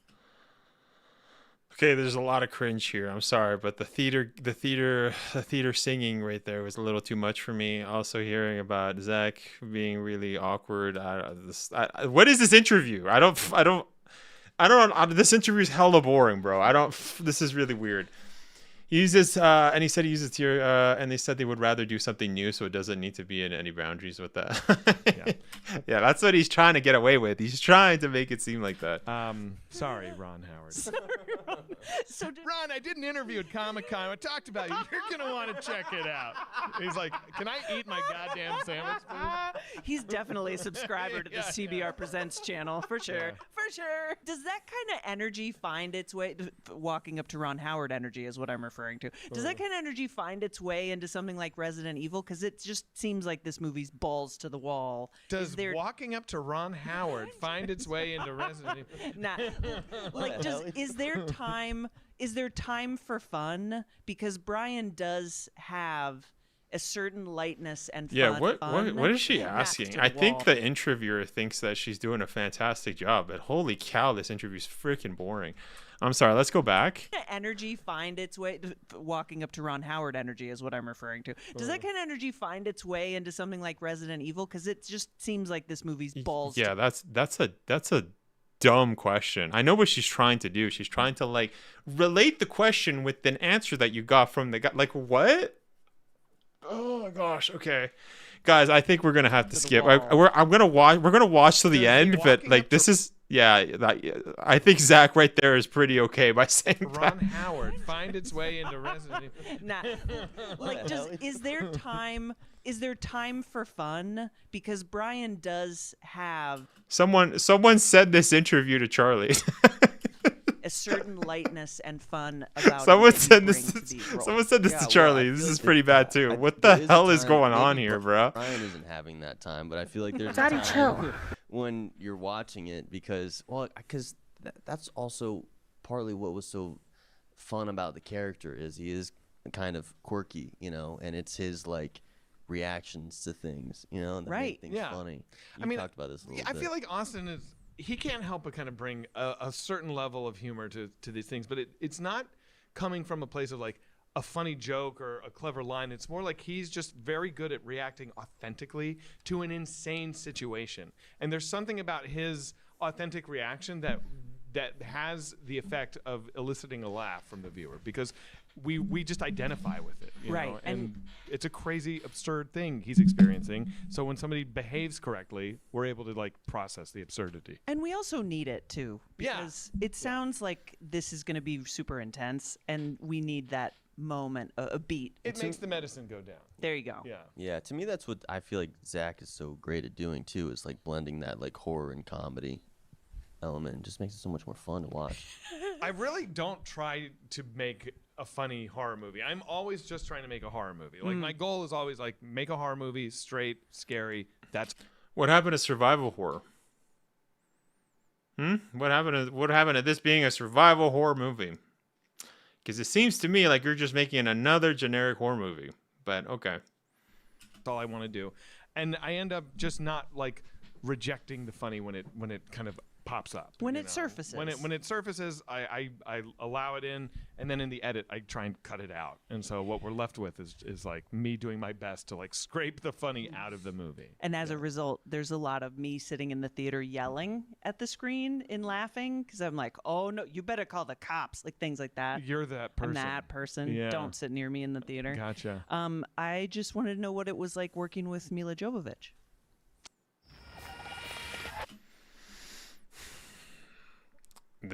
I don't understand this interviewer, bro. Where are they hiring these interviewers? Holy cow, bro. Holy cow. Like, what is this?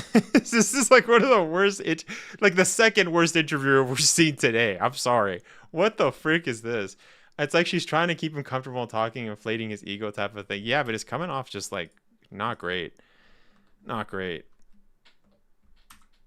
I just wanted to know what it was like working with Mila Jovovich. Ari always had a mix of horror and action, but he seems to ignore the action part. Yep. Yeah, and also it has some comedy. It has some goofiness, right? Austin? I'm trying something. I'm trying something. I've never met her. I'm sure she's wonderful. Sure, she's wonderful. I don't know. You at San Diego Comic-Con, in terms of evolution, Was the question? Was she trying to say that his movie is connected to Mila Jovovich, like the movies with Paul W. Sanderson?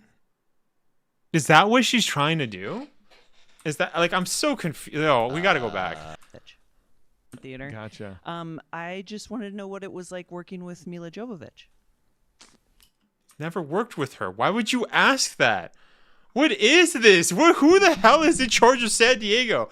IGN, fire. Oh my gosh, bro. And now we got this lady. Like, what is going on here, bro? Sure, she's wonderful. What is going on? Feels like, I don't know who's been taking the green herbs and smoking it, but they need to stop, okay? They're mixing way too many green herbs. They need to calm down with this, okay? Like, literally, this is insane. At San Diego Comic-Con, in terms of evolution, like, here you are with one of the biggest properties, super beloved, and then... Okay, hold up. I gotta go to the washroom. Okay, I'm sorry, boys. I'll be back. I don't know what the frick is this.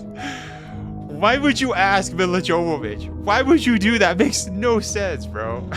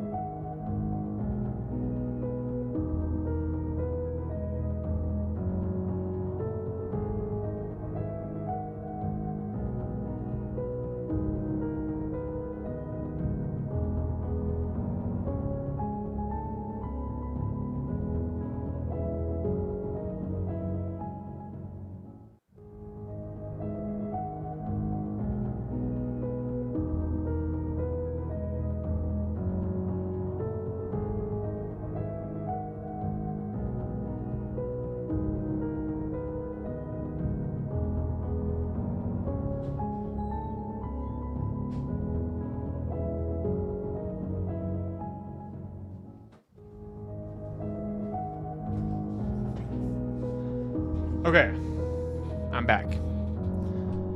Oh my gosh. Oh my gosh. Resident Evil Comic Con talk has IGN Hotel us true fans what we want. We should just check that out. Yeah. Okay. Relatively. That ain't gonna connect at all. This girl connects every art together. Yeah. Recently, you were here with Barbarian, and that is not an established IP. No. A significantly different point for you in your career. Like, it was my first movie. Yeah, yeah, and it was here, but it was out of town at some theater, and it was a small theater, and it was half full, And so different. Yeah, it was a very different thing. Yeah. And tell me about the fans at Comic-Con. Like, talk about this year so far, and you guys have had. I mean, we did this. We did an event with Discord yesterday. What is it with like only getting interviews that seem to have less than 5 minutes of ChatGPT research with these questions? It seems almost intentional. Yeah.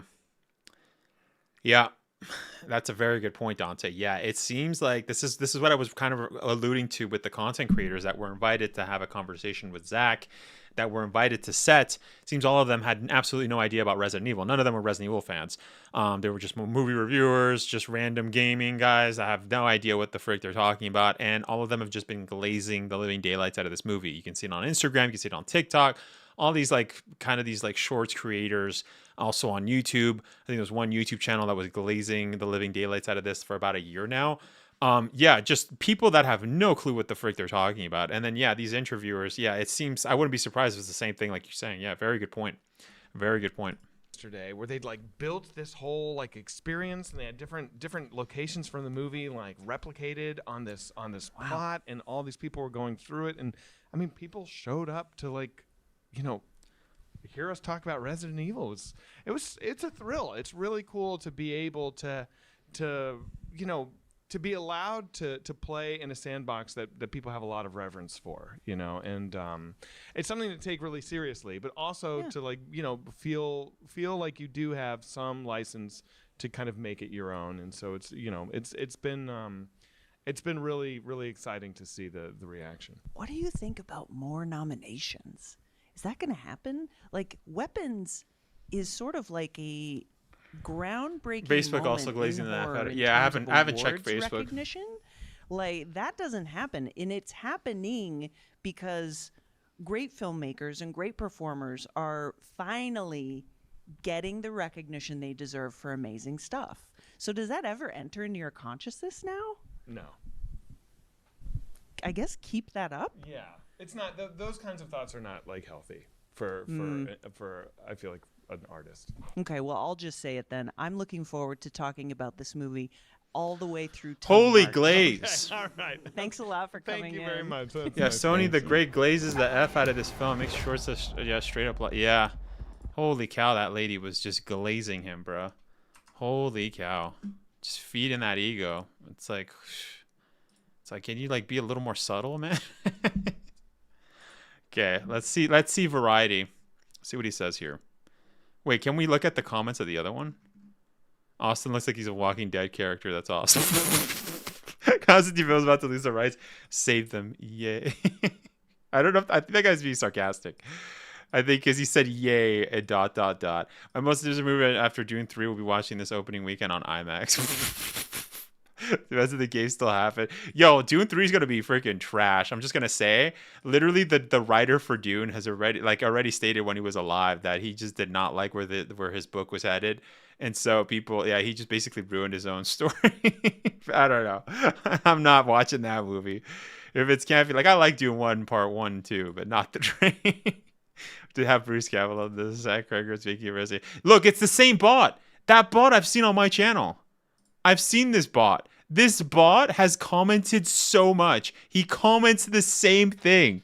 Yo, we caught the same Zach Kreger bot. He's posted on my live channel, on my chat. I've literally blocked him. This guy, this is a bot. This is not a person. So just FYI, there is several bots that go around and just glaze the living daylights. These are the bots that you see on Facebook, on Insta, on TikTok, on YouTube. Yeah. It has absolutely nothing to do. This guy just goes around YouTube saying the same thing. Bro.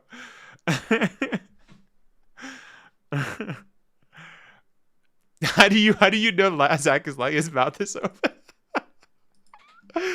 Oh my gosh, man. Okay, all right. Let's log in. Then Internet Theories alive again. Yeah, well, one of my viewers was suggesting and theorizing that, as mentioned before, that it's the studios that are hiring these bots, right? The guys in charge of the marketing. I think it is a wonderful thing that this original horror seems to be having a true moment right now.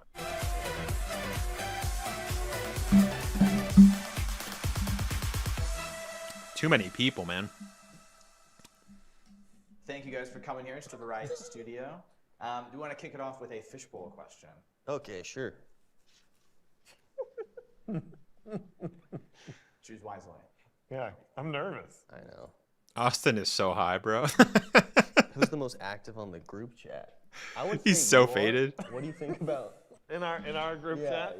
Yeah, it's got to be me. I'm always, how you doing? Yeah. Where are you? Thinking of you every Texting night. me a lot. Yeah. In our 2 group chat. Yeah, that's right. Okay. That's a question? Oh, you go. No, you just no, I'm sorry. I get it. All good. Hall H or the convention floor? I don't know. First time I've been here, I don't know what that means. Hall H is like the big. You haven't been to either of these places. No. All right, give me that. I'll take it. I'm gonna say the convention floor. There's more to see there. Wow, okay. Zach's also kind of a jerk to his actor, bro.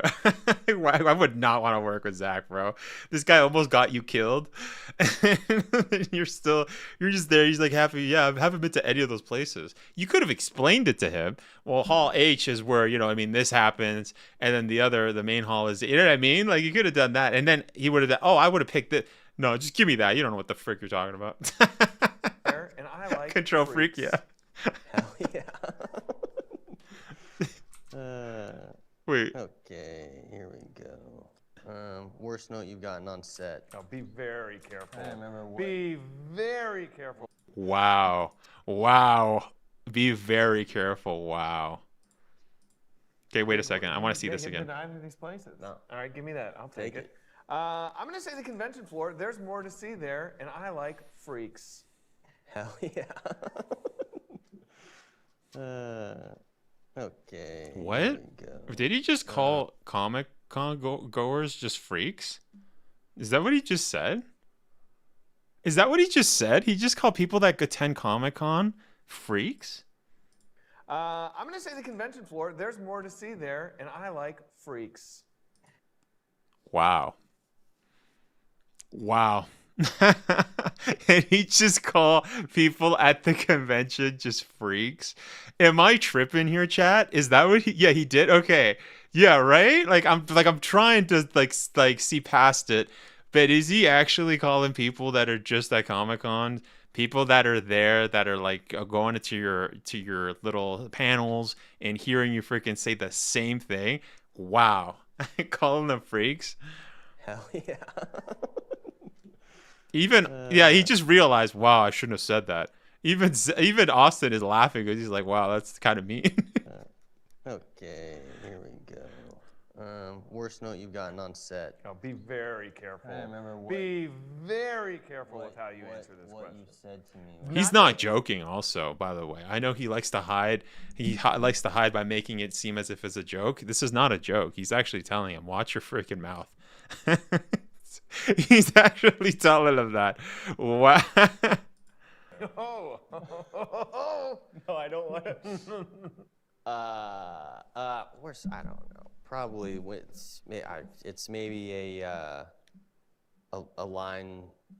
It's a line reading, but when someone isn't really doesn't know how to deliver the line reading.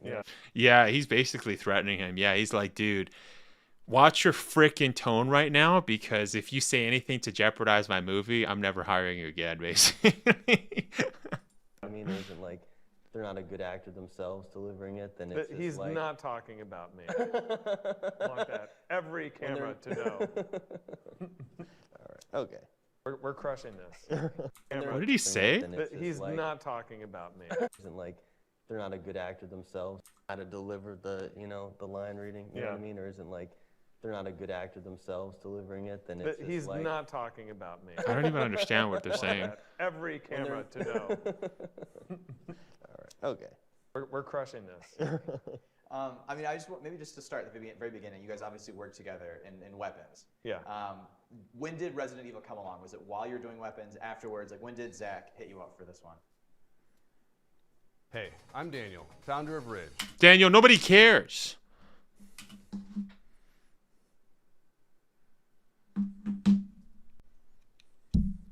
Zach in his silly shoes. Zach needs to be stopped. So stoned, right? Yeah. Your mouse screen made me think there's a bug on my screen. Oh shoot, is it my bad? I'll hide it. Oh, well, I remember him mentioning it while we were shooting, but just not about me being in it, just mentioning like something he was going to work on next. And then it wasn't until like somewhere in like January of 25 where he called me. Yeah. And was like, I'd like you to read this, I want you to read the script. And I thought he maybe just wanted me to read it for like thoughts or something. That tracks with the timeline because we got that article in wanted to do September it, and I was like, 2024 yeah, sure. where it was announced. Would direct it. And he was like, I would direct it. And I was like, oh, whoa, okay, awesome. Craiger definitely seems on the I foodie have side. such a different recall of He this, 'cause I yeah. really, like, I I wouldn't be texted you the surprised. script, Yeah, I he was does. like, read this for He the is a role little of bit Brian. zesty. Well, yeah, like take a look at the role of Brian, but I thought I just want your thoughts, so when I give it to some other actor, I think he'll like it. Come on, dude. I know, because I wrote this before we went and did Weapons, so like it was, but I had written it before I ever even met Austin. It was like a long time before. Wait, so. what happened? Did he just take over the conversation? Role of Brian, but I thought I just want your thoughts. This for the role of Brian. Well, yeah, like take a look at the role of Brian, but I thought I just want your thoughts, so when I give it to some other actor, I think he'll like it. Come on, dude. I know, because I wrote this before we went and did Weapons, so like it was, but I had written it before I ever even met Austin. It was like a long time. I predicted now the Crash Shot one in this movie doesn't do as well as he thinks he's going to be on another level. He's going to go nuclear and completely tank what's left of his credibility. Yeah, this guy seems very unstable, honestly. Yeah, he seems like he's not nice. Like I would not want to work at all with this director, especially if you got your main actor almost freaking killed and just playing it off as a joke. Like, and even when he explained that too, he was saying how, yeah, hopefully the things 150-pound bags of blood will hold. So that's the kind of like confidence he had on set. That means his prop master was like, okay, it might blow, like they might go early. Just me, but his little kick felt like a signal to Austin. Before, so yeah, I see what you mean. Yeah. I don't know about that. When Yeah, I was writing it, but he is taking control of the conversation though. Again, because that's what he does. Chapter, you know, that movie's like broken into like 5 different chapters, and his chapter was so fun, and it was just so clear that like we were like very aligned on how we saw the movie and how we like to work together. And so when it became, I was in the edit of Weapons when Resident Evil got real, and it was just like, oh, dude, I know exactly what I'm doing. So it was great. It was good. What was it about Austin that you were like, I need this guy to read it for me? Well, because Austin is like, first of all, in Weapons, he plays this thieving junkie who is like the whole movie just out for himself, and yet everyone who sees that movie, I feel like adores this character. So I'm kind of playing with like a. So wait, Austin played a junkie that likes to steal. What a surprise. I'm sorry, but Austin looks like he's been mixing every sort of herb for these interviews. Rig deck with this guy because I feel like anything he does, you're going to root for him. And so I have this movie where I'm going to follow somebody from point A to point B running through hell. I can't imagine somebody that the audience could more get behind than this dude. And he's also just kind of perfect because that character, I need somebody that feels like they would look more comfortable at home playing Resident Evil than being in Resident Evil. And I'm sorry, Austin. I'm sorry to say this now, but no, but it's just like I was not looking for like an action, like some built, you know, badass. I'm looking for like kind of an everyman. And yeah, what did Zach say? An idiot. That's what he said. That's what he specifically said about this. He said, yeah, Brian is just an idiot. He's not good. He's not good at combat, not good at surviving. Edge, what's up, man? He says, yeah, he wrote it before Weapons. Clearly, the script's been leaked and very obvious it's an older script. He rewrote to add some RE references to make it an RE movie. Yeah, 100%. They sound like in bad relations. Zach seems dominated in this relationship. Yeah, I mean, he's the boss, right? He's his boss. So yeah, it's like you're hanging out with your boss, and your boss is not nice. It's just like, yeah, it just felt right. And then for the script that you read, what was it that drew you to it? I mean, for me, it's this like, I love the idea of the snowy kind of mountainside kind of thing, and going into hell and then like this kind of non-stop gauntlet that the character goes on, and then also just his like comedy that he puts in that makes me like really laugh. Also, it was a job from a guy that I had a job from before. That's what he should have said. Yeah, so it's that, and then just like the fact that he was directing it. Now I get to do something with him again, you know, because I just love his. Yeah, okay, just lead with that. What like similarities, differences between your weapons character and Brian in Resident Evil? I mean, they both get themselves into sticky situations. But yeah, it makes them. Yeah, they make the movie.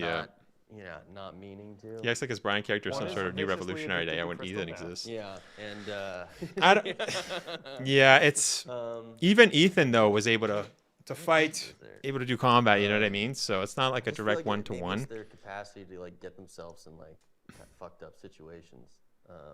As much as I don't like Ethan, but did you tap into the same well that you tapped into in weapons, or was it a slightly different thing? No, not really. But there were moments when we're like in that house, for example. This guy speaks so slow. Holy cow! We kind of did this a little bit before. I'm like looking through drawers, but it's like a totally different reason. I'm not gonna spoil anything more about the movie, but if the character Brian is like the leak script, people are gonna hate this guy. Edge, I'm actually curious. I don't think anybody here cares about spoilers, bro. You know, just shoot, man. I don't know. Like I'm gonna ask you guys. Do you guys care about spoilers for this? Like honestly, like genuinely, if you guys care about spoilers, then Edge shouldn't say. But I'm gonna be honest. I don't think anybody cares about spoilers. Like who cares? Who cares about this guy? I have a feeling this guy's gonna die, right? So yeah, spoil away. Yeah, go shoot your shot, man. Everybody, if you care, just don't look at the chat. So it didn't feel exactly the same, but did feel like a little bit like deja vu. Yeah, you know. I remember that day. Like Austin and Zach back at it but again. I'm going looking in through drawers. a lot nicer. I'm like, hello, is anyone here? You know. I can tell he shoots at a zombie and misses 6 times. Yeah. Oh wow. Wow. Yeah, guys, that's in Resident Evil. And Nee says, "Is Capcom knowledge about this movie?"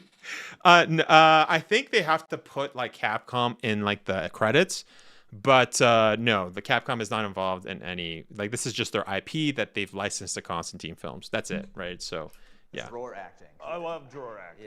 Yeah. But Capcom has no say over what they do. You know what I mean? Like Capcom's not involved with this. It's just their IP is being rented out by Constantine, the German production. When a news plays RE game, be like, yeah, how Zach plays Resident Evil, a non-Resident Evil fan.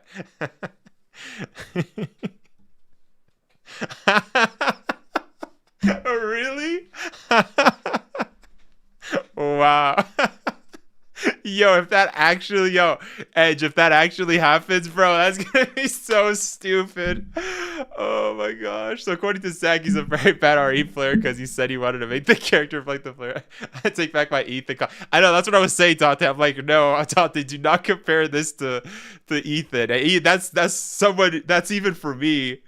I don't even like Ethan, but like this is what I said too with like Zach Kreger fanboys. They would always compare RE7 and Ethan. And I'm like, that's kind of insulting, yo, because Resident Evil 7 is a Capcom game. They're not breaking major lore points. You know what I mean? So, yeah. Quite a long time. Dang. No, but Austin, like, I hope you don't take offense to this, but you're somewhat method. I mean, like when we did weapons, like he was a junkie and did so many drugs. A ton of weight. He really immersed himself in some junkie culture, unhoused drug addict environments for an extended period of time, and was in some sticky situations, and really was inhabiting the character. Yeah. Okay. So Austin was underneath the bridge, you know, doing drugs to get into acting. In between, is that why he talks so slow? He had an energy. Holy and cow! He stole from everyone on set a lot, you know. So it's like anytime anything was missing, it's like Austin had stolen it. And then for Resident Evil, he was just a sweetie pie. Like his character is just like a. You know what a better question would have been is, hey, did you guys play Resident Evil? Let's talk about that. Yeah, what's your favorite parts? Tell us your favorite parts. How about that? Like just a simple Resident Evil question. Really sweet guy. And basically, it's a...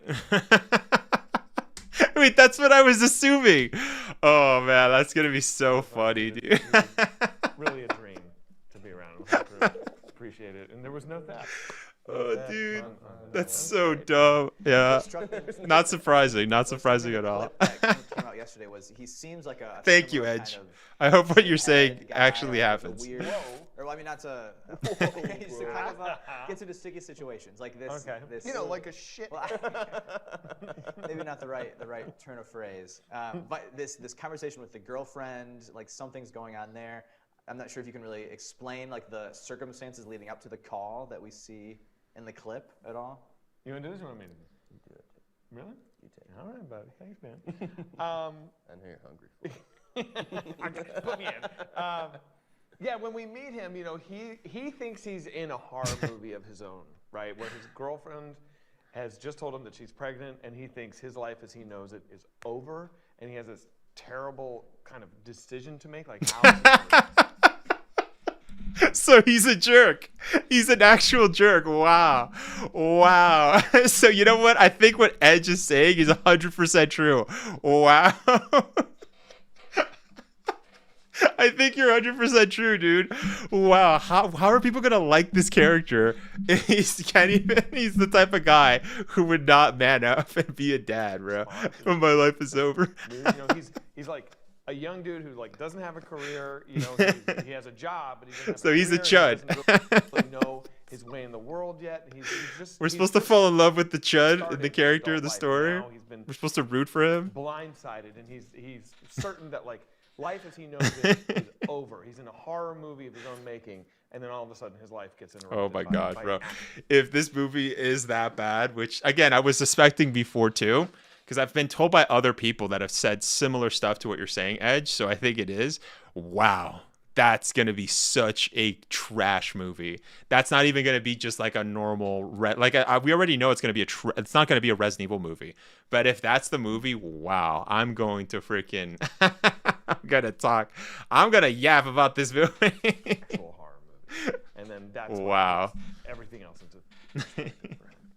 And then, so in the trailer, it looks like you're delivering something to Raccoon General, the hospital. Do we know what's in the little like delivery box? We don't know because he doesn't know what he's. I mean, he knows he's like delivering an organ, but he doesn't know what kind of organ it is.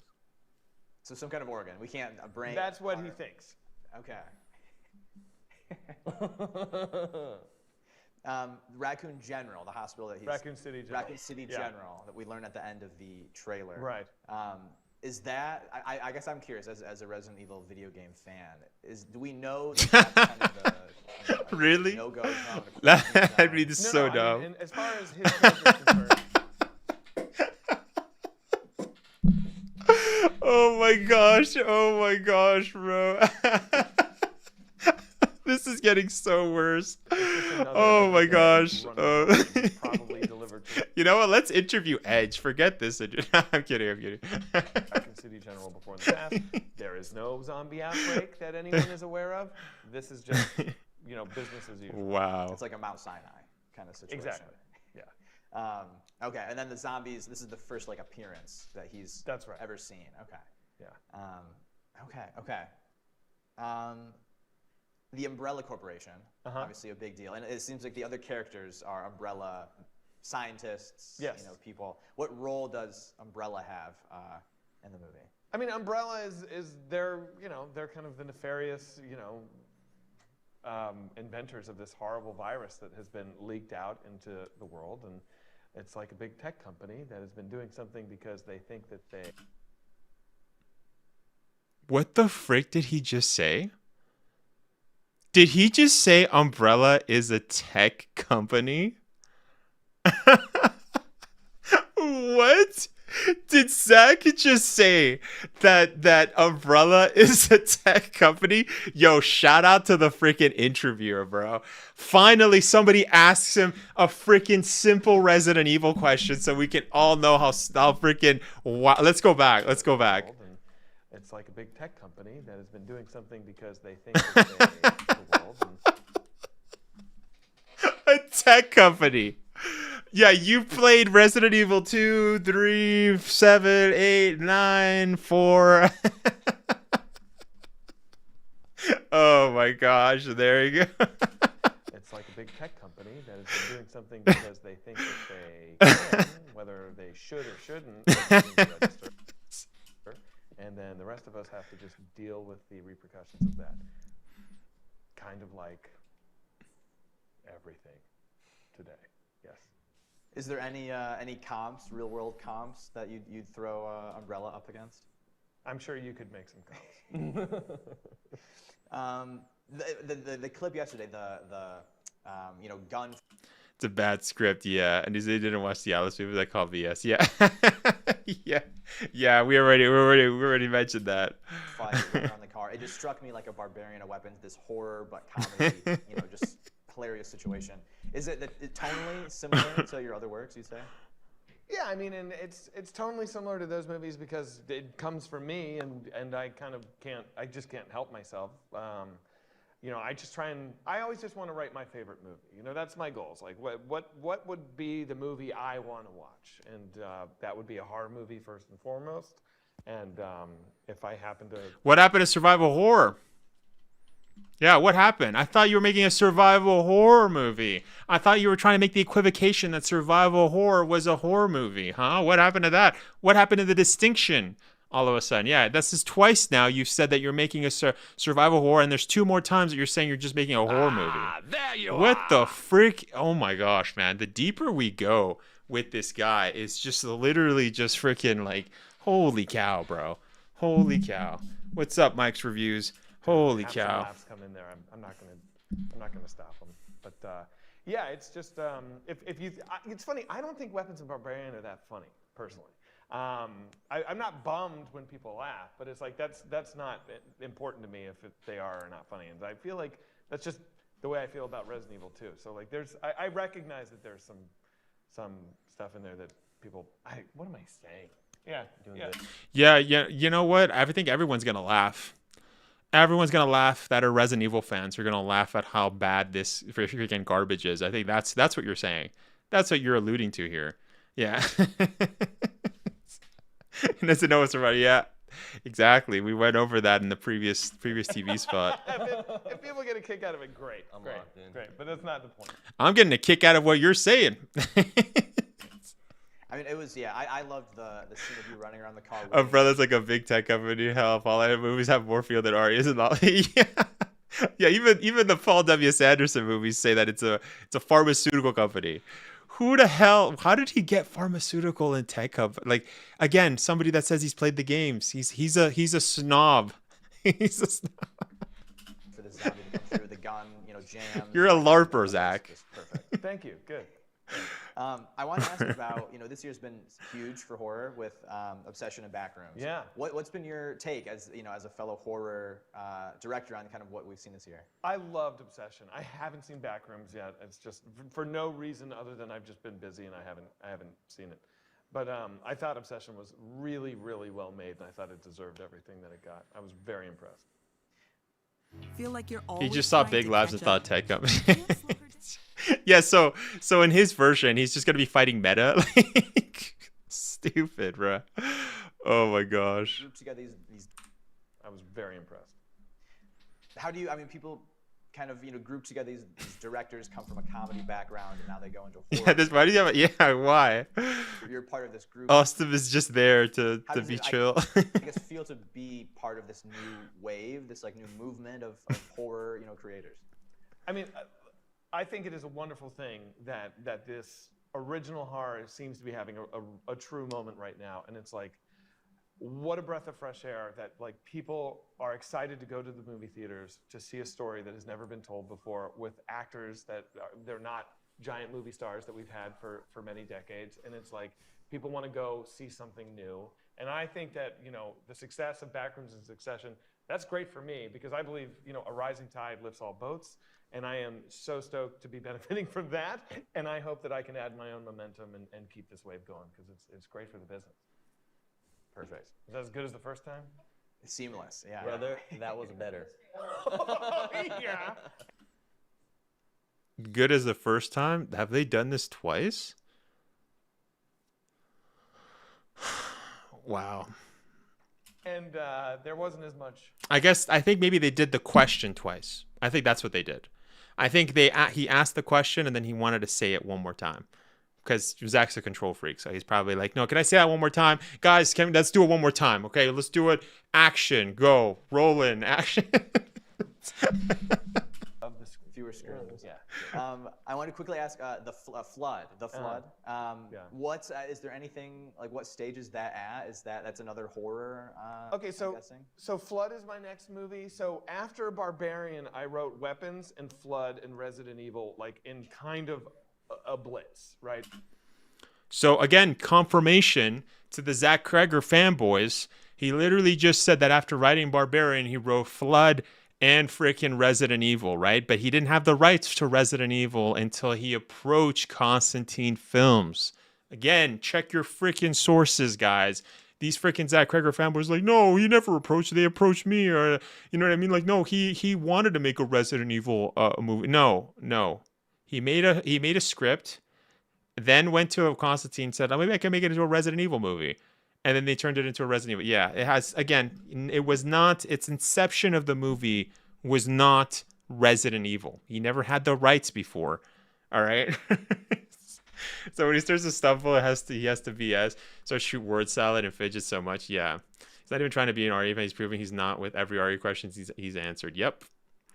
But the Zach Kreger fanboys will just cherry pick what he's stated recently and make it seem as if it's good. And I didn't know which one was going to go first. Zach fanboys are just in several. Weapons. And the order ended up being Weapons, Resident Evil, Flood. It could have been, you could have shuffled that deck. It could have been anything. But so Flood is kind of my last movie. He already said it himself that he would have made this movie even without the RE rights. Exactly. I'm really excited about it. Honestly, he should have done that. He should have made this movie without including Resident Evil. Would have been a lot better. People would have liked it. You know what I mean? People, you know, if they liked his other movies, which I don't care to watch, if it's as bad as this, but holy cow, yeah, you shouldn't have. You threw your movie into the dumpster fire that's been burning for 24 years, with all the freaking dumb Resident Evil live action movies we've had. Just throwing more fuel to the flame. Proud of the script, and it is, again, you know, Resident Evil is a very straightforward story. I think its weirdness is actually in how straightforward it is, and Flood is another movie that I think is it's structurally unique. It's a movie that kind of is going to be I can't think of another movie like it in the way that I think Barbarian and Weapons have structures that are very unique to them, and Flood kind of is more in line with that. But I'm really, really proud of it, and I feel like the little pieces that we have in place now, in terms of just some people that are coming on. RE is a straightforward story, really. To it is very exciting. Yeah. Yeah, I'm pumped. I'm. If you can't tell, I'm like so excited to go make this movie. It's funny that he says RE, like in general, every RE game, like in combination, is a straightforward story. What's up, Oscar? Sorry, I said Oscar. Ox Wesker. I just skipped a couple letters. So similar, I guess, in the way that Weapons and Barbarian, the chronological, it plays, I guess, with the sequencing. Yeah, I think there will be moments upon first watch where you might have moments where you think that the movie is broken and it's by design, but it will, when the movie is over, it will all be.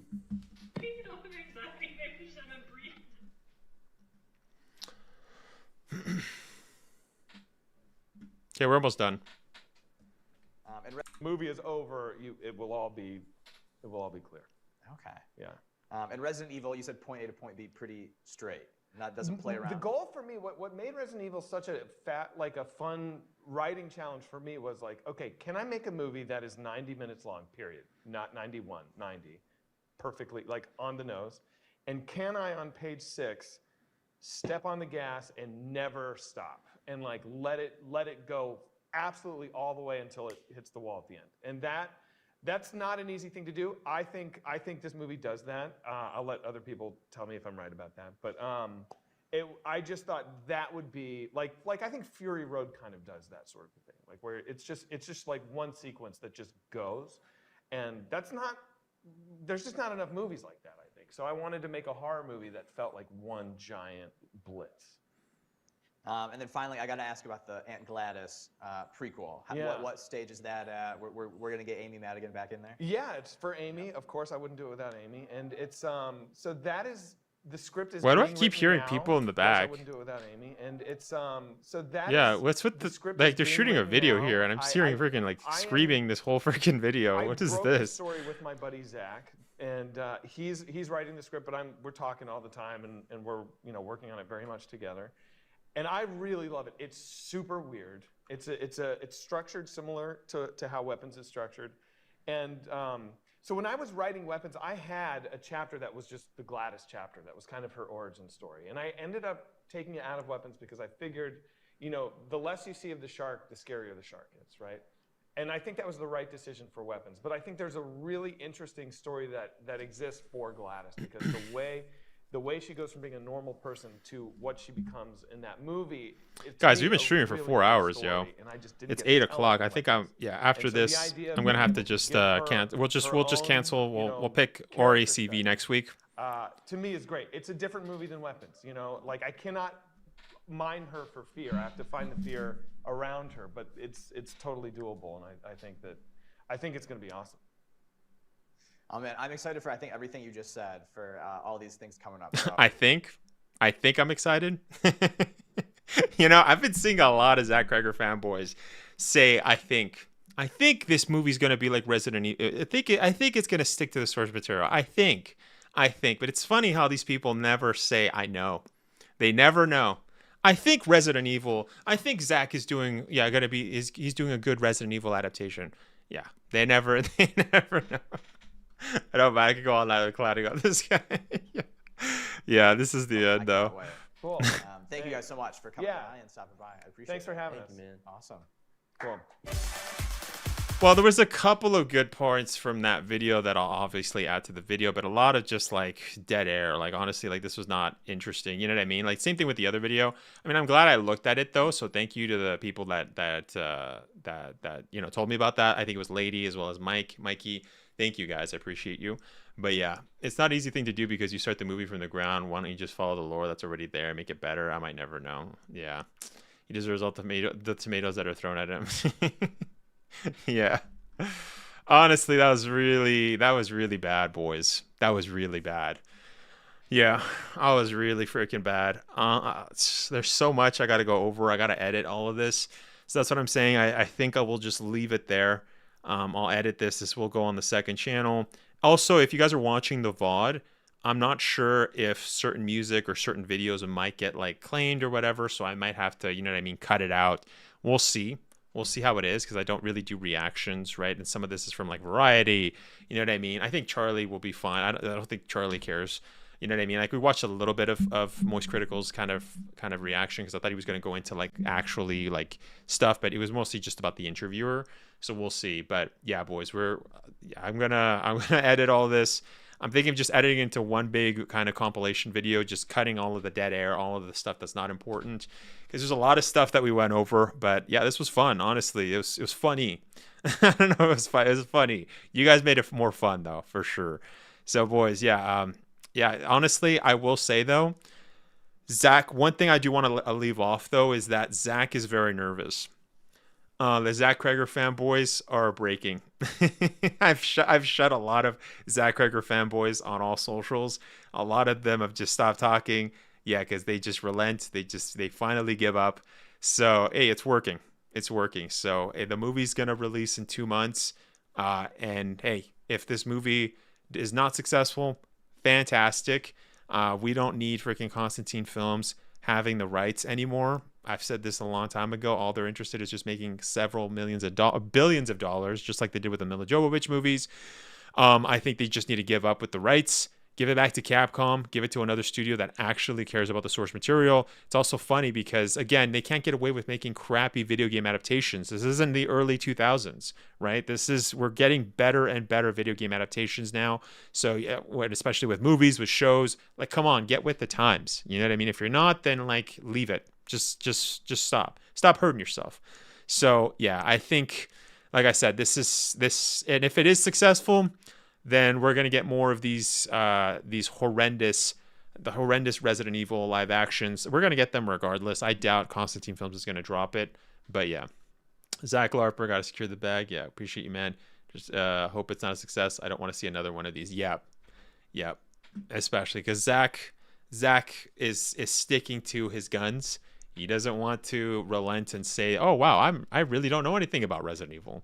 He's not. He's sticking with the guns of him saying that he's a Resident Evil snob when he knows nothing. So, anyways, we got a lot of good clips, a lot of good footage for the videos. Stay tuned and check out the video, boys. If there's anything new that happens, also because like we just got new videos now. If there's anything else new, I'll try to add it to that. We'll see, or maybe I'll turn it into another video. But support the video as well. Go subscribe to the second channel. Anyways, boys, see you guys. Hope you guys have a good rest of your weekend, and we'll continue this. We'll continue CV another day because I thought we were gonna be able to play CV, but I guess not. Anyways, see you guys. See you.